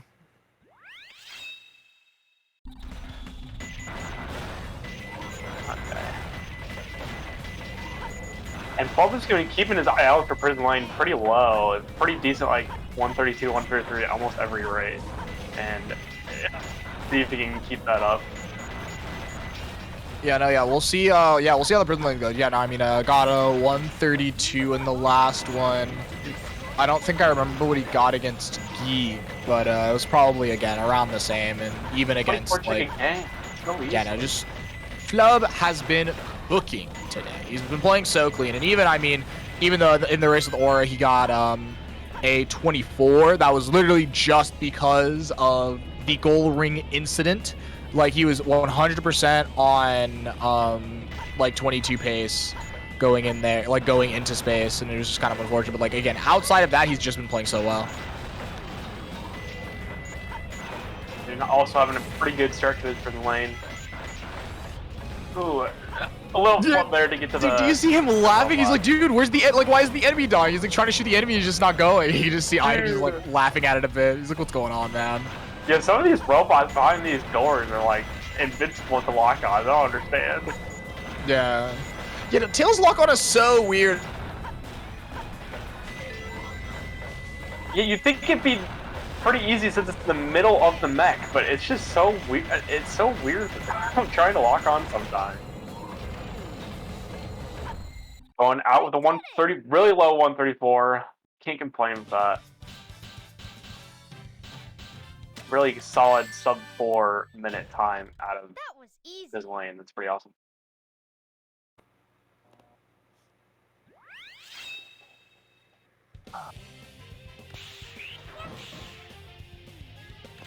Starting Metal Harbor with a clean underloop, and I'm finishing out Prison Lane, looking like a 133.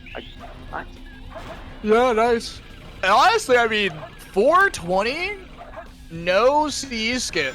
Iden's been playing well also, so you know, into like this is definitely what you want to see in like the early game, like first 3 splits. Good Wild Canyon RNG, good Prison Lane.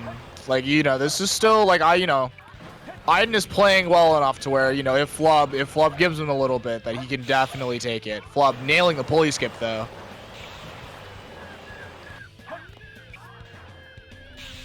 You know, I'm still saying happy birthday to Anwar, so we'll respect the Flub for that. Oh, and I'm missing that hard jump, but still gonna 19 upgrade deck. Yeah, no, it was a little weird just because he was like trying to like set up for the spin dash jump and then kind of like got set up on that kind of like red like square platform that kind of like moves a bit. And so he just kind of like lost a ton of speed trying to do the spin dash jump from where he was. Oh yeah, and there we go. I guess we're calling this the Welsh pulley skip now. Very popular version of the pulley skip in Wales.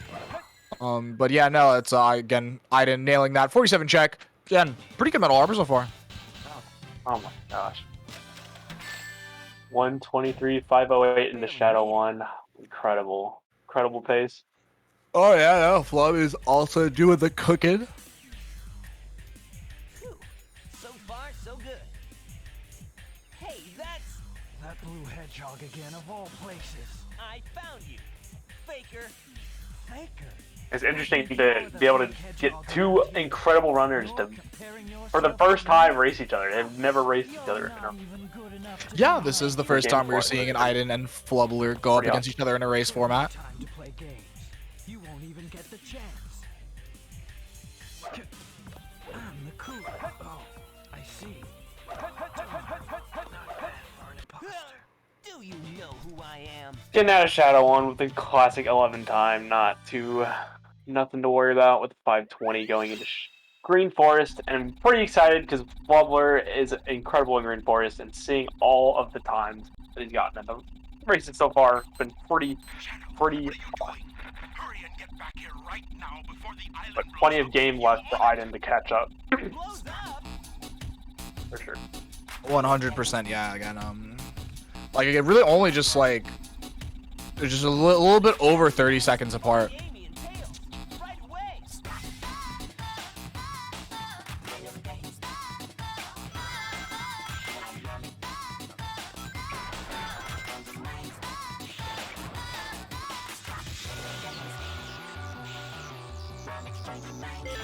Team 14 shots, going very easy, clean. Oh no! Okay, I can't speak. Why do I speak? Oh no! Yeah, I was gonna say, choosing to pick the depth there. I thought Flub may opt just kind of go for the bottom route. I feel like you lose around a similar amount of time for it, but you know, in exchange you take a life for another try at air easy. I'm not too sure about that one though, but again, nailing it the second time. The sleep skip looking quite good. The setup for the mini wall run looking good as well. And Iden starting Green Forest. Little fly up on that hill, that's okay. Opting to skip air easy, respect. Yeah. Little struggles with the hills over here. And we're getting a weird position off the tree, not getting the full pull, but still able to finish the task run clean and getting a 1 minute check. Great. Yeah. No, like even with all of that, you know, he kind of like back walks down the tree a little bit, messing up the normal spot where people kind of spin dash for the wall run. Still was able to get himself in a spot to do Tash Run and then nail said Tash Run after the fact. True. Ooh, and same with Aiden. This looks good. Say a lot of height using those hover frames. Boom. Got it. No problem. Nice. 102. Oh, no! What? Did he think that he didn't have enough height and distance and bail out? Yeah, I guess. I think he could have still made it even if he didn't go for the loop speed. Yeah, no, that's what I was thinking. I was like, yeah, if you just like homing attack and go through the loop, you may make it. But he may have thought otherwise and tried to bail out, but didn't commit to one or the other and ended up dying. Now we have Path of the Ghost Train P1 from Flub. Definitely happy when I see this one. Funny upgrade. Sometimes if you hit the upgrade in the right time with the hit monitor, it just kind of eliminates the music. Cool silent sound. It's really weird. It's closer. Very funny. Getting the Silent Hill. That's true. And King of the Hill. It's just a classic. Flying through the sky. Definitely one of the better King of the Hill sets, but it's still not what you want to see in a race setting. Yeah, definitely not. Like, you look at the 42 with King of the Hill and you're like, man, this could have been a lot worse. But then you're like, man, I still got King of the Hill. Like, come on. Yeah. You know, Aiden, the sets, speaking of, you know, just another bit of average sets. The set is also looking quite average. See, we got this 50-50 here. It's a little interesting, yeah, because the piece one was Ghost Train, so you still have to check, but again, it's very likely that the P3 from that point is going to be Church when you look at it. They're going to be getting around the same time. Aiden only really losing a second towards Flub there.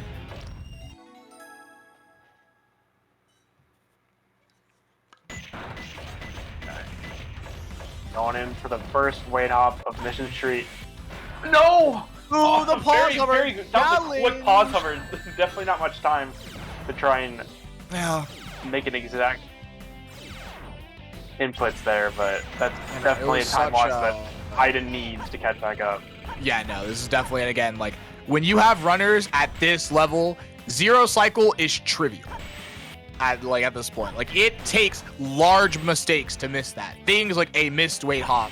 Stuff like, you know, like you have to miss so many pause overs and stuff like that. Aiden with the 23 upgrade won't be able to push the upgrade IGT as much as Flub did, but still being able to push it a little bit, waiting until he tails faces straight forward. Aiden does get weight hop. That's, yeah, again, basically an entire cycle towards Aiden. About 12 to 13 seconds towards a, you know, barring any kind of V1 discrepancies.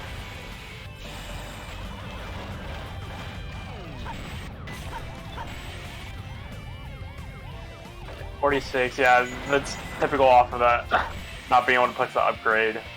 But Flub's still getting the first cycle. Yeah. Gonna be losing him out. I think 12 seconds here, as long as Aiden can keep up the zero cycle. Yeah, no, we'll see. Again, it's looked good so far. So yeah, we can probably, because of the upgrade, probably subtract around a second or so off the IGT.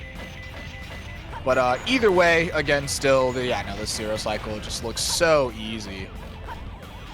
Nice.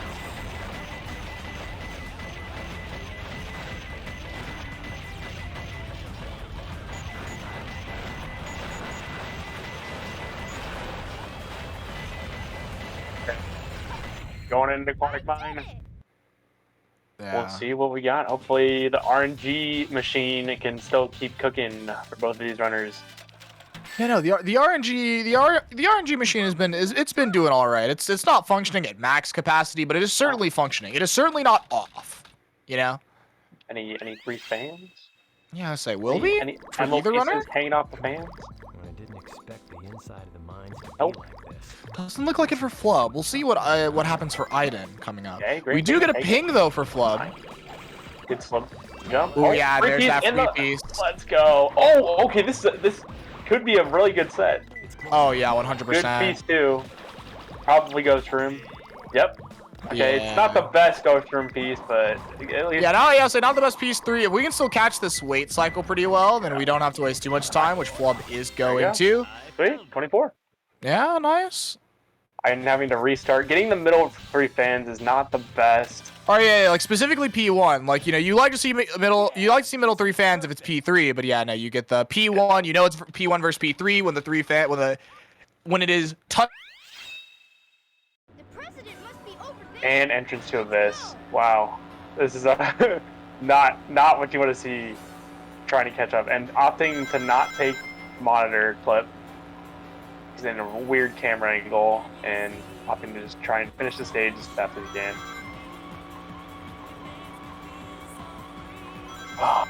And now we're to Route 101. Survive and Steam.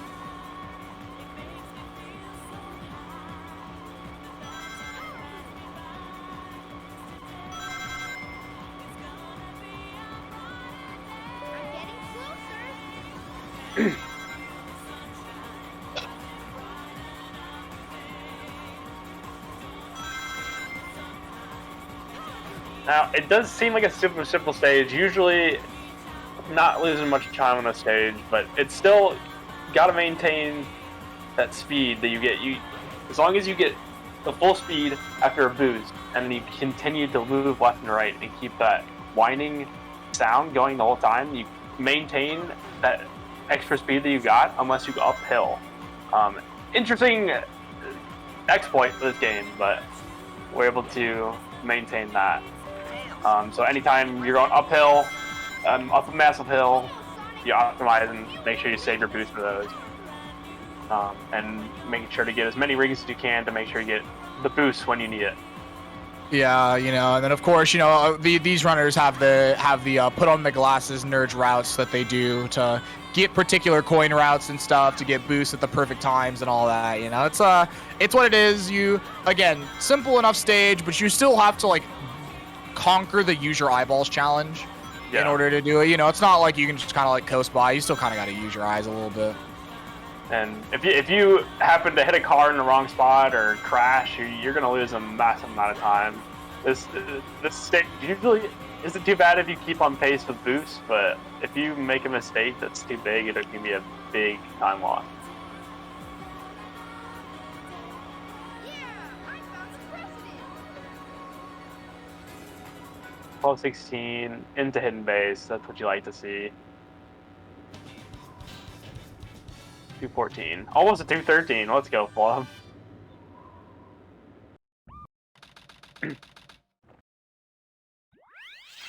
But yeah, no, see, again, our break is over. Everybody's break before the funny happens.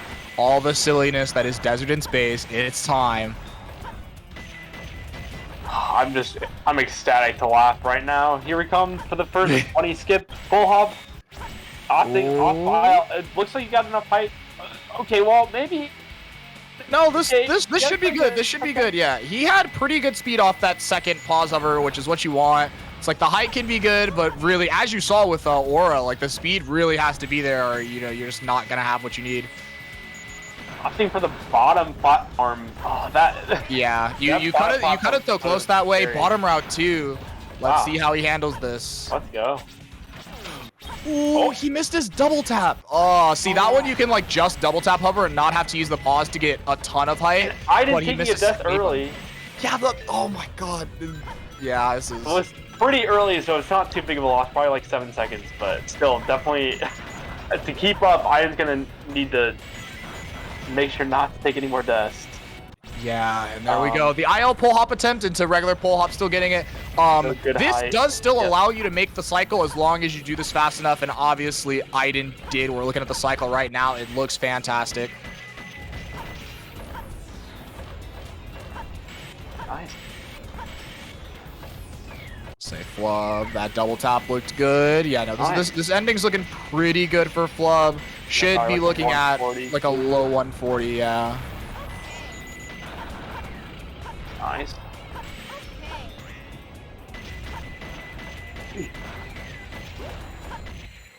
I did it. Gosh, he had to get 143.02. I was right, basically on the guess. Yeah. Come on, Flub. It's Okay, so I'm taking the 107 check, but with the death, it's definitely not helping. It's basically a 114. Yeah, I was about to say, I know, like, without the death, we're looking at that and we're like, oh yeah, that's great. But yeah, no, the death is definitely gonna, like, add a bit of time after the fact.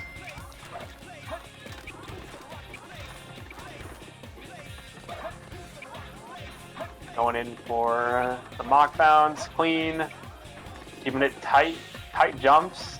Make sure you get to the platform fast enough. Oh, we're gonna have a 28 upgrade. Let's go. Okay, 28 upgrade, really good from Flub. Very smooth. Nice, just enough height to get over the wall. No visible barrier. Going in for the first door skip, second door skip. Nice, 46 hourglass. Already smooth, probably like a 58, 57 checkpoint if this is a good tunnel. Yeah, let's say, again, it depends on how good the tunnel is, and this tunnel is looking good, looking like a 57 check. And of course, it's Flub. So we could be looking, yes, at a hex skip. He's feeling spicy enough for it, but no! Takes the death instead. Is he gonna go for it again? Probably not. I definitely opt for a snake skip here, but. Oh, we'll see. Yeah. Yeah, okay, there it goes.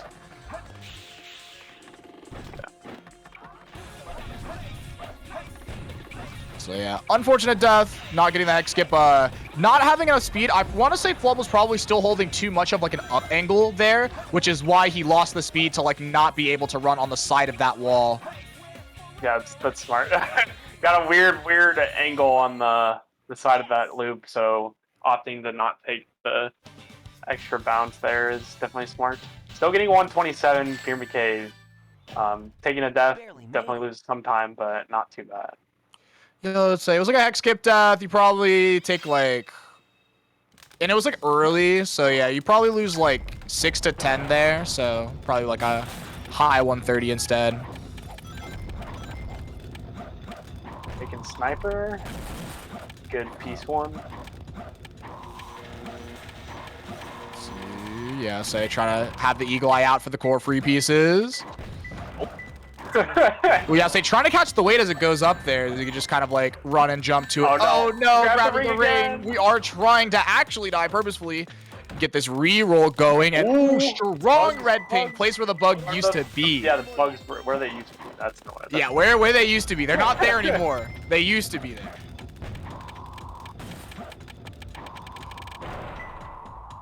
Yeah, so saying this red box up to green, looking real nice for this bug's tree. Playing Death Chamber. Yeah. Okay, EO1 core. It can be a good piece, but taking a death. Okay.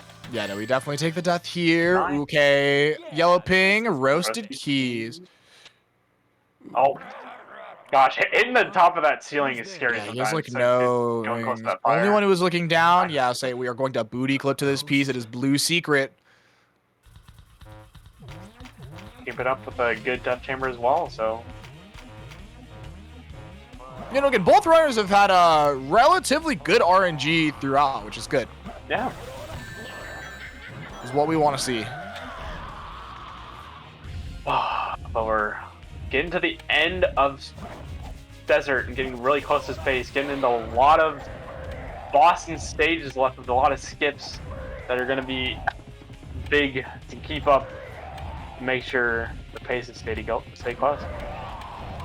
Yeah, it's like these tricks for space are so interesting because they're, again, for these runners, it's going to look a lot easier than it actually is. But also, because they're hard, they could also just mess them up. They could, you know, it could look like when we do it. So, I mean, we'll, you know, as we like move in, I mean, before we get to space, we have this idiot. Hate this boss. This is not funny. This is not a funny boss. This is a very mean boss.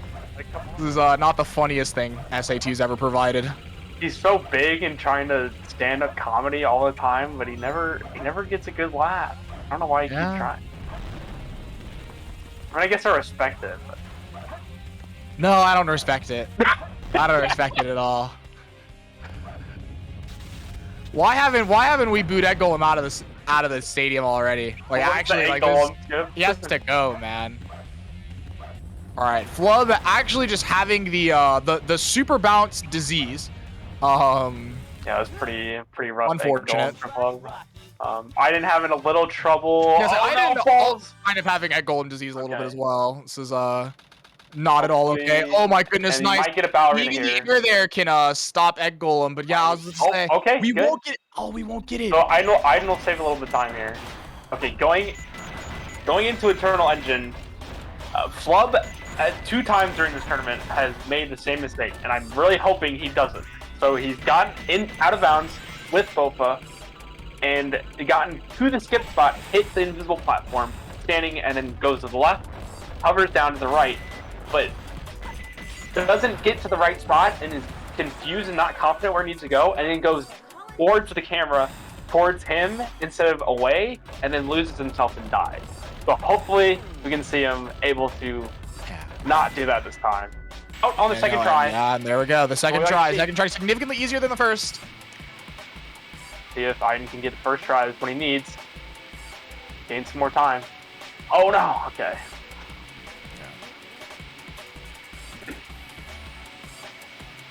Honestly, Aiden has kept pace throughout this entire race, as you see in the little bottom right thing. Flubler is ahead by 28.91 seconds as of Egg Golem. That was basically the CE time. That was basically the difference within City Escapes. So now this is like Aiden has been able to keep pace, and so again, like with how good these runners are and how good Aiden's been playing outside of that, is like basically on pace with Flub. You can just have something like where Flub messes up CGSS once or twice, and then all of a sudden this race looks a little even. Okay, getting closer to the goal ring. There you go. Yep. On the platform. We're gonna say Flub. A little bit taking forward. this very quick. There we go. Yeah, that's good. Nice. That's good. Taking it slow, but hitting the goal ring. That's what we need. Nice. And I will probably save a little bit of time here. Better next time. Yeah, no, this is gonna be maybe a little bit. Depends on how he plays the ending. Could still save a lot of time here. Yeah, nice. There we go. Boom. Yeah. 3 seconds. Okay, let's see what the RNG machine got for the rest. Elevator. Oh, not taking Garbage. I understand. Okay, not too bad of a bottom piece for this stage. Can be rough, but definitely one of the better bottom pieces. Oh, yeah. Yeah, I'll say when you get stuff like this, you're like, But yeah, no, this is still, again, like when you're looking at bottom pieces, a much better bottom piece. In front of the weight elevator, horrible. So you're definitely looking to see Hot Lava below compared to it. Now, a Bubble Blue Moon in front of a tank actually might be the most mid piece ever. And honestly, might even not even be the most mid piece. It might actually be kind of secretly bad. Oh, hops to go straight down. Okay. Into the 3 tank spot. Nice. Okay. Yeah. It's closer. Nice. I found him. And ooh, okay. That's a good piece after that. Opting to go straight down. To say, yeah, it's gonna be the very bottom trading while watching the moon. It's all good. Oh no, missing the dig. Yeah, gotta go up just a little bit. There you go. About 4 seconds saving there. a little more time too. Ooh, 18 difference. It just keeps getting closer. It's getting a little closer. I'm pulling it back. Some with execution, some with RNG. Is it gonna keep happening? Dude, all it takes is a CGSS mess up or Eggman 2 death. Like, they flipped out to Eggman 2 last time. What if it happened again? Oh my gosh.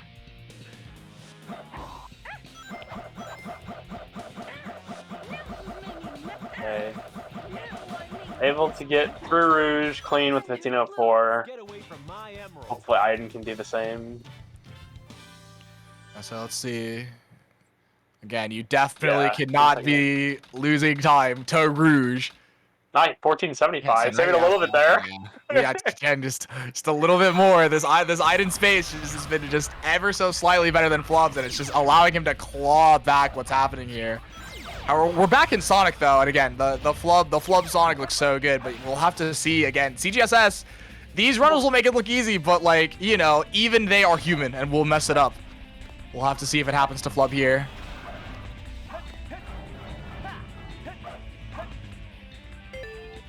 Okay. Yep. Opting to go back for the checkpoint. Respect for that. Yeah. Oh yeah, you have to.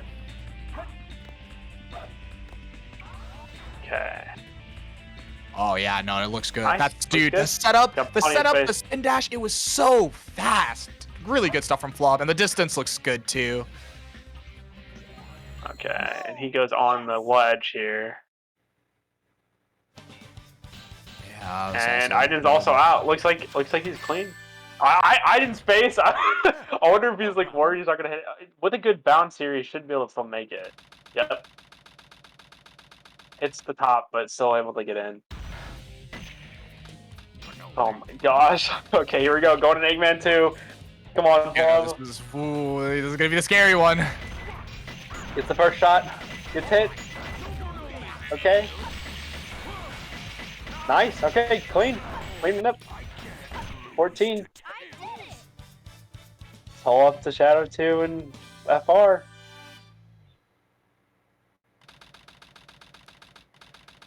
We'll see what happens. And having a little bit of trouble. Oh, getting really close to the wall with that laser. Okay, able to get down, losing a bit of time there, but still able to get out of Big Man 2. Yeah, no, again, it's just yeah, a little scary. Gonna lose about 3 seconds. Basically, like the first split where I didn't like lose this time to Flub. But yeah, no, it's oh my goodness, Flub scaring me a little bit with this FR though.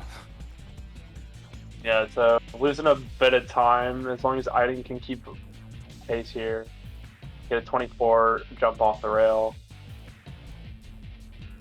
And Aiden get like a 17. Yeah. It's like 7 seconds already. Yeah, that'd be crazy. Although Aiden's not doing fast fall, so you take like 2 off of that. Yeah. So as long as Flub keeps cooking and finishes Shadow 2 clean, this is a dub. But if he messes up Shadow 2 at all and gets into a rough spot, like that you can easily lose a lot of time there with the death or with the chaos control because Shadow just takes forever to get back to you. Yeah. Oh my goodness, wait. Look at Flub's height here. He should be fine. He should be fine, but Yeah, as this long as he is a little low. You have to stay in the middle. Yeah, as long as you're in that light. Yeah, you saw the little bump there. It was a little bit of a bump. The collision will try to push Sonic out. If you're not in ball form, it will reject Sonic, and if you are, then as long as you're in the middle, it will like push you forward towards the goal ring. Yeah. Aiden's height looking a lot better here. Yeah, no, he has all the height in the world, saving time, but 16, yeah, it's pretty tough to come back. But again, Shadow 2. Are we really gonna see Shadow 2 meltdown now, Ninja Frog? I don't know. Okay, first hit. Second hit. Oh no, okay, the platform's going away. Okay, no, but it's fine though, it's fine. Okay, just get the last hit. Yeah, and he gets in, and that's Flub. Going to Grand Finals if he still think it's Katie. Finals. Going in against Katie, let's go. Oh my god, dude. 23-12, almost to 22. Flub is playing like crazy today. Yeah, I know, he's playing so well. 23-33. Not too GG's to bad. Aiden. Good showing. It's so good to see Aiden playing SA2 again. Yeah. Seeing him at this. Getting third, you know. Basically about, you know, it's like close to what you expect. Aiden getting top 3, you know, just another just fantastic runner. Oh, wow. Okay. Now that's a race.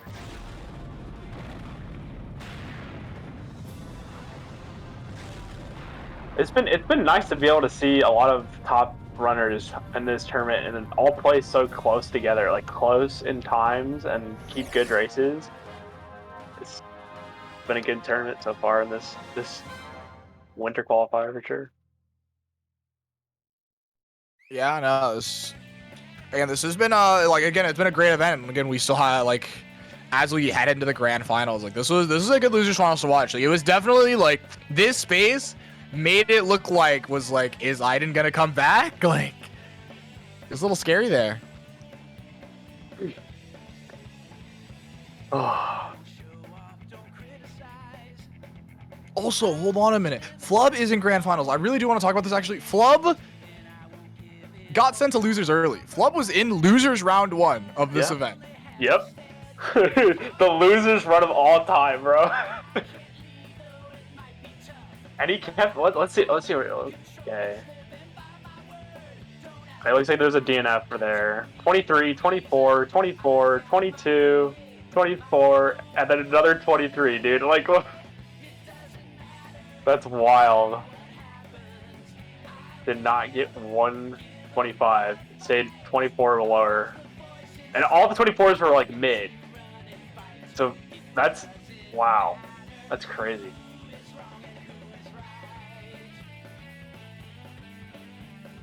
Incredible run by Flub. It's awesome to see how much he's improved and gotten to this point. And hopeful to see how far he can go next. Possible 21 runner soon.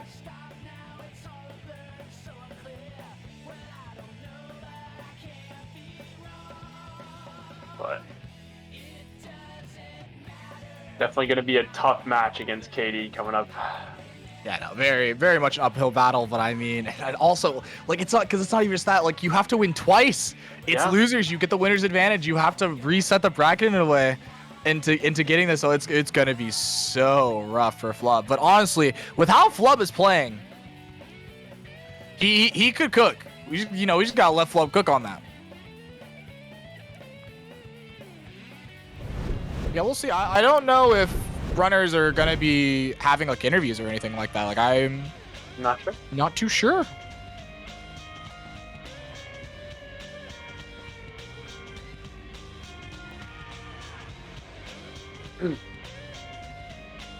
Like, I don't know if the runners have been asked for an interview at all. I don't think so yet.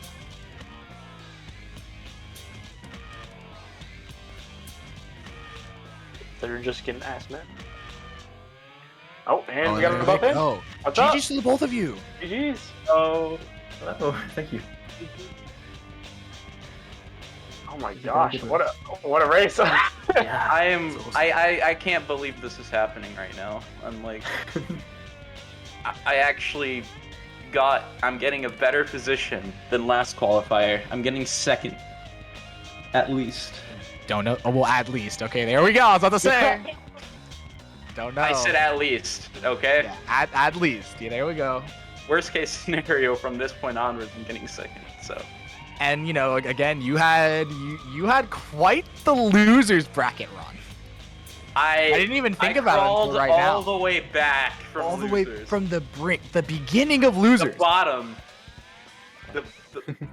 And then also, you guys need to hear this bracket. So Flubler, Nader Gamer, Flub was supposed to play in Lose Round 1, was unable to participate. So that was just Flub auto going in. But the literal next match to play for 13th is Seahawks, another 22 runner. And then Ninja Frog to get into top 8, 22 contender, the closest person on the boards to 22. And then after that, Deku, another 22 runner, top 10. ID Geek, another just insane runner, like 23-30 without Bofo when he was playing the game. Just overall good, consistent runner. And then Aura, and then Aiden. And again, we saw them today. We don't even have to talk about that. This was a crazy run. Absolutely. Yeah. And I've gotten such good times this tournament too. I mean, the 22, 3 23s, or sorry, 2 23s, 2 24s, and then my first match was obviously not very good because I had just gotten used to playing in tournaments again. So, jeez, man, I can't believe this is actually gonna happen. I never imagined in a world where I'd be in grand finals against KD4. Yeah, no, that's super sick. No, congrats. And as we turn over to Aiden, who is out at third, it's really good seeing you play again. I know it's probably the first HST in a while, and probably just you haven't really played much SA2 that much. How do you feel? I haven't done any races for years, I guess. Yeah. So it's a bit of a weird new experience for me. But I think I've got my head in the right place now after doing these races. So hopefully it's all good by summer. Yeah. Yeah, no, that's really good. Cool. It's just super fun.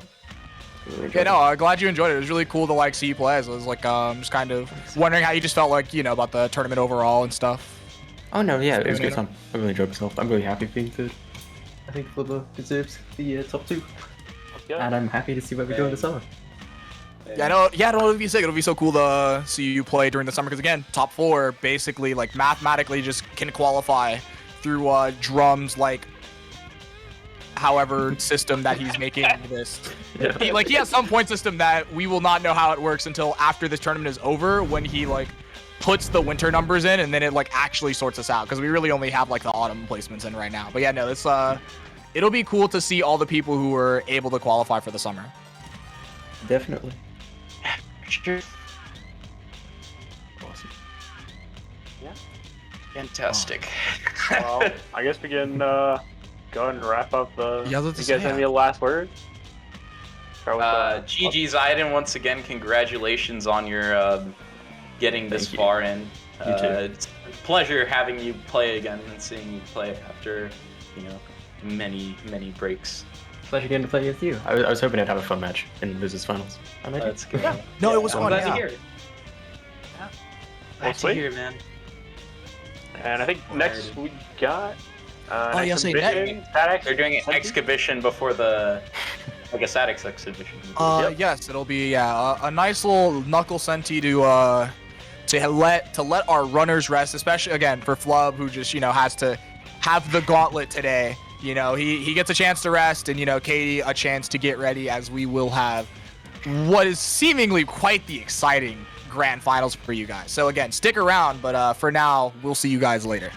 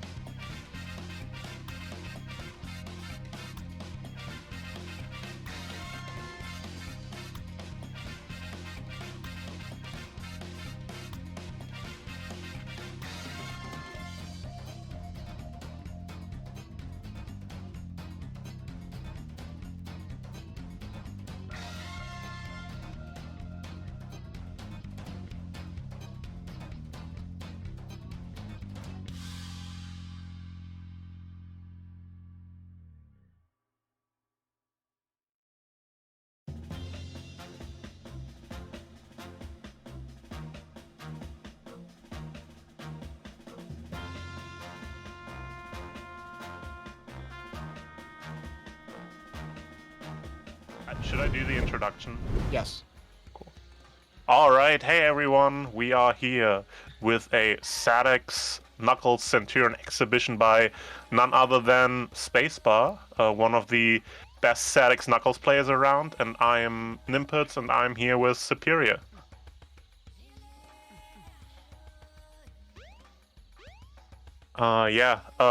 So Sadex Knuckles is a bit different from SA2 Knuckles. Same kind of base concept with the 3 emerald pieces and three emerald slots that all have their own piece pools. But the hint system works much different, and so far that Sadex doesn't have hints, so you basically have to work entirely with radar. And it is also much faster paced. The stages are much shorter. You have almost no downtime in between. It is the run is about like only half as long as it is in SA2. And yeah, Space is here setting up in Skydeck. This is the most notorious Knuckles stage, so you can get that out of the way early. And yeah, I don't know, probably starting anytime soon. Yeah, probably just, whenever he feels like it.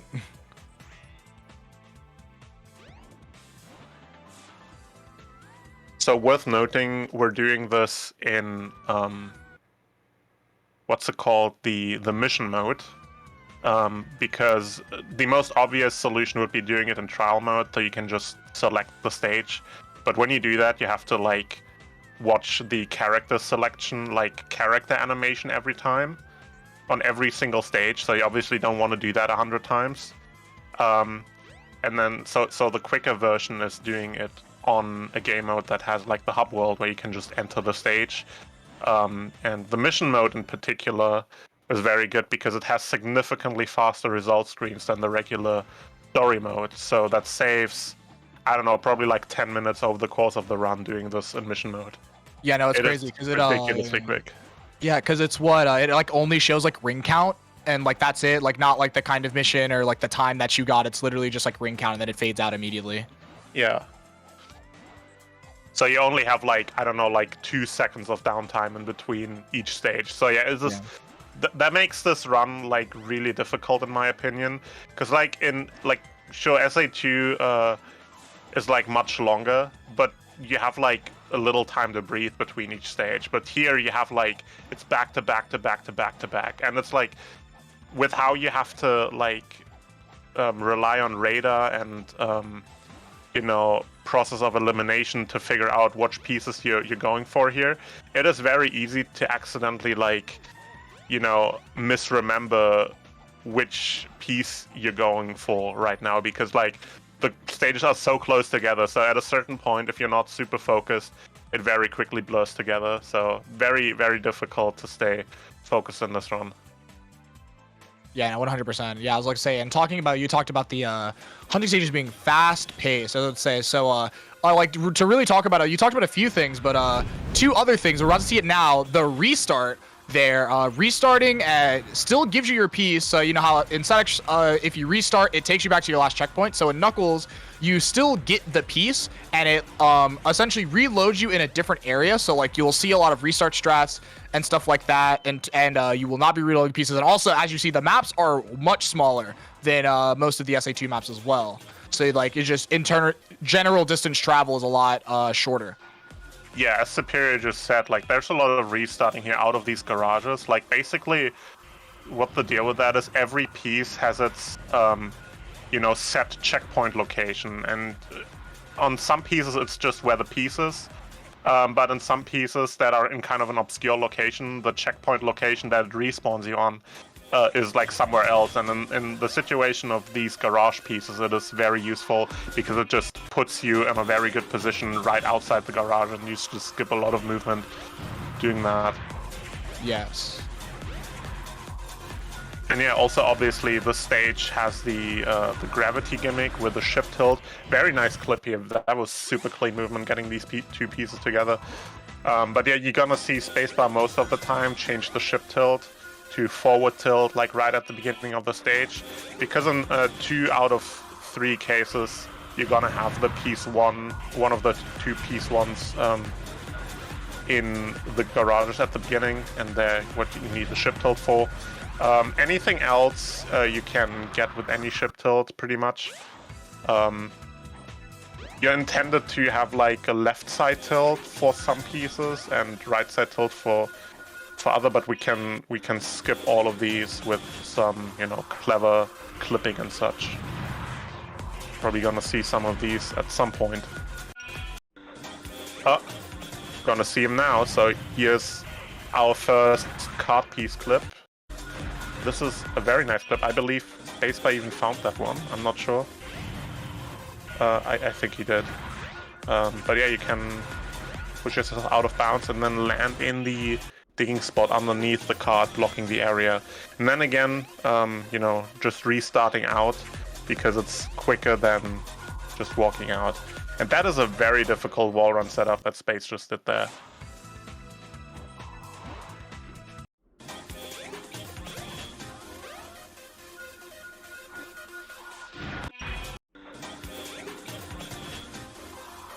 But yeah, I already said 2 out of 3 times you're gonna have the piece 1 ping.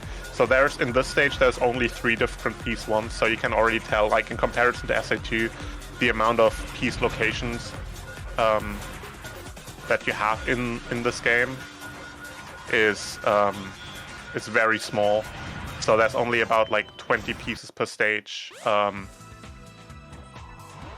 Yeah, But, and that's yeah, like yeah. another reason like why again like the radar's so strong, because it's like you barely ever get anything that is very ambiguous. Yeah, there's like little piece like where there's like a ton of there's little pieces like per each piece.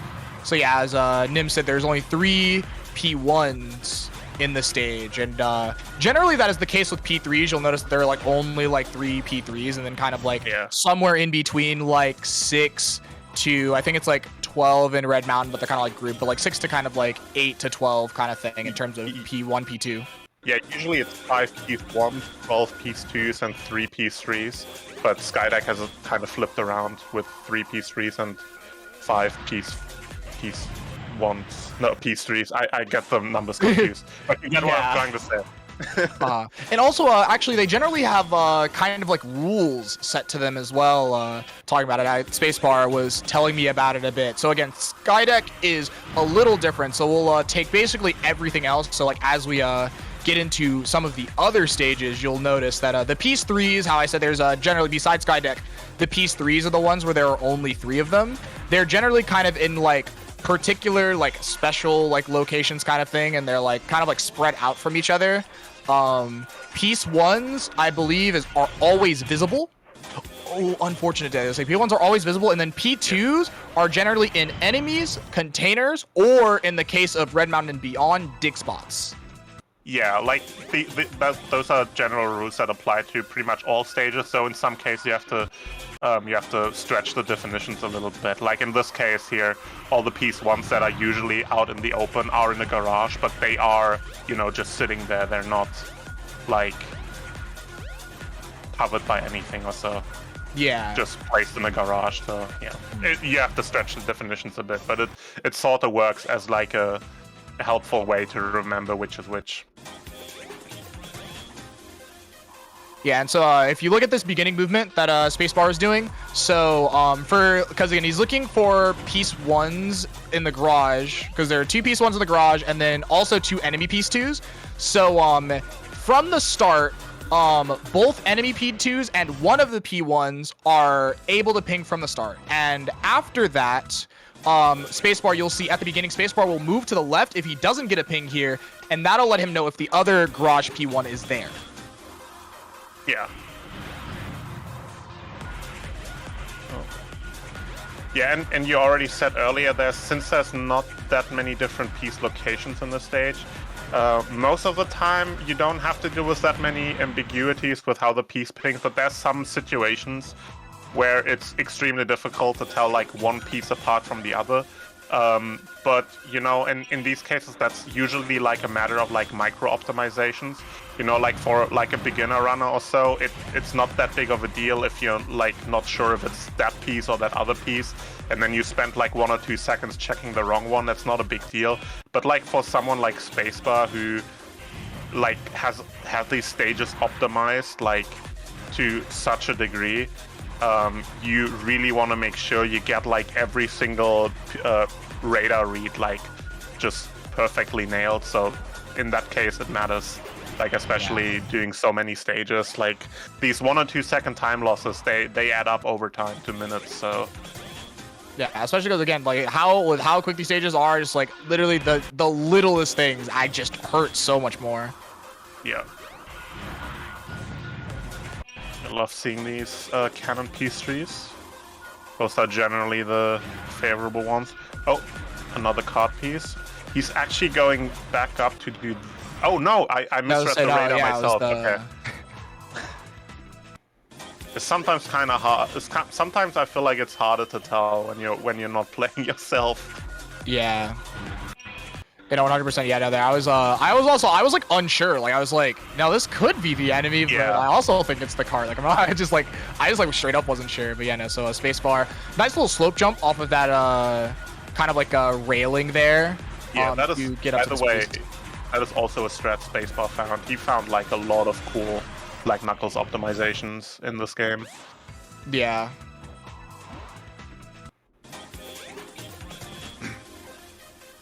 So yeah, now moving to the left, neither garage piece is there, so we know exactly where the P1 is. We're looking, gliding off of the top there. Like if your like head like touches the ceiling, you actually like move just a little bit faster. Yeah, we're gonna see that later on in Lost World. That's the major strat in Lost World, the final stage that we do in this run. Yeah. Like a little bit of ceiling zipping. It's really cool. Yeah, there we move to the left, so we do see the garage piece there.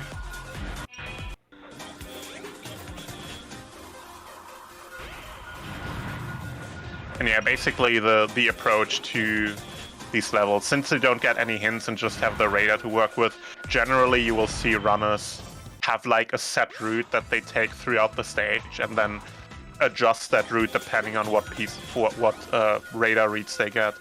So yeah, you basically start out learning these stages, just picking out a route that checks for everything, and then the better you get, the more efficiently you can adjust your route on the fly to get like the most efficient piece checks in whichever situation you're in. Yeah, I think Spacebar got a little bit mixed up on whether or not he had a piece 1 or a piece 3 there. Definitely hit the enemy because he saw the ping there, but it was actually a piece 3 ping instead of a piece 2. Yeah, that happens to me a lot. Yeah, like when you collect a piece, one of the ping symbols disappears. So sometimes I'm like not sure if it's like a piece 2 or a piece 3 or something. That happens to me a lot as well. Yeah, no, it definitely happens to like me. that is definitely part of what I said earlier. Like you do so many stages back to back in such quick succession, it's hard to remember which you have already collected in the current stage you're in. Like you have to really stay super focused to make sure you have everything. Like for the entirety of the run, you don't make any like silly mistakes like this where you just misremember where you currently are in the stage. Yeah. Is that it? Yeah, that's it with Skydeck. That was 20, yeah. So now we soft reset, put ourselves back in a station square, and what do we do next year? Is it? I'm pretty sure it's Speed Highway. Yeah. So I wasn't sure. I was pretty sure it was Speed Highway because Casino's like closer to the train to like get to Red Mountain, but at the same time I wasn't sure. Speed Highway is honestly like a pretty rough stage, not execution-wise, but just like RNG-wise, because Speed Highway has like the least amount of stuff you can do to like help yourself. Like there's not a ton of tech in the stage, and with how the stage is laid out, it is incredibly punishing when you get bad RNG, because it has these 2 major areas, like to the right side behind this building that he's facing now, and then from here to the left. And so obviously you go, like you want everything on the right side because that's where you go first. But with how the stage is laid out, the piece can be spread out incredibly far. And yeah, that makes it punishing. Like this is definitely like, you know, obviously in this run, everything is RNG dependent, but this is the most RNG dependent part of the run. Because like this stage is just like, there's not a whole lot you can do to help yourself against bad RNG. Yeah, like no, it's cool. Like in Skydeck, you have all these cool clips you can do and such, and in Casino, which we're gonna see after this, the stage is super compact, so there's a lot of cool movement options to get from place to place quickly. But in Speed Highway, it's just like all really spread out, and you can't really do a whole lot about it. Like all you can really do is just hope you have clean movement and like good risk assessment, so you don't, you know, maybe take a risk here and there, like to skip like checking an area in favor of going for the other one. And then, you know, in that situation, if you do get unlucky and not get anything out of it, you know how to backtrack most efficiently. But yeah, this stage is really mostly just a matter of how many times in a row can I not get screwed over. Yeah.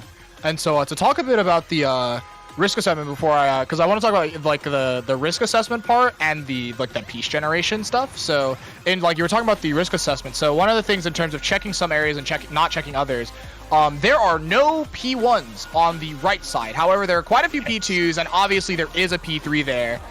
So if you have your, if you okay, how was I gonna say this? I like had like a brain fart. But yeah, if you like are in a position where like maybe you don't have a P1 and you have a P3 at the close balcony, which funnily enough we haven't seen yet. We have not seen the close balcony P3.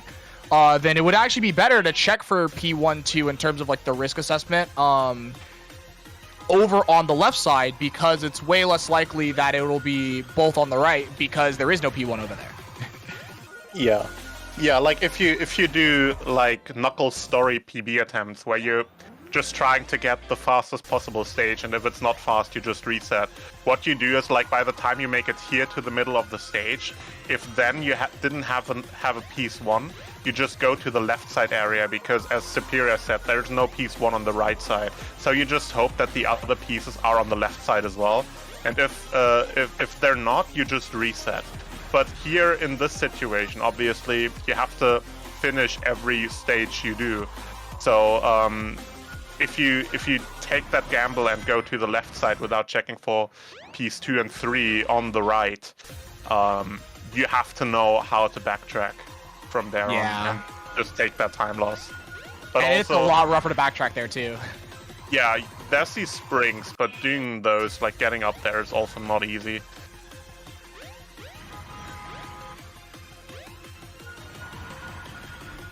Also, we see here, mentioned this earlier, with the restart locations or the checkpoint locations of each piece. This balcony, like on the far right, it has such a good respawn location. Like it basically puts you at the entrance of the entire area, so you just skip walking back this whole section. So that is extremely useful if you have to backtrack that. Yeah. Just restarting after that balcony.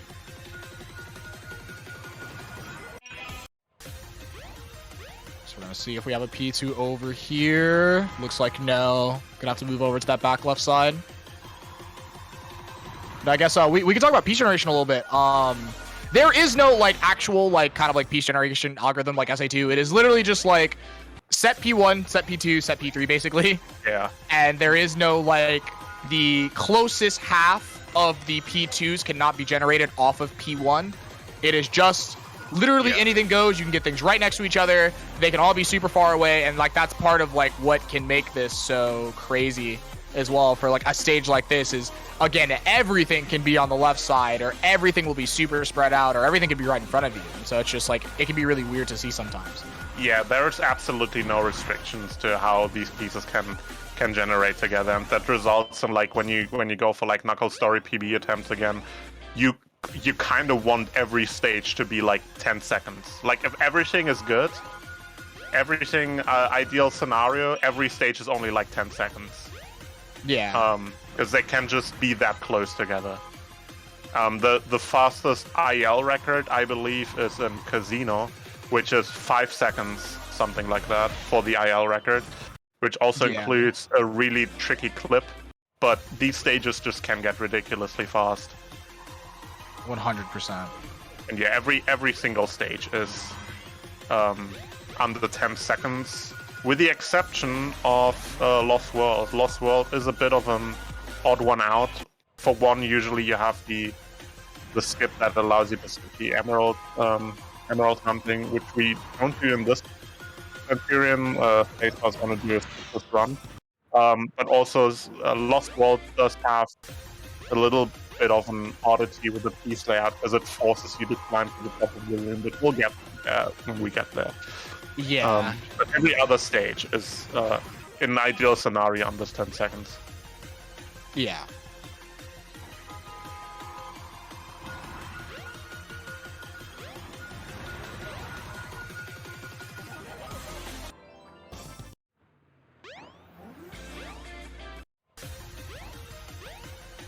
Also, yeah, it's been asked in chat. We also don't know what split spacebar is on, but I assume he knows. Yeah, you know, I would hope.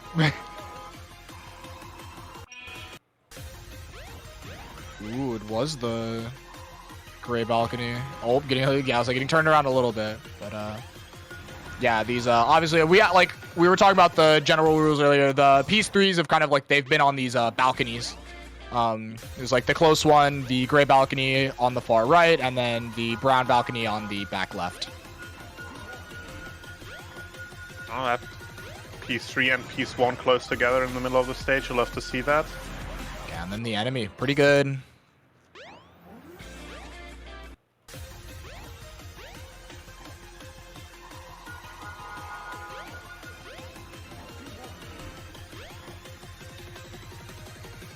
He's taking the gamble for piece 2. So let's see. Not paying off. Yeah. He's actually doing a. In that situation, it's not so good because it respawns you back on the bottom. But he's actually doing a pretty interesting strat here, which we're gonna see a lot more later in Red Mountain, called scouting. In that situation, he kind of had that gamble for the piece 2 on the left side. So he went to the left side. He noticed he got the piece 1 but didn't pick it up yet, because he knew that if he picks it up, that sets the new respawn location to where that piece 1 is. And so in that situation, he could still restart and get back to where he picked up the first piece that he picked up, the balcony, in the middle of the stage, which is a much more favorable position to backtrack from. Yeah, no, again, backtracking from like left side back to the right side is pain. And also we saw a little bit of fun movement with, that's not the first time that we've seen it, this is the first time we're going to talk about it, the movement off of the little like fountain thing where it kind of like pushes you up and then you go off like the side of above where that piece 1 is that's close by to get over to, that's like a bit faster in terms of movement if you have that like first P1 that you saw with it. Nice, sub 10 seconds. That is, actually, that is the fastest set in an individual level setting if you go for the best possible level time. It is not the fastest set in, like, a single segment run setting, because the single segment run includes the restart in the timing. Yeah. And there is actually a set where you can also get sub 10 without having a restart. So that is faster in this run. Maybe we'll see it. I'm not sure how many Speed Highway spacebar has left. Probably closer to the end, so we're probably not going to see it anymore. But yeah, that was one of the best sets we saw right there. Yeah. Oh. What is this? Nope, not quite. Yeah, the piece 1 and the piece 3 again of the 9-second set. But unfortunately missing the piece 2. The game is such a tease. All the way back here. And yeah, the furthest possible one, of course. And we're going to Casino. Oh, he's doing the swag out of bounds to go into. That was so clean. So, fun little movement, fun little clip. So we clip in the station there, and then another clip out of it to get into Casino from here. The first of those clips was also found by Spacebar, by the way. And also, I want to emphasize, in Knuckles Centurion, there is no reason to do either of those two clips, because the doors of the train station are open. You can just walk through. He just chose to do it because it looks cool. Yes. Yes, I know. Generally, you would do that in a Knuckles story run because after Speed Highway, when it is nighttime, the door to the train station and obviously even even though you can't get into the train station to the casino, it's closed as well. Yeah. So I mentioned this earlier, like this stage is very compact, but it has a lot of like, you know, it has the bottom level, it has the upper level, which makes it pretty hard to traverse. But there's a lot of cool tricks to get from place to place quickly. And what I like especially about the stage, which is a result of how compact it is, the radar reading in this stage is incredibly powerful. Like you can, in most cases, if you're really practiced, you can know what the entire layout is within like the first 1 or 2 seconds of the stage that you're playing, because you get like 1 or 2 pings at the start, and you know, just based on that, and you just like walk forward a little bit, check for like another possible ping, and like by that point, you know, by the time you're here, you usually already know what the entire set is. Yeah, because 100%. like there's so much you can cover, so much information you can get out of the pings like at the very beginning of the stage, which makes the stage, I think, incredibly satisfying to play if you get that down.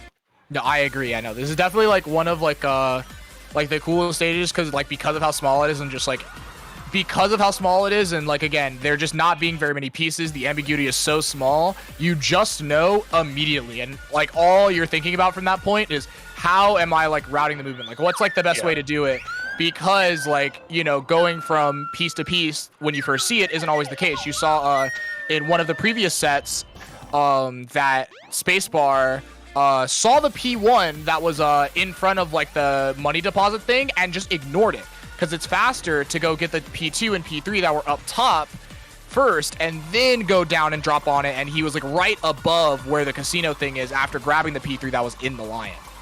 That is a really cool clip.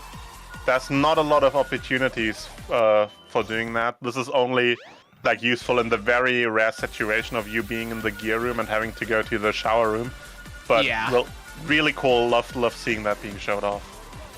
Yeah, no, it is a cool clip. It's like slightly difficult, but when you get the hang of it, it's it's pretty manageable. Yeah, it's basically just like knowing when to start the glide when you jump down the hole. That's basically all you have to do. Like, there's no actual collision there. You just have to like start gliding at the correct time, pretty much. Another shower room. That's a piece we don't like to see. Yeah, we've seen a few of these too. Yeah, it's been a bunch.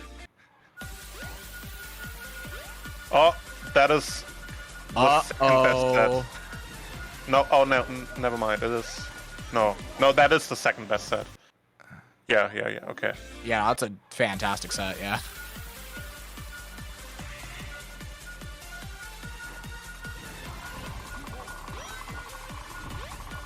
And yeah, that set is like one of those situations where you wouldn't go for that in an IL, because like the faster set is just like ever so slightly faster, and you know, in an IL like the very small split seconds matter, but like in a single segment run, doesn't really matter. So that set was pretty much the best you can get. Also very nice routing, going first up to the upper level and then dropping back down. That was very elegant. Wow, these couple last sets he's gotten, that is incredible. That was like a 9, an 11, a 10 now. He's on fire now. Yo, this might be... No, not quite. But, very good. Oh, he chooses to do that. Interesting. Wow, okay. With a restart too. You don't usually see restarts on Casino. That was a really cool routing choice.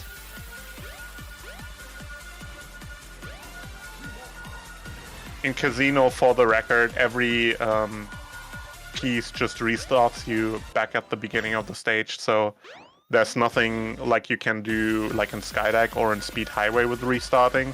But in that situation, it was still like really well used to, you know, get closer to where you want to go. Yeah. Man, another 12 now. Like he's popping off right now. Yeah, no, these recent sets were a little spicy.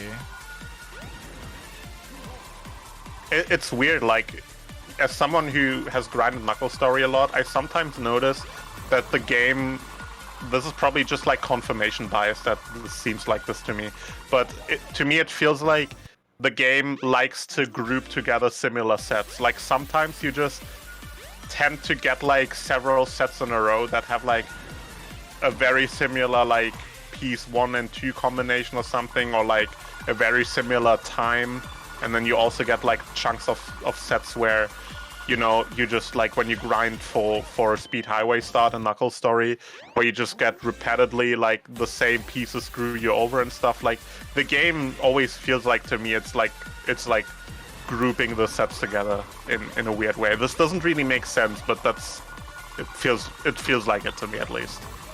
I don't know if there's anything to that, probably not, but. Yeah, no, sometimes I just think the game hates us. You know, it just wants to repeatedly roll us, and then sometimes it'll throw us the bone and be like, yeah, here's a few good sets so that you can't say I've never done anything good for you. Yeah, pretty much.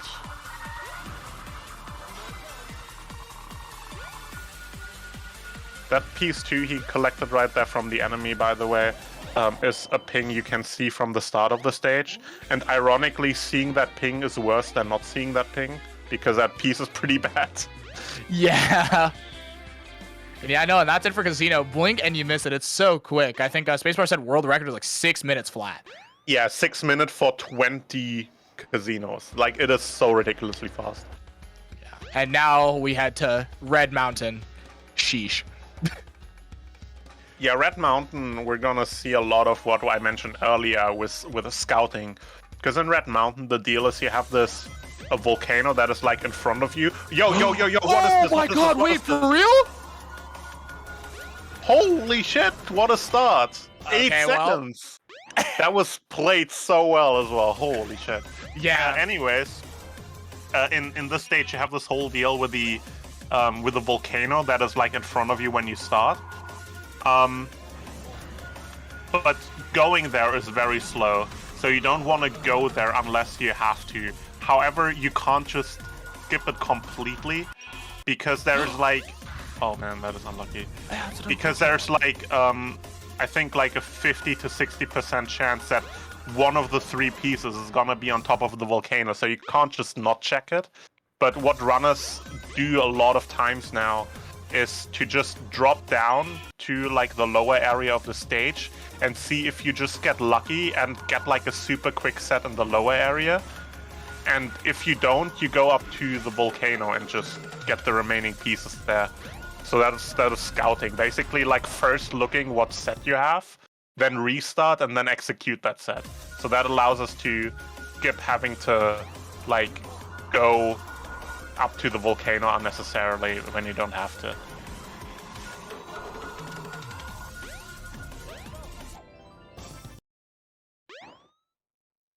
Yeah, that was not the IL set that the first Red Mountain he got, but it was the piece 1 and the piece 3, the ones he collected while basically going down the mountain at the beginning.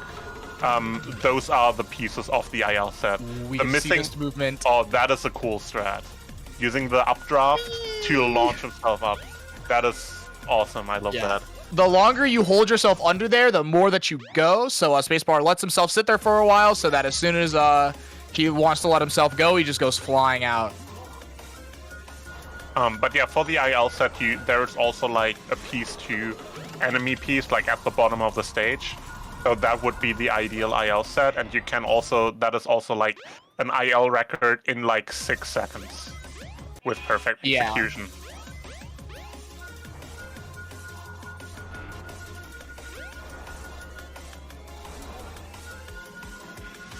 We outside ice P1, P3, we'll see. Okay. Oh, that was almost the IL set, just with a slower piece 1. Yeah, so the P1 was slightly slower, but and the P2 generally. So how we said sometimes P2s are grouped together, but generally they are enemies or like dig spots kind of thing, or like in containers. So there's like down there. There are 3 things that could be piece 2. There are 2 enemies and a dig spot down there. So there was the enemy that you saw on top, and then there's an enemy and a dig spot in like the slightly lower elevation. So the IL, like what you would want to see for like the IL set, if that was something you would do, is that like enemy up top there. Yeah, I think both enemies there are about the same time. I'm not sure which is faster, but they're very similar. You just don't want to get the dig piece, because digging up something is obviously you have to go through this very slow digging animation and stuff. Yeah. You don't have the luxury as an SA2 to just like drill dive into the ground and just get it instantly. Here you have to set down first and then go through this animation process kind of thing. And so yeah, obviously in like IL you want to avoid having to dig. And there you saw a bit of the scouting. You saw where the P3 was, saw where the P2 was, and looked out for Piece 1s, and he got the worst P1 on this stage, behind the volcano. Yeah. So yeah, that's like a bit of that scouting. But as you see, grabbing behind the volcano first into getting this P2 into the P3 would be so much faster than him trying to backtrack for it. Like grabbing this 3-2-1, which was like the order he like saw the pieces in. Yeah. Like backtracking in this stage, like going to the lower area and then having to climb back up is like the worst thing that can happen. You don't want that at all. Like climbing is so slow. There is some actually pretty cool strats. Whoa, that's a fancy. Yeah, I love that. I've never seen that before. That was cool. Oh, really? Yeah, no, Spacebar told me about that. Yeah, you like punch it, like use your hover frames, you like get like more height there. It's a really cool strat. But yeah, there are some cool movement strats you can do to make like the backtracking up to the volcano from the lower areas slightly faster, but it is still something you kind of want to avoid at all costs.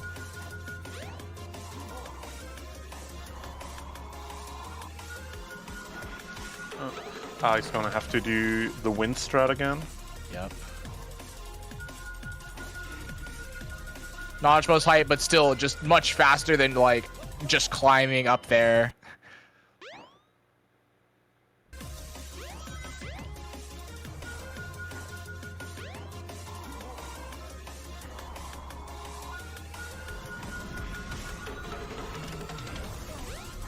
Fun fact about that piece he just collected. That piece can be collected in 2 entirely different spots, the enemy piece. Yes. There is, if you go past that enemy and then go to the far end of the stage, where the Kiki is, the little robot monkey, the piece also starts pinging for the Kiki, and if you destroy the Kiki, you also get the piece. That is with that specific piece location, that very low, like at the spinner enemy at the very bottom of the stage.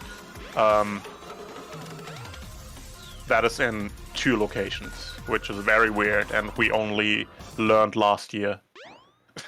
Oh, that's crazy. You guys learned like only that recently. That's crazy. Yeah, I think it was found when someone was learning Knuckles Story and misread the radar hints and then went to the wrong place, and then suddenly the piece ping started pinging somewhere else, and I was like, what the fuck is this? Hilarious. And also, we get to talk about this. That movement is so cool. So, yeah. Similar to how like the wind boost thing works, Spacebar does a glide and then kind of like reverts to ball form, and then he like does it again really quickly because the way the wind works. I don't know like the exact science of this, but if you do it right, you get like a bit of height there that allows him to, instead of having to climb, he just kind of gets carried up, because again, climbing and like dismounting off of like the wall is slow, and that's a lot faster. Yep.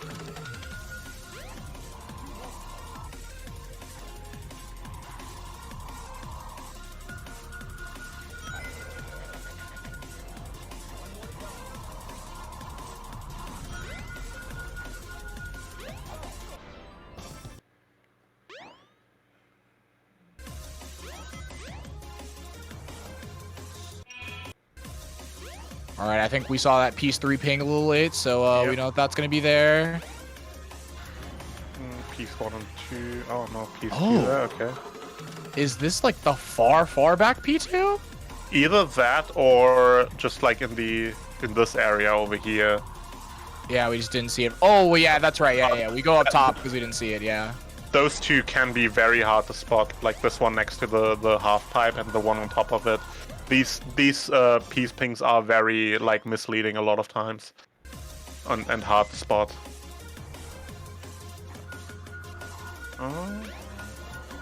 Oh, that is risky. Yeah, let's say we're gonna check. Okay, yeah. Okay, now he has to do the cool movement to get up the mountain. Or maybe not. It's P2's just right there. Whoa, okay. I forgot he hadn't... Yeah, I forgot that whole area was still unchecked. Yeah, no, he just saw P1, P3 and was like, oh, I mean, I guess I'll take this. But yeah, it's kind of risky, because, like, if he didn't have that piece there, he would have had to go up all the way to the volcano. But, you know, that is basically what running Knuckles in this game is like. Knowing your risks and stuff, and making judgment calls. Yeah. 100%, yeah. And so, unfortunately, we did get a pretty close P1, P2, but yeah, P3 was Volcano, so this set is a little unfortunate. Yeah. Space is doing, like, a very good job, like, backtracking up to the volcano, though. Like, it's actually, like, pretty fast the way he does it. So for him, it's not even that big of a risk. He's just that good at the movement. Yeah.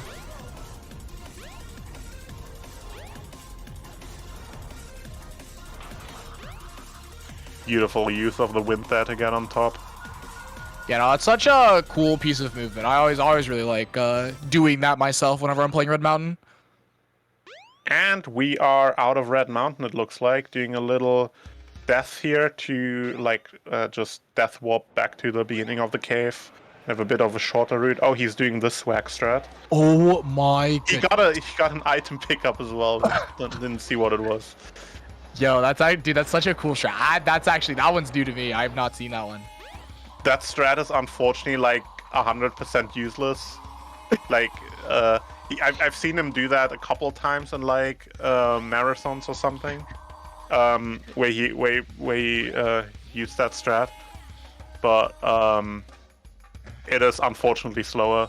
You also can't. Imagine if you could use it to skip Chaos 4, that would be the dream, but unfortunately not. The load zone for Chaos 4 is massive, so can't skip that.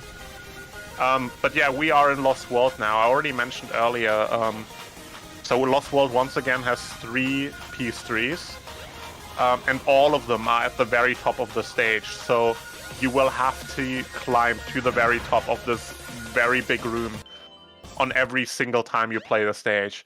So this stage is on average, or like in the ideal situation in this stage is significantly slower than in any other stage, just because you have this forced climb on every go. Yeah. And he's already superior, as mentioned this earlier. You see the ceiling zipping. Yeah, that's a really good method to traverse the stage in the top area.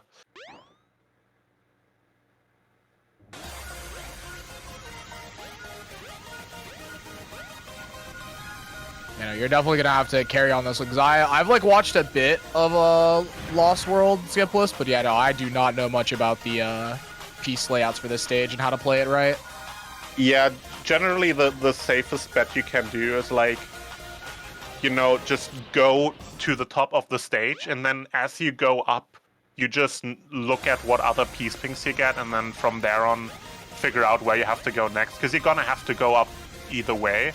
So you can use that time to figure out the remaining pieces. And usually, if you don't get a piece 2 during the time you go up, you can go into this side room here with the water right here, and then either get the piece on top or drop down to this chute and get it in the bottom side room just below it. So that's usually what you do. Like, go up, or like first, if there's pieces on the bottom like this one, get those first, and then you just climb up and just go into this, you know, beach-looking side room. That is actually a really good set, though. That is one of the best sets you can get. Like 2 bottom pieces and then just have to climb up. That was very nice. I think the skipless IL record for Lost World is like 14 seconds or something. So the optimal set, I think, is piece 1, like in the bottom barrels, like on the very bottom of the stage, like right in front of where you spawn, in one of the chameleons, I think, and then you climb up. I think that is the fastest. the fastest set you can get. But yeah, that was pretty close. Yo, where's our friend? Yeah, these chameleons are really annoying. They sometimes just don't spawn at all. By the way, they're actually called Leons.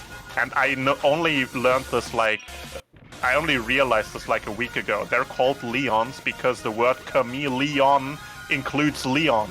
Oh my goodness. I didn't even realize this until like a week ago.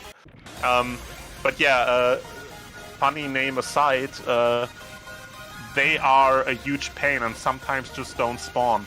Yo, can it exist, please? Oh my god, everything dies! And then, when they do spawn, sometimes the hitbox doesn't work because, you know, this game was originally Where is it? This game was originally developed for the Dreamcast, and the Dreamcast runs on 30 or 25 FPS depending on which region you're in. And when they ported this game over to 60 FPS on GameCube and PC, they screwed up the animation of these of the Leons fading in and out of existence, and kind of screwed with the hitbox and made them like near impossible to hit sometimes. It is very bad. Those guys are horrible. Dude, what? This game actually just like got developed. Like it was just like in just like a classroom, just like an elementary school like classroom. It was like just the. I cannot believe how bad this game is. So glad we skipped this level, man. Of all the skips that could exist, I'm so glad this one does. Yeah, me too. Like, I'm gonna be honest, I am the #1 skipless Lost World hater. I absolutely loathe this stage. Like, I grinded this for like my X20 PB, like for like 2 or 3 days, and by the end of it, I was just like seething.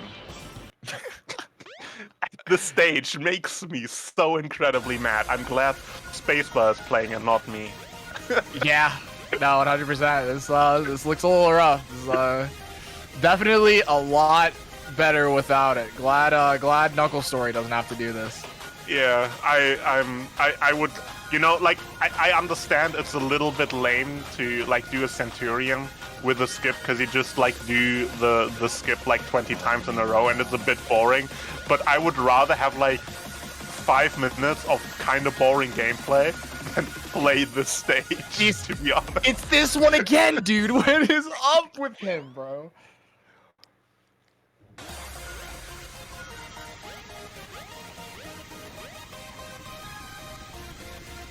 But yeah, I know the stage is. I do think it has a pretty cool layout. It's just like kind of annoying that there's, you know, the Leons cause so much trouble and that you have to climb every time. But you know, once you're past the climbing, it is a pretty cool stage. It's just like, man, there's so much that screws with you here. Yeah, again, it's just unfortunate that like SatX is just a game that doesn't work. Oh, that is a very good set. He got the fastest piece 1 that I mentioned earlier, and a really good piece 2, and now just nice 22, very solid for the stage.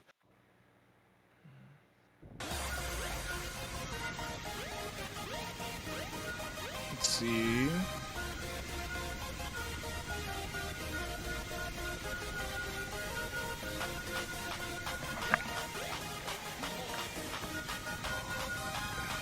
KD4, I do not remember when you played Knuckles. You should play some Knuckles and give me a refresher of what it was like when you played Knuckles.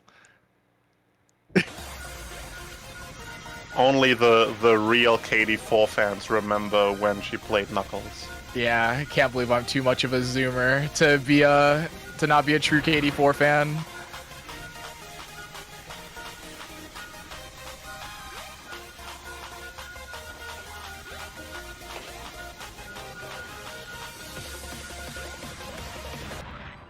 Yeah, it's really cool when you get like one of these piece 2s that are kind of like on one of the platforms, more or less in the middle of the stage, because then you can just like drop back down from the piece 3 like that. Yeah. But yeah, sometimes these are kind of hard to read. So yeah, like making like radar reading mistakes in this stage is especially costly, because like obviously if you misread your situation, you accidentally drop down or go through this chute here, like you lose so much time because you probably have to climb back up again.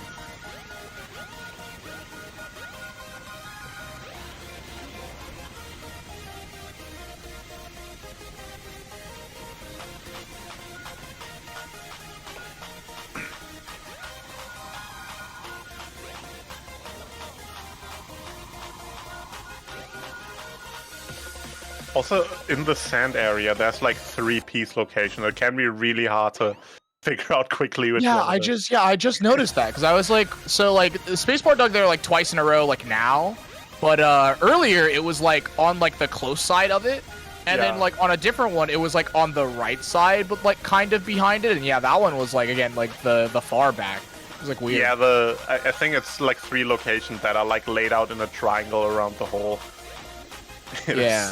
It's very annoying. Like on pretty much the same location, but just like in 3 slightly different variants just to screw with you. Yeah. It's like in SA2 and Meteor Herd, where it's the stage try digging while watching the moon at the side of the platform. And there's already like it can be on 3 different platforms, but the one on the bottom platform can be like high dig or low dig. Yes. It's so annoying. Yeah, it is a very funny piece. I love when that happens.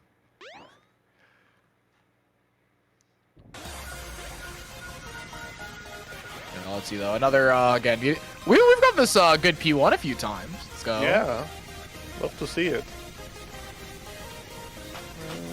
Not looking good on piece 2 and 3 though.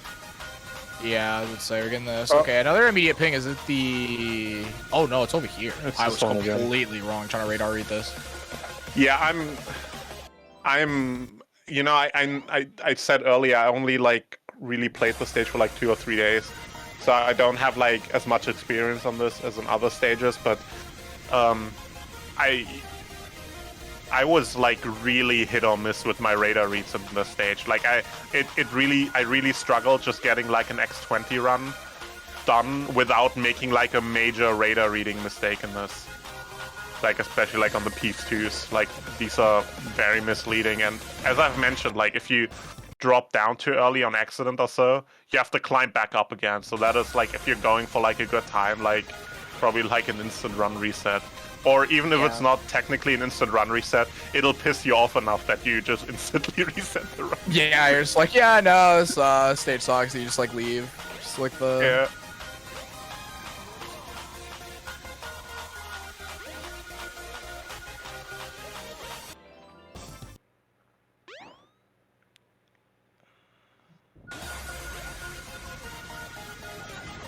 All right, okay. That one functioned. Yeah, good luck on the Leon this time, yeah.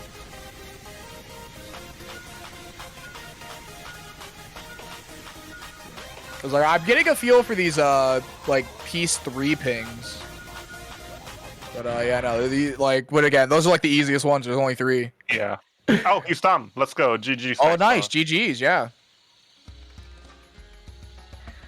GG's. Yeah, you got massively screwed over by that Leon. Yeah, it was okay. That Leon is the only one that's really that bad.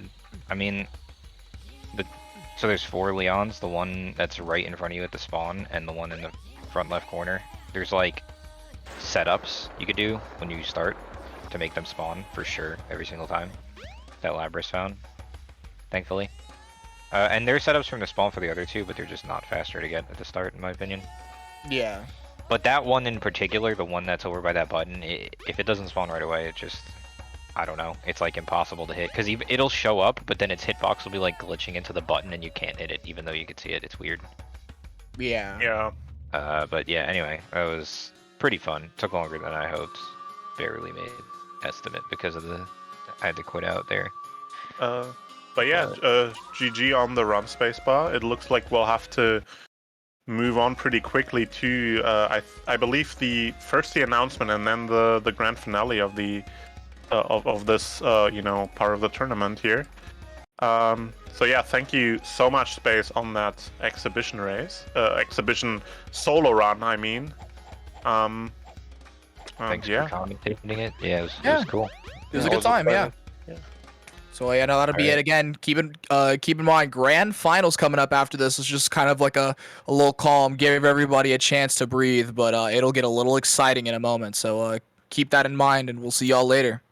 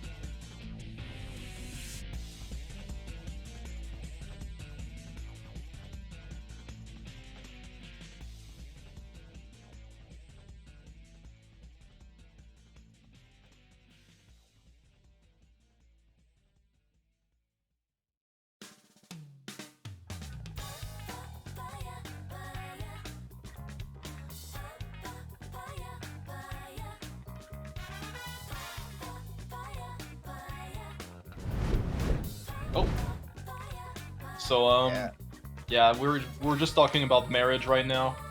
Welcome back, gamers, to the edition of 2023 of Sonic Adventure 2 Hero Story Tournament. I am here, joined with Gert98. Yeah, he is correct with that name. That is me. We are here for another grand finals of a qualifier. I believe this is the third qualifier. So it makes me feel like we keep just having like Sonic Story tournament. I mean, not Sonic Story tournaments, Hero Story tournaments.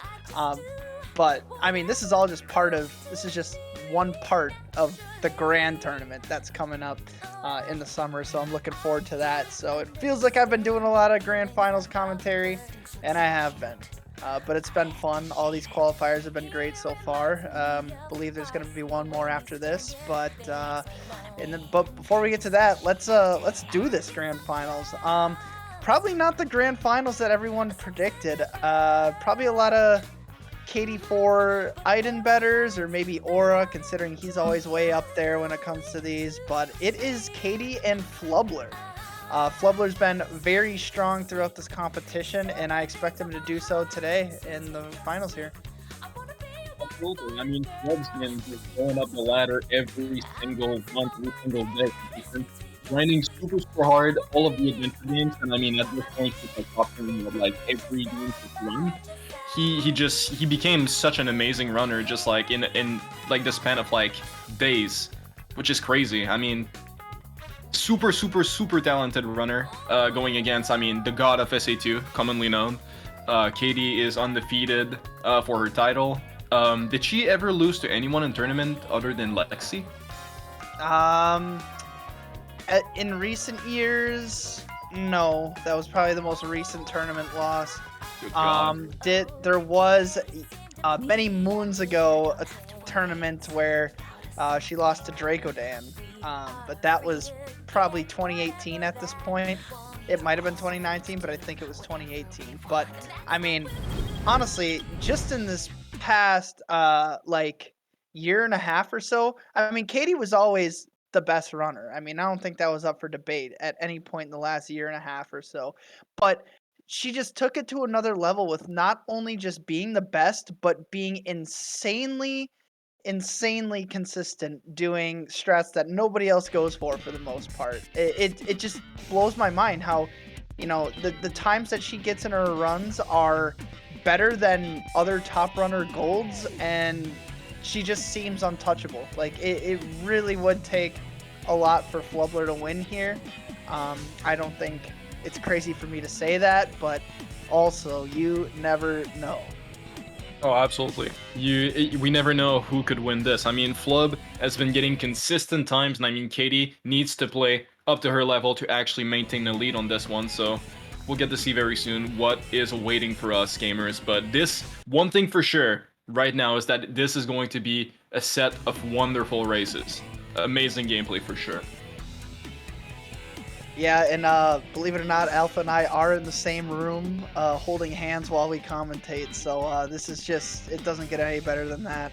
We've got our own monitor. It's great. I'm just glad that we don't have camera on us right now, because I mean, we probably wouldn't be commentating for that purpose. Let's not share too many details, but anyway, City Escape time. You know, one thing it's always to be said about a runner who is, you know, a little lower on the leaderboards than the other. You would want them to, like, get CE skip, and then the better runner doesn't, to kind of balance it out a little bit. And really, that's what Flubler needs. But I can't remember the last time I saw Katie miss CE skip. I mean, Flub's also been super consistent throughout the tournament, getting CE skips every single time, right? I mean, I've seen a few misses, but nothing serious. Like, I feel like Flub is super consistent compared to most runners nowadays. I mean, Katie going for it, getting it. Let's see if Flub can do a back-to-back right there. That would be an amazing intro, and boom! Yeah, so other than Flubler missing the ramp skip, they are pretty even. I mean, he got ramp skip. Got ramp skip, not missing. Weird words sometimes. But Katie somehow always able to stick at the top of the hill. I mean, it's not easy to do, but she's got it figured out. Clearly, she has this whole game figured out, and she's gonna come away with like a 117 here. Good lord. Yeah, it's just what she does. Just a KD special right there. And another thing to note is just like she has really not gotten like bad RNG this tournament either, so that also doesn't help her competition in the slightest.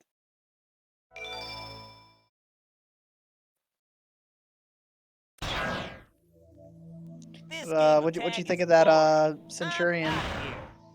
I mean, Spacebar is really good at the Centurion, you know? Lost World Skipless is very trolly, it's very stupid sometimes, but I mean, Spacebar knows what he's doing, and I mean, we had some pretty sick dubstep music playing at the same time, so it was like a in the club simulator, you know what I'm saying? Like, the only thing missing was like some fluorescent light and like strobes. So, I mean, I just had a martini, you know, just watching the stream and everything, and I mean, this is a vibe. This is just what a vibe is, you know? Brain Perfect Bigfoot from Katie, you know? Gotta see it every single time. Alright. Oh, yep, and like... I don't think Flubler's gonna get a set like this. Oh, really late restart there. That is definitely a piece that not many people take. Pair of earrings is also very hit or miss. A lot of misses there. Ceiling. Does get a free piece. That's not a normal free piece to get, but you know this will still work. Okay. Not too bad. Wow, still getting a better set time overall than Katie, which is kind of weird because Katie got 2 pieces very quickly. I didn't see what happened. I'm sure there was a execution mistake.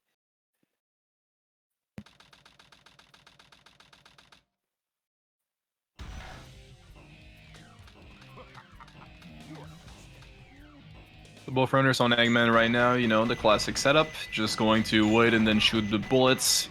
We go right through them. Hopefully getting a 12. Both runners getting a 12. Kitty getting a 1265. That is disgusting for boss time.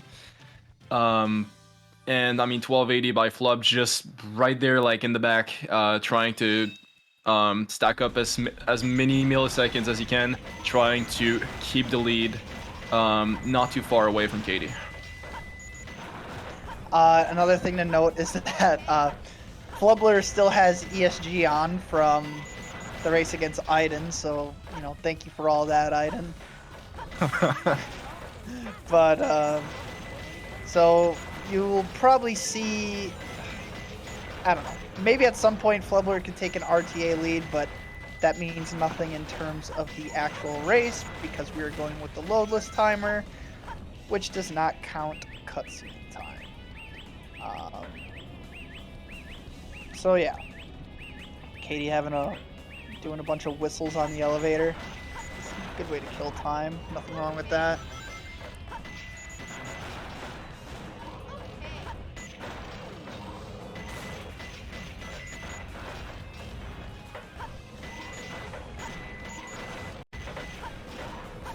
And we are kind of arcade synced here. Yeah, I'm amazed that Flub is just keeping up, even though like it's the RTA sync and not like necessarily the Lotus sync. Just on the timer right there is like a 2-second difference all the way through with the sync. So Flub is like keeping up, you know, even in the early game, which is super hard. Don't get me wrong, this is insanely hard to stay 2 seconds behind Katie on a stage like Prison Lane, where Katie is like undefeated, you know. All right. I love it. Good lord. I love it. And it's crazy. Like, I've done a lot of commentary on grand finals, and for some reason, this shit always happens. Like, it's just in the spirit of it being the final race. There's just always some syncs. I mean, it's still pretty cool. It's really cool to see.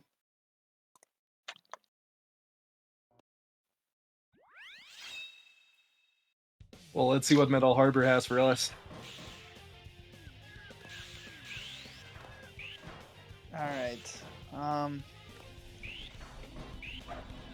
So, probably not going to see a ton of RTA syncs. Katie almost oopsing off the rail there. That's pretty rare to see from her.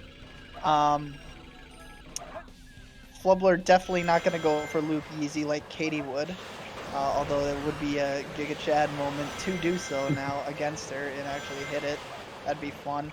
That pulley skip was really low, and Katie getting a loop Yeezy, because for some reason that's just easy for her now. I don't know how she fine-tuned it so well, but she did it. But she does die. Saw Slightly that too one low. coming. Slightly too low.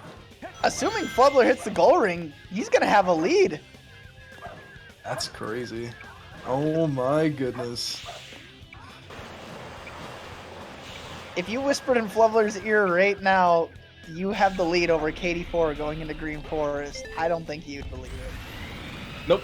Absolutely not. Flub would be in disbelief. Absolutely. I wonder if he's confident in this race. You know, like he's going against probably against like one of his idols when it comes to like speedrunning. You know, it's Flub's mentality and like for improvement has been for a long time. Kitty the improvements and the optimizations that TD4 did. So going against Katie, I'm sure for him is like a massive opportunity right now. So it's really like a big thing, like way bigger race than most people would think this is. I mean, from just an external perspective, which is crazy to me. Barely made it.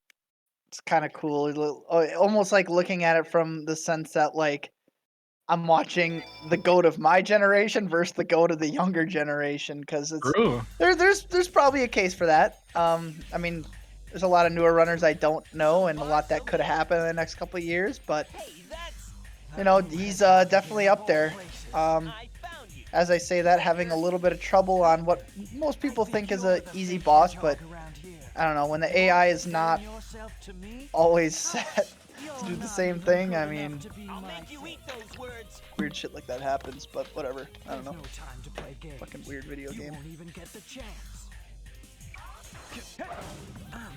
Would you consider Shadow 1 being the most jank boss in the game when it comes to like just story side? I mean, it does feel like that. Katie, oh my god! Katie is also having issues, but actually dying. And, you know, I don't know what's going on.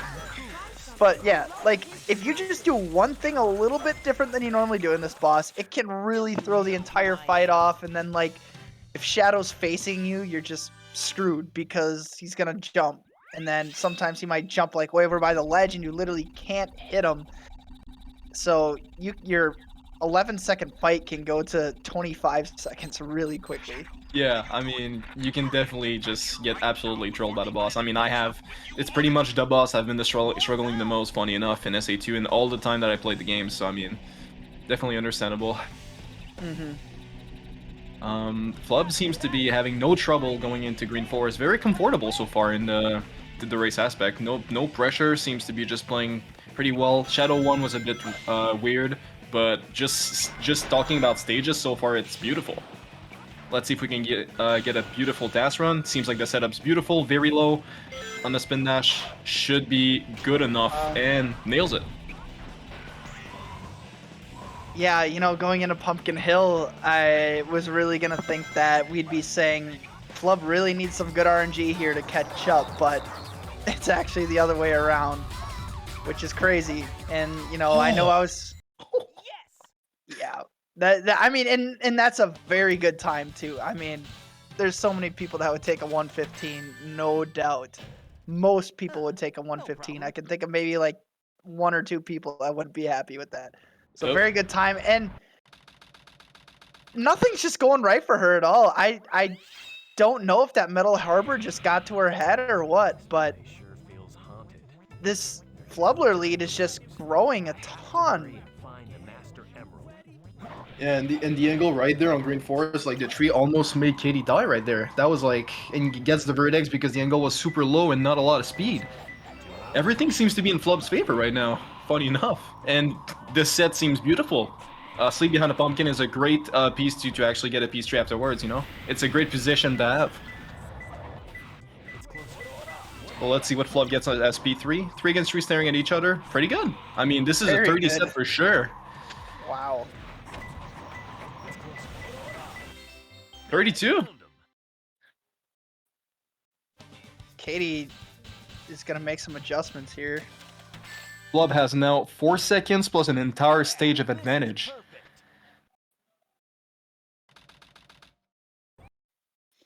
Are we busting out a different controller? What's going on?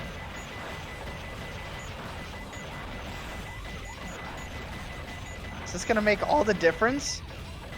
Is this how she's gonna get the IL set? Is this the IL set controller? Pretty sure this might be cheating, Grip. You gotta be careful. We gotta check very carefully on commentary what's going on right now. Okay. Oh, she wasn't sure if she read that. Skulls on the right and left. Doesn't seem to be a cheated set very much so. Pumpkin Family, not too bad of a second piece, but not the greatest heater you want to see. Flubler missed weight hop. That is, you know, one of the easier tricks in the game that you do not want to lose time on. And Katie getting a solid piece 3 here, but nowhere near Flubler's 32 time. So still losing a bit here, but can very well save that some time back in Mission Street, as Flubler didn't miss weight hop, like I said. So there's gonna be some opportunity there. Flubler having some issues now with the pause hovering mechanism of the game. Can be tricky sometimes, and you gotta be really careful not to X out, as that's the second time today that Flubler actually hovered over the exits selection. It's obviously not gonna get 0 cycle. Can he still get 0.5? Half cycle? Wow, that was very, very tight. Yeah, that was a very good save right there. Katie with the 21 upgrade right there. I mean, you don't see that a lot in the speedrunning world of SA2, but Katie gets that unlock every single time. And a beautiful weight hop right there. Wow. I would have put all the money in the world that Flubler would not have had a 41-second lead out of Pumpkin Hill. Yeah. This doesn't even sound right to read, but things can go wrong, and I don't know, Katie literally just has to stay in a good mental state here. I mean, even if she does drop one, I mean, you know, that just kind of offsets the lead advantage she has, and then you just got to take it one race at a time from there. What if Flub just looked at the predictions and saw that Katie has 242,000 points on the bets and Flub has 16k? Maybe Flub wants to make the believers of his own gaming win. Who knows? Maybe he saw that everyone was in disbelief, but there were some people that believed in him. So now he wants to put the light on them to thank them for choosing him in the end, you know, in the predictions. We never know. Maybe Flub got all that pressure in that competitive aspect and just the full-on precision in the gameplay just from that. I don't know. I mean, but he is one thing that's for sure. He is gaming. That's a good set too. Yeah, had a couple resets in the beginnings, so but still a good time overall. Probably about a 30 or so with the resets, so no issue there. Katie obviously making back some time here with the 201. Yeah, no way that Katie can get a 4-second set and take the lead back, so it might be a while before we see that. Could honestly happen in Desert pretty easily, just knowing the time she's been busting out. I'm not going to look at the earlier parts of the run and say like, oh yeah, she played bad in this stage or this stage, so maybe she won't play well in in Desert. So I don't see that happening. I mean, she did just bust out a 136 hidden base in a 119 pyramid cave, so like I'm just expecting her to do it again. Yeah, that is just disgusting times, to be fair. Whoop. Okay, we're back. Ooh, did not get the free piece. And, you know, I read Broken Minecart and I was like, what the hell is that? And it's like, oh yeah, that is the yep, the free piece on top. Oh Stair-shaped brick room. Damn, that's pretty rough. I mean, not super rough, but I mean, could have gotten way better of a set than that for sure. I mean, getting the free piece first would have been better, indeed. But I mean, from that exact execution, Katie just played it really, really well, and I mean, nothing much you could do there.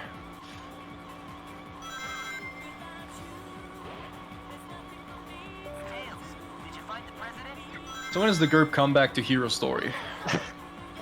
I don't think SA2 will ever happen again for me.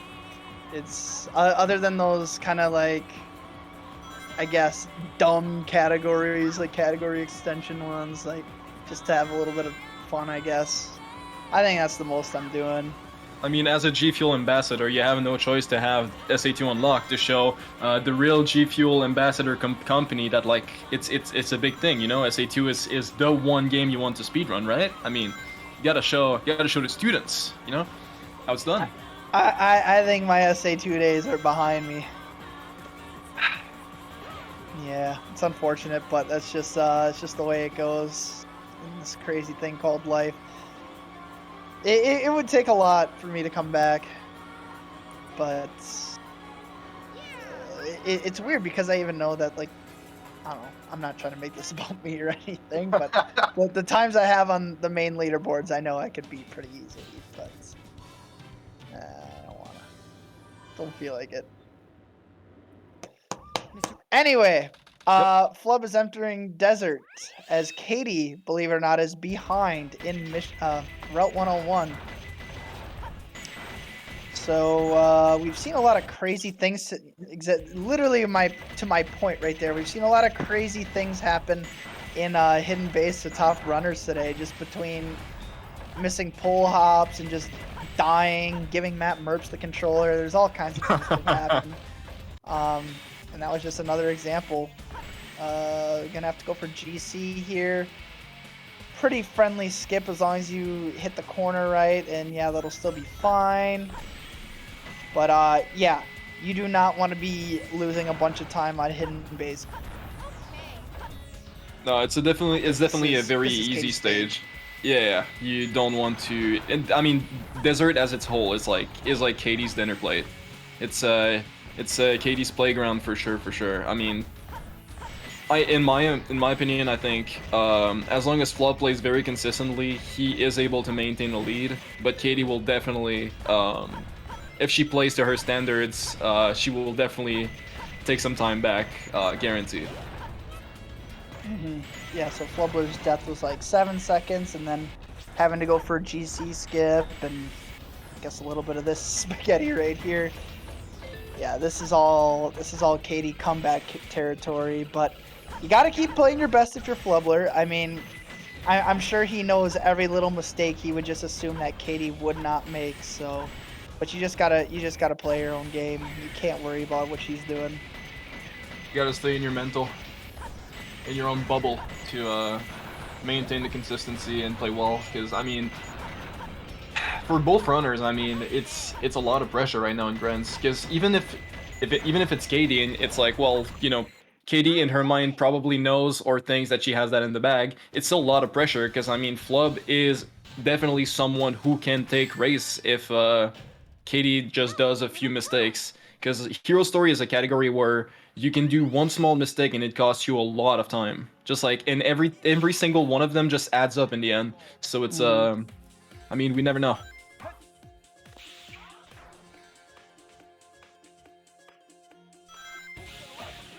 Seems pretty solid so far from Katie's side, as Flub is on Pyramid Cave. Very nice start from Flub here.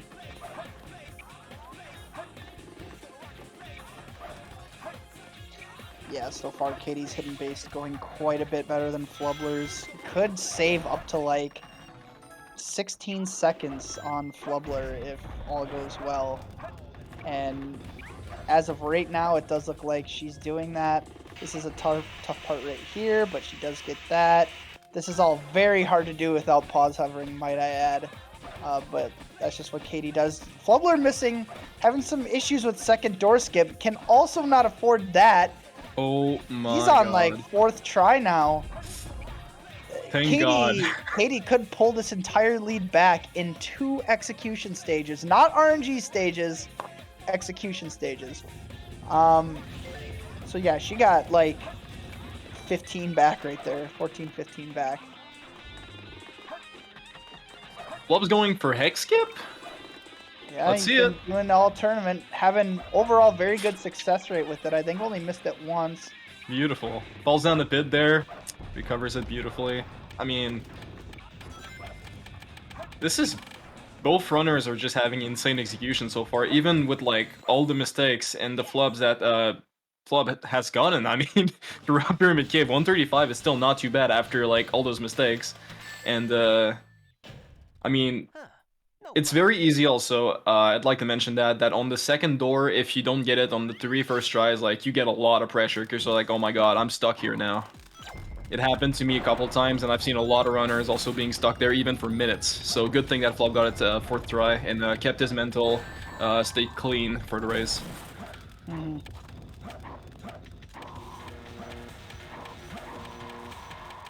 So yeah, Flubler's 29-second lead, it was cut to 16, just in hidden base alone. Katie well on her way to making even more time back here.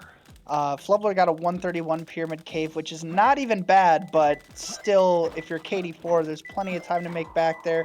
Having a little bit of trouble with the snake, not even going for a hex skip. I guess that's safe. I mean, I can't blame her for that. Also going into the snake pit, but still could come back with some... Actually, gonna lose time, I think. I think she still gains a few seconds on Flub. I think around 3 seconds and a half, maybe around 4. Yeah. But Flub gets a 49 Death Chamber. I believe that was with a reset. I think because I was focusing on Katie's gameplay, but then I saw tilted picture on Flub's side on the right side, so I believe that there was probably a death from a blue piece or something that is death stratable. Bugs food, good piece. Yeah, Flubler is at 0 lives. He is definitely going to be exiting for lives at some point, which is just time loss. That's really what it is. About a year or 2 ago, it wouldn't have been, but rules change. Katie getting a yellow ping, probably roasted. Oh, not roasted keys, okay. Bugs Shannon. Let's see what the 3rd piece looks like. If it's core, Katie's going to gain some time for sure. Flat Scorpion, beautiful piece. You can even clip out right there. Katie will probably do it and get it out of bounds, which is the optimal way of getting this piece. Very solid. Seems good. And a 38. Gains a few seconds back to back. Flubler was having a little bit of trouble with Egg Golem against Aiden. But overall, very good at this boss throughout the entire tournament. So, oh, gonna fall down into the sand, but does fall right by the pulley, so I guess that is a good thing if you're Flubler or a Flubler fan. Yeah, after being able to hit these super bounces so well throughout the majority of the tournament, just these last 2 races having some issues. The ballerina. Not what you want to see, because then you have to wait after getting the super bounces and get thrown directly in the sand. Oh my god. If you're a KD4 fan, this is the opportunity that you were waiting for. Wait, what happened to Katie? Wait, hold on, what? Yeah, I was not watching Katie either. What? Flubler died early? What is happening? Oh my god. Reverse Shadow? And, well... I kind of was zoning out a little bit. Yeah. What the hell is going on? Okay, so why is Katie? Wait, okay, Katie just finished King Boom Boo. Okay, I get it now. Okay, I thought Katie had missed it, but then King Boom Boo died, and then Flub gets a perfect Egg Golem after dying and missing all those things. So Flub, wait. Okay, so Flub gets a 31. What was the time that Flub died at? Like 53. Oh my fucking god. Yeah. So that's a 120 Egg Golem right there. Yeah, Katie is going to be actually very heavy in the lead here. After being behind, still behind out of Death Chamber, and in 2 boss splits, all of a sudden has a very large lead. Like, look at that. Flubler ahead by 10 seconds as of King Boo Boo. Now watch when that gets updated. Like we'll switch crazy. to like 50 ahead by KB or something. That's absolutely nuts. Flub misses out the Quan. Dang, it's honestly like Flub was, because like a lot of things have still been going wrong for Katie. So like if Flub didn't have that issue there in Egg Golem, I mean, And he had a clean very strong flip chance out. of winning this. Oh my god. Yeah, this is really rough for the Flub fan club right now. 50.26. Oh my god. This is really sad. Yeah, a 1 minute swing in one boss. That is kind of unbelievable.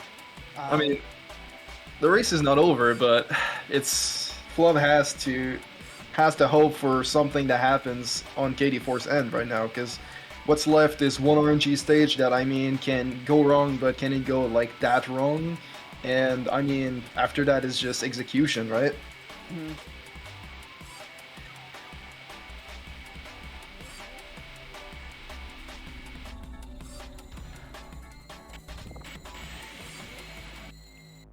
Okay, Flubler's had a lot of trouble this tournament with the EE goal ring. Does get it there, but still very much behind.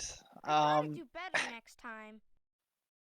It's gonna take a lot. I don't know, but Katie's made many mistakes that I did not think she would make so far. It could continue. So we'll just have to see. Like, because given next race, I do not expect her to do a lot of this again.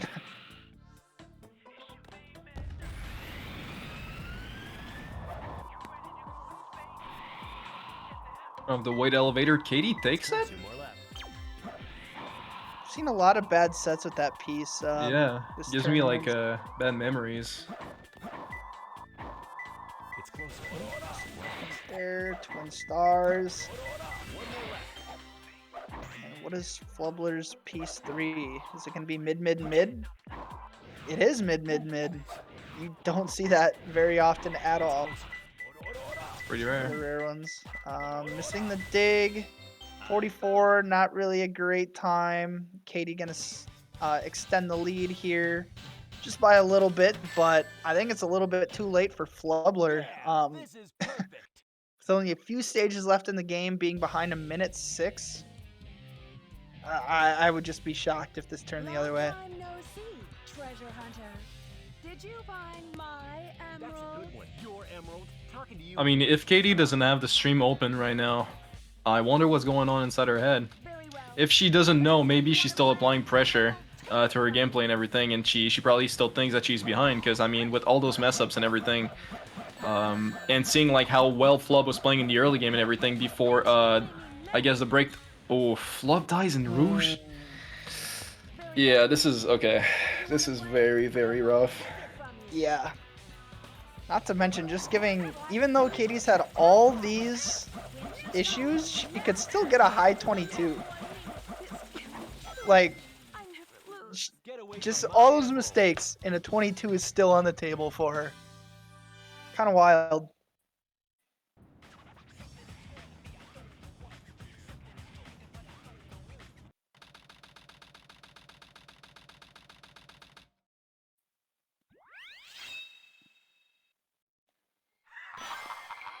An 11 glass break, Jesus. Pretty good, I would say.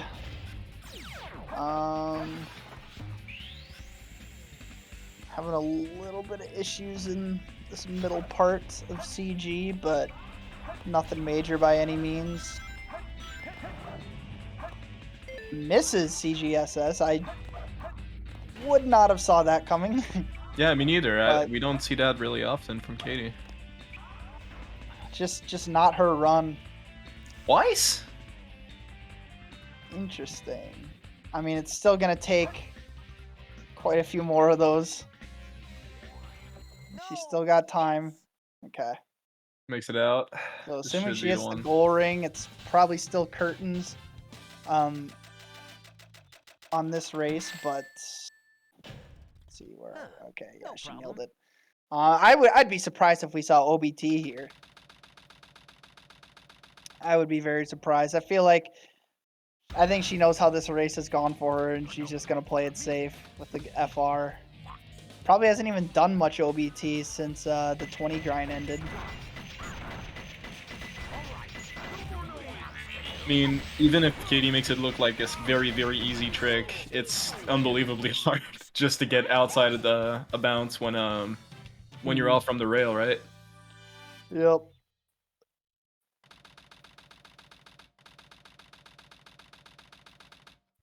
Seems good with the minute there. Gonna get a 14. Very solid. Both runners heading into final rush. Flub first.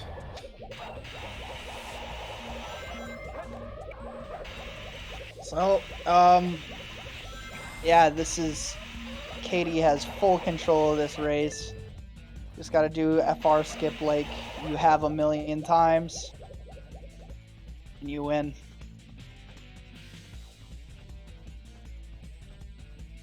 This strat is so sick. Yeah, The rails in the start. So smooth. Hold on. Okay, OBT save. But what? What is this gravity? What? Excuse me? Okay. Oh my god. Okay, I guess we're gonna see OBT, accidental OBT here. If it works, I swear to God. I swear to fucking god. Oh Are you my kidding me? She's not even supposed to be doing this strat! There's no fucking. She wasn't even supposed to do this! Accidentally getting it? No. We are not going to see this live. This is not happening right now. No, this is so not happening dumb. right now. But is she gonna make it though? That's the other thing. Otherwise, it's a full reset if she doesn't make it. Yeah. It seems like we're. Oh my God! I think it's good. Yeah, I think she's good. I think she's good. Oh she my. is good. What the? I'm done. I am done. All right. A 117 OBT. Alpha Dolphin's hanging out. I'm sorry. I can't. She wasn't even supposed to do OBT. Come on, man. That's fucking ridiculous. How?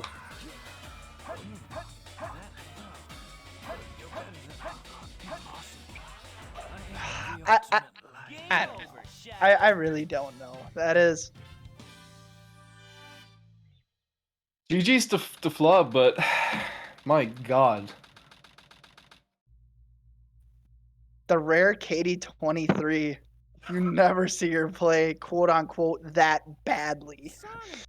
I wouldn't call that. I mean, that would beat my PB by like 40 seconds. That also beats my PB by 30 seconds. I guess we suck, man. Oh my God, Flubler had a shot there if OBT did not work, but Katie, in the most unprecedented manner, has to do it. The weirdest gravity I've ever seen, the weirdest rail switches. Yeah. What the fuck?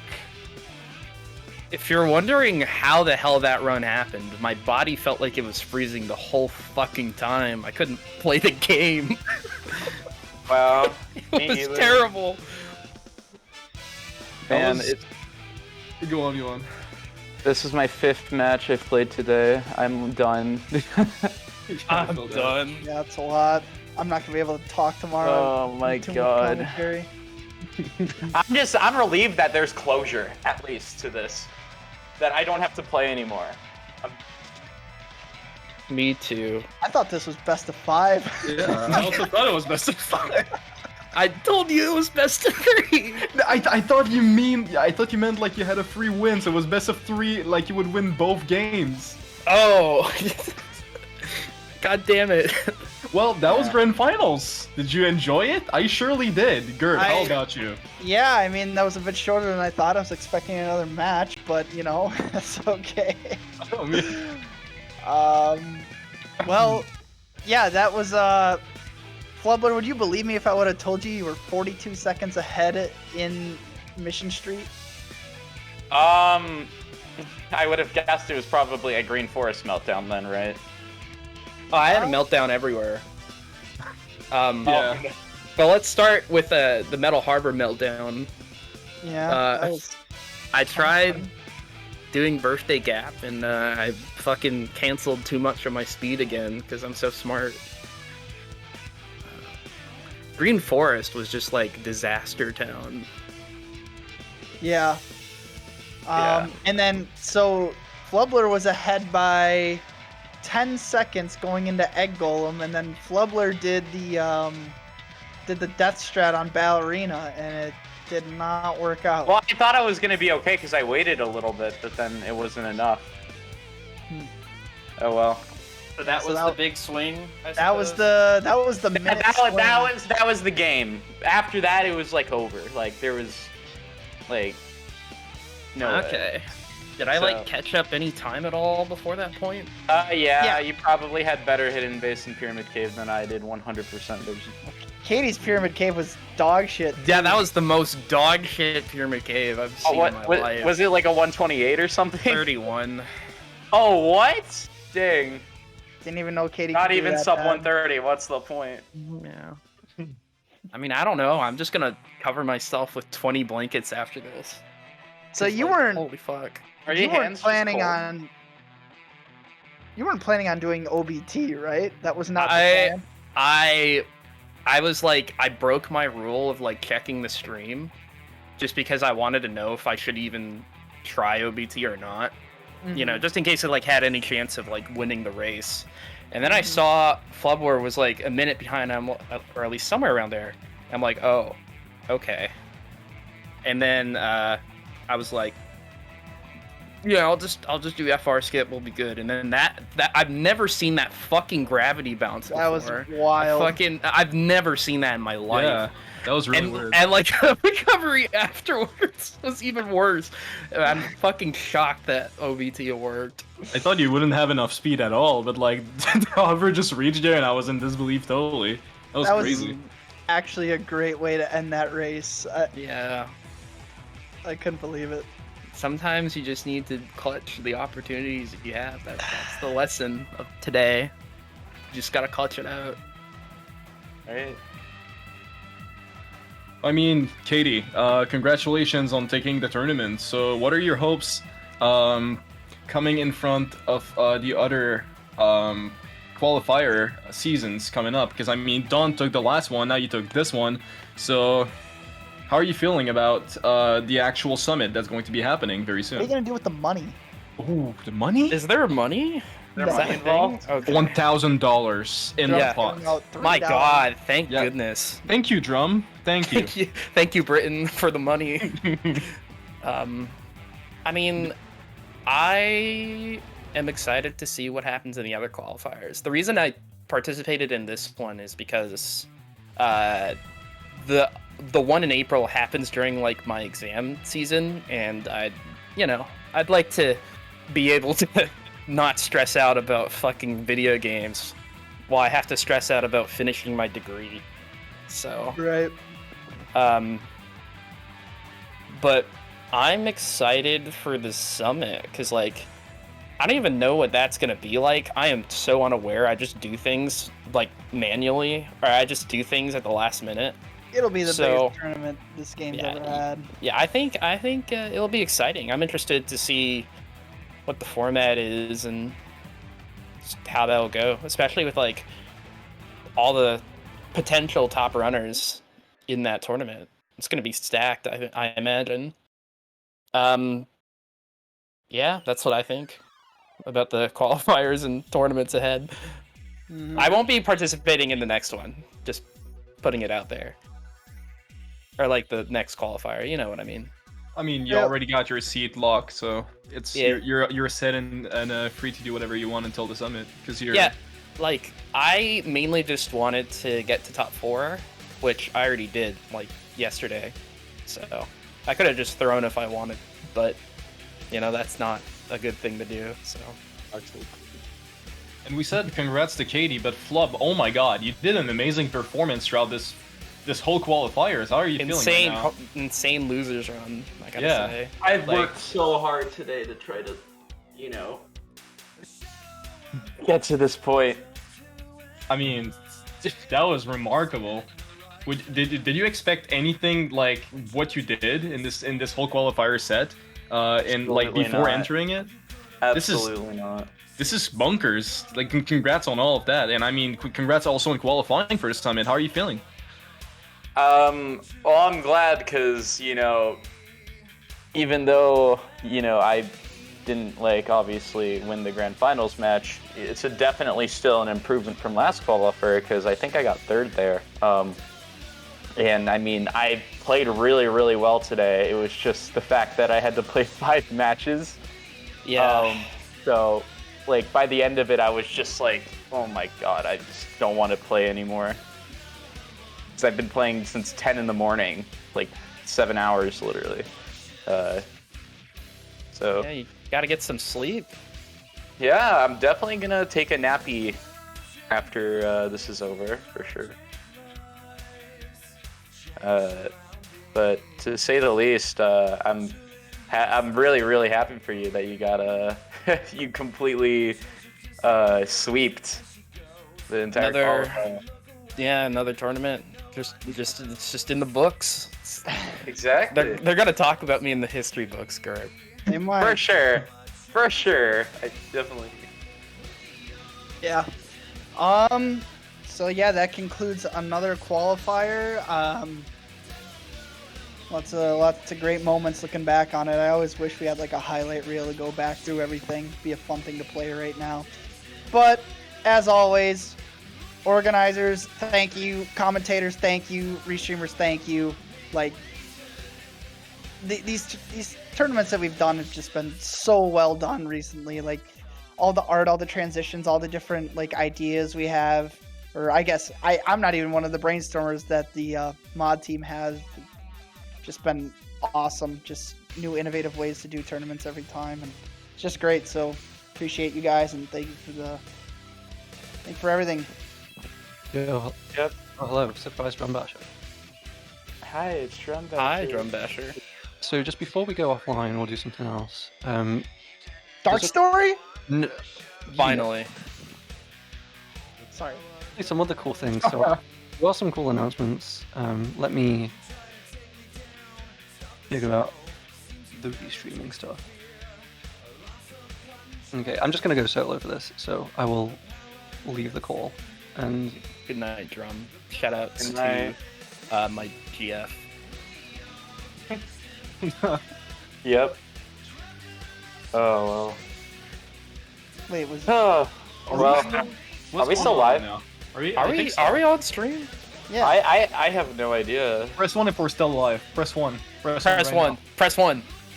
Forget about everything you saw in the last hour. This is bad. This is really bad for your health. Your whole brain is on acid. I think Make it Drum's stop.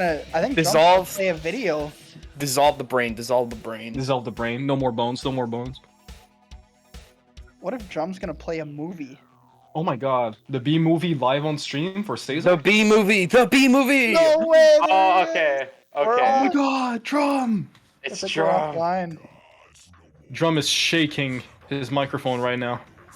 This is the most Drum fucking transition ever. Oh my god. What? And it's you! You're on stream! KD4.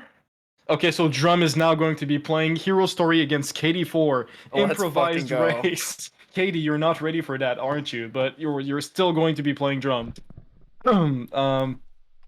So Okay, I guess we gotta let Drum talk. okay, awesome Drum Basher. I added stuff to the wrong scene. I'm That's really cool. I added stuff to the scene that doesn't have stream audio, so I need to reassemble this. It was 3 images, so it'll be really quick.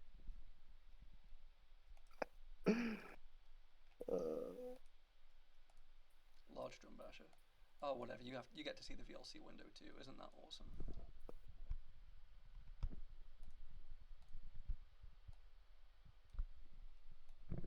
It's just the greatest thing ever. Okay, so hello. So we've just had a really, really cool January, and I should probably check that I'm not like super loud. I don't know. I'm probably kind of loud. Oh wait, you can hear Discord. Fuck. Let me get rid of that. Okay. So now you can just hear me. I love complex audio systems. Okay, let me check that everything's okay. Okay, it should be kind of fine. So quiet? Oh, okay, I need to raise myself.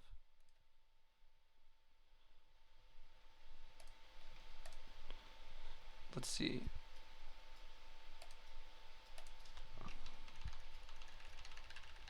Okay, I've raised to 200. As you can see, this was very impromptu. You should be able to hear me. Yeah, gonna say. Okay, I've raised to 200.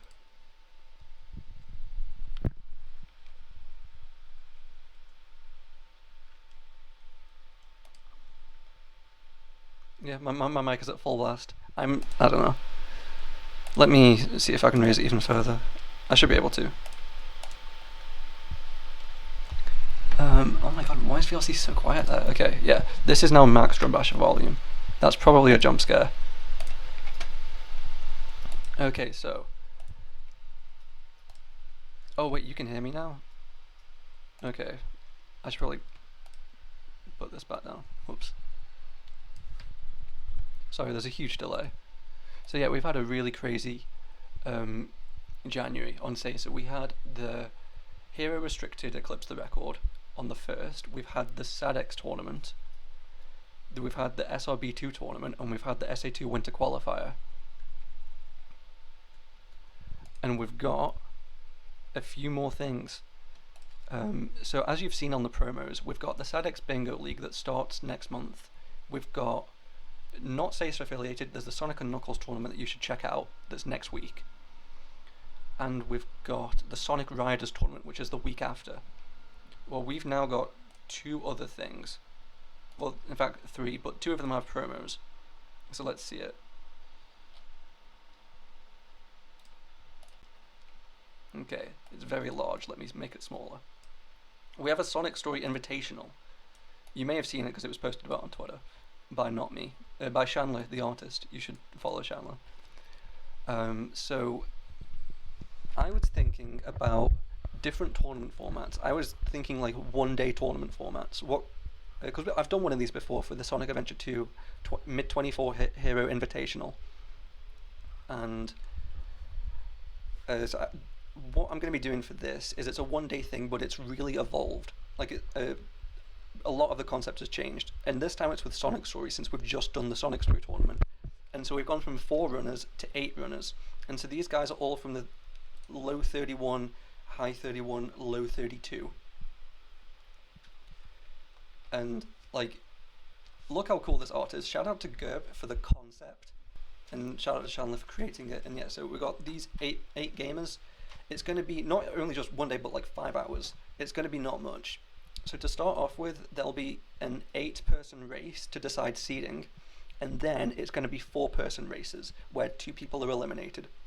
And there's going to be, like in motorsports, you got grid slots. So if you do well in qualifying, if you do better than 6, if you're 5th and you do better than 6th, you literally get a head start. You start further up the road. We're going to be doing that. People are going to be starting 10 seconds ahead of each other in these 4-person races. And the goal is, so 5th through 8th will start in the first race. 2 people will get knocked out. Then we introduce 3rd and 4th from qualifying. Same for the following race. And so now we're just left with the 2 winners from race 3. They're going to go to a grand finals that will be completely normal, just like we've had here. So there could be just best of 1 with a reset. And so yeah, that's Feb 19th, the Sunday. It should be, I think, 1 PM Eastern. We haven't finalized the time, but yeah. Oh, this SMB, this is pretty much everyone from the tournament except Gerp. Gerp gets a special invite. Okay, so now swap the promo, because there's another thing also happening. We have more Sonic Heroes content on SASA. So we had a call with the Heroes guys recently, and we planned our next 3 events. And this is the first one of them. So this is an ETR, which stands for Eclipse the Record. So it's like our version of a BTRL. You know, ESA's BTRL, it's like that. This is going to have all of the top 4 runners. So Deku, Aura, Joey, and Big Mikey We're all going to be here. And basically they're going to feel it out. If they aren't satisfied with the first day, they're also going to consider doing a second day. So this could be a full weekend thing. So yeah, this is for Chaotix LTS. And so yeah, there are 2 more events coming up. You'll hear more about them later. But yeah, the Team Rose tournament we did last year was so cool. We want to keep it up. So we'll definitely be having decent Heroes content. And yes, one of these 3 events is going to be the next big open tournament. Okay, and so now there is one more thing to announce, but we don't have a graphic for it. We've picked the date for the first Melee Monthly. We're going to go with Friday, February 17th. So that's just so that's 2 days before the 2 days before the SADX Invitational. We might be doing a little thing on February 3rd, so next Friday, just to like test it out. But then the real thing, it'll be Friday, February 17th. We had a lot of people sign the interest form, and like the vast majority of people said that they were free on Friday. So we're going to go with Fridays, and it'll be February 17th. There will be sign-up forms coming soon for it. And so that's the 3 things. We've also got obviously the Sesa Marathon early May, so early March. You guys need to submit to that. Let me put the link. Submit to this. I promise it's not very hard to get into it. You need to play a game from either SADX, and it can be the GameCube, the Dreamcast version. SA2 can be the Dreamcast version. Heroes, Shadow, 06 can also be any of the Advanced Trilogy, Sonic Shuffle, Sonic Battle, and Sonic Riders. 11 games. So yeah, if you play these games, and chances are if you're watching this you do, submit to it. It's going to be a great time. We had a really fun time last year when we did it, and yeah, looking to do that again. Is there anything else? Because Seiso is just incredibly busy at the moment, and it's really cool. Oh yeah, there's the SA2A tournament that is also happening in March, and then that's probably when the next Melee Month is going to be as well. So that's it. Apart from something that isn't run by us, KT4, who just won this tournament, is going to be running something. I think it's Hero Story at Frame Fatales on February 28th on the GDQ channel. You want to watch that too.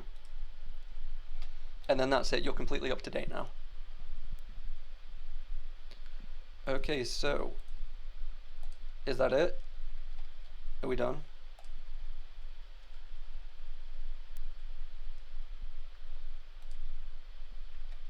I guess we're done. I don't think there's anything. Okay, I think I know who we're going to raid. So what we've just seen is KT4, who is the god of Sonic Adventure 2. But there's also a Sonic Adventure 1. Can you believe it? And there's a god of Sonic Adventure 1. And it's almost Katie. It could be. Could be if she tried. But it's Nixa. We're going to go raid Nixa. He's doing Sonic Story. Lexi too. Lexi in the race. I totally forgot about that. Lexi in the race. Okay. So yeah, thank you for watching. Thank you for watching Grands of the Winter Qualifier tournament. This has been really sick. It was better than like the Autumn Qualifier, I think. There was a lot of stuff that we learned. We've just generally improved on a ton of stuff.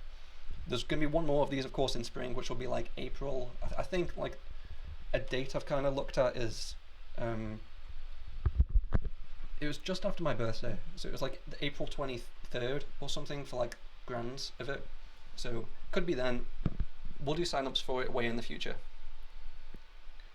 As for now, go enjoy the Banana Man.